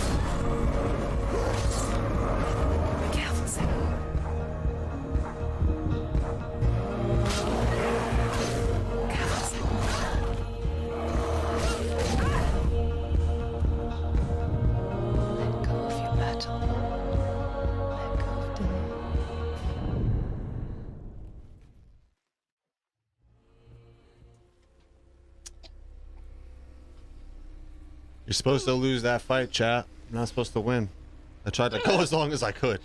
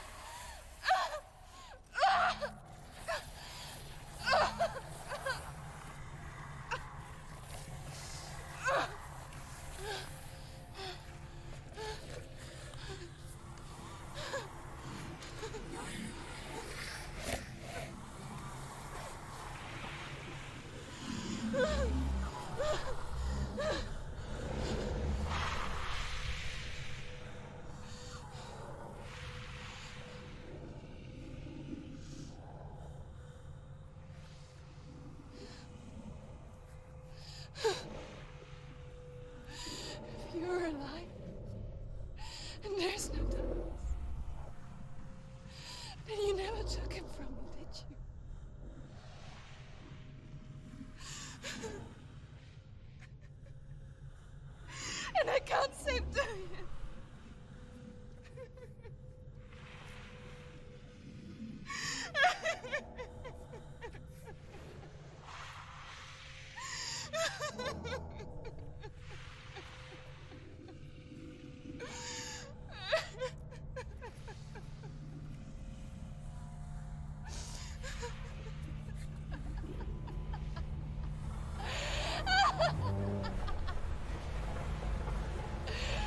Psycho Is that what bitch. you want me to believe? After all you've done to me? And to him?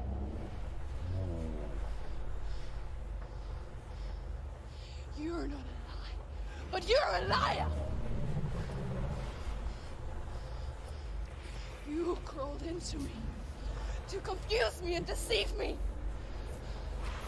But I know it's him. I know you have him.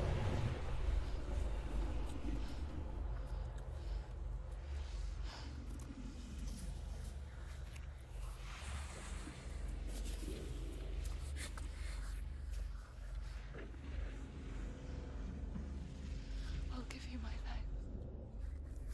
That's what you want, isn't it? My soul. Take it. I'll be a slave for you. I'll fight with you at Ragnarok. If you release him.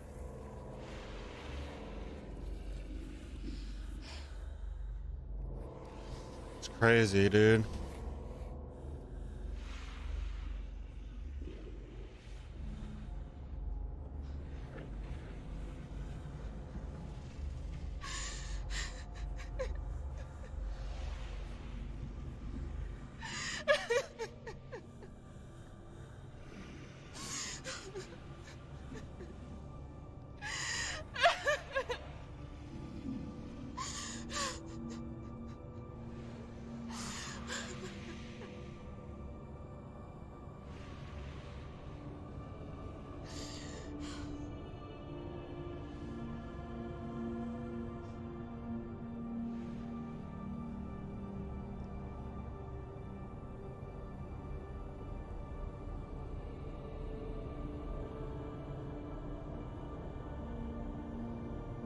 But if you won't,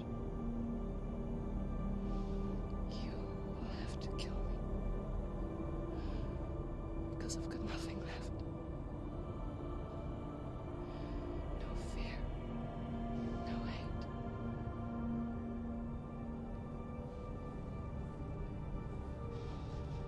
No quest.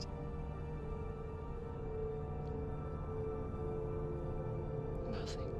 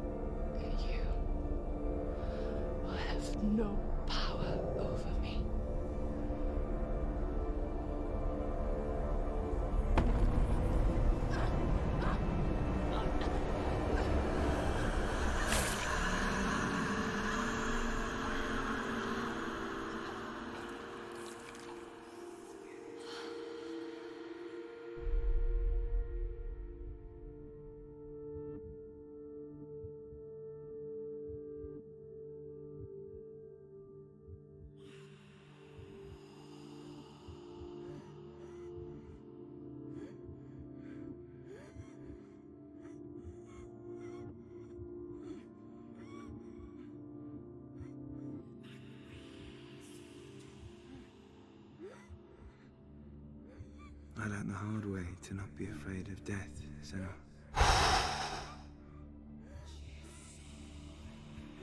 Because a life without loss is one without love. God damn. You turn your back on death, and all you can see is the shadow that it casts.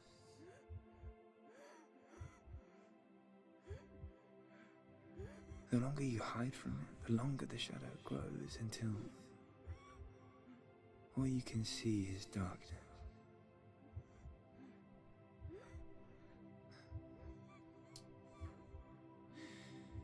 When our time comes, we must look death in the eye and embrace it as a friend.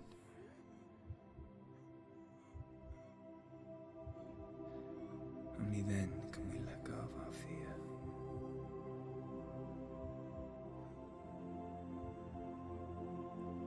And emerge from our darkness.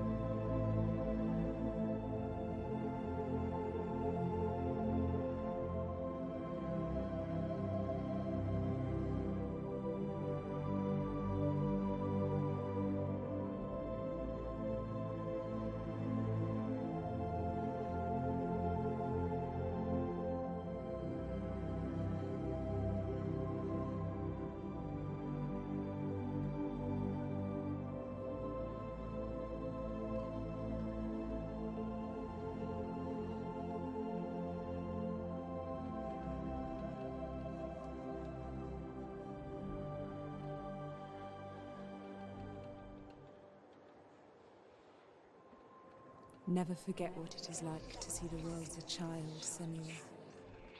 Every autumn leaf is like a work of art. Every rolling cloud a moving picture. Every day a new story. We too emerge from this magic, like a wave from the ocean, only to return to the sea.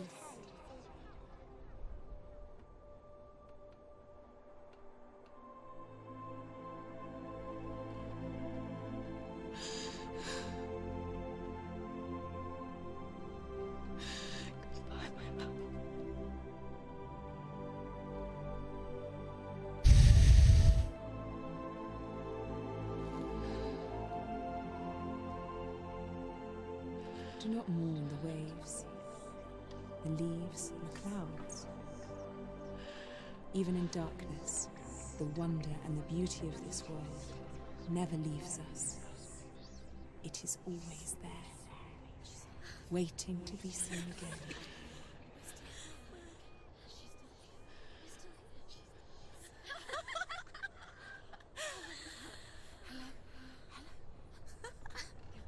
Chat. Oh no. Oh. It's the rocks. The darkness is back. The darkness is back.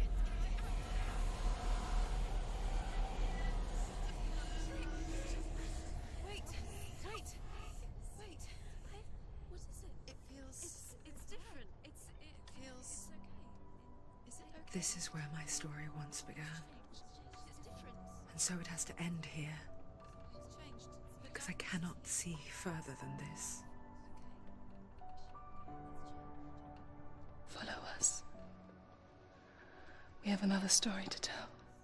Bro. My friend. Go with her. The story of this gets me every time. Story to witness. Woo!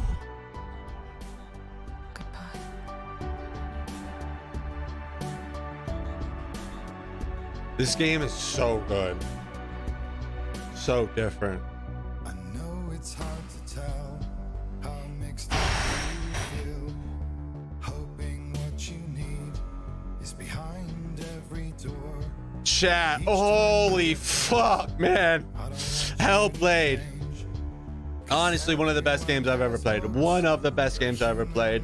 Number 8, we beat it. Add it to the list. Let's go. We moving on to the next one. Fuck y'all. Eat shit. Let's go. This feeling is not sadness. This feeling is not joy. I truly understand. Please stop crying now. Please don't go. I want you to stay. I'm begging you, please. Please don't leave here. I don't want you to hate for all the hurt that you feel. Woo! It's just illusion trying to change you. Being like you are, well, this is something else. Who would comprehend? But some that do lay claim divine purpose blesses them. Well, that's not what I believe, and it doesn't matter anyway. A part of your soul ties you to the next world, or maybe to the last, but I'm still not sure. But what I do know is to us the world is different as we are to the world. I guess you would know that. Please don't go. I want you to stay. I'm begging you, please. Please don't leave here. I don't want you to hate for all the hurt that you feel. The world is just illusion trying to change you. Please don't go. I want you to stay. I'm begging you, please.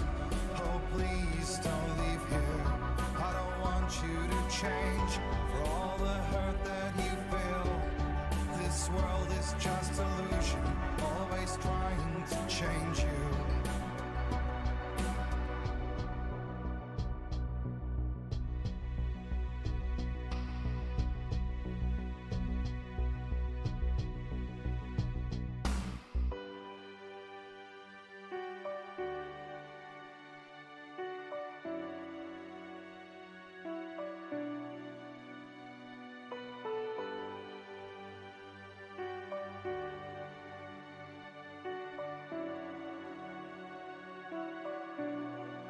Please don't go. I want you to stay. I'm begging you, please. Please don't leave here. I don't want you to hate for all the hurt that you feel. The world is just illusion trying to change you. Please don't go. I want you to stay. I'm begging you, please. Oh, please don't leave here.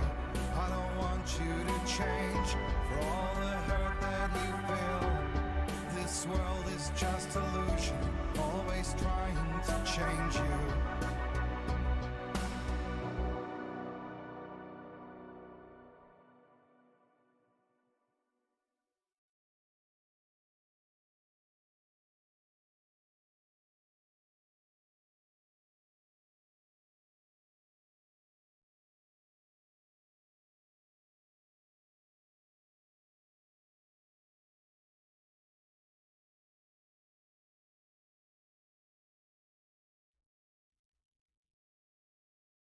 Waiting for the fucking...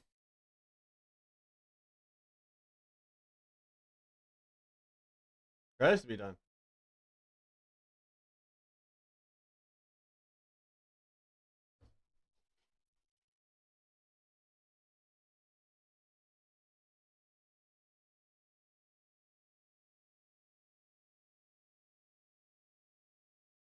Every car that they have here right now broken down? What the fuck?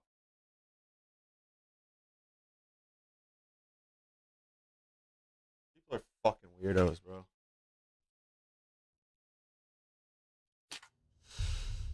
Chat! GG!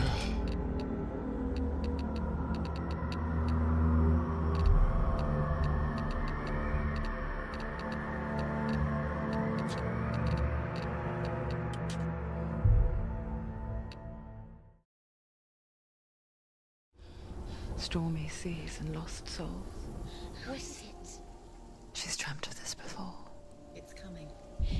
Oh, I've seen this. I've seen that. GG's chat. GG's.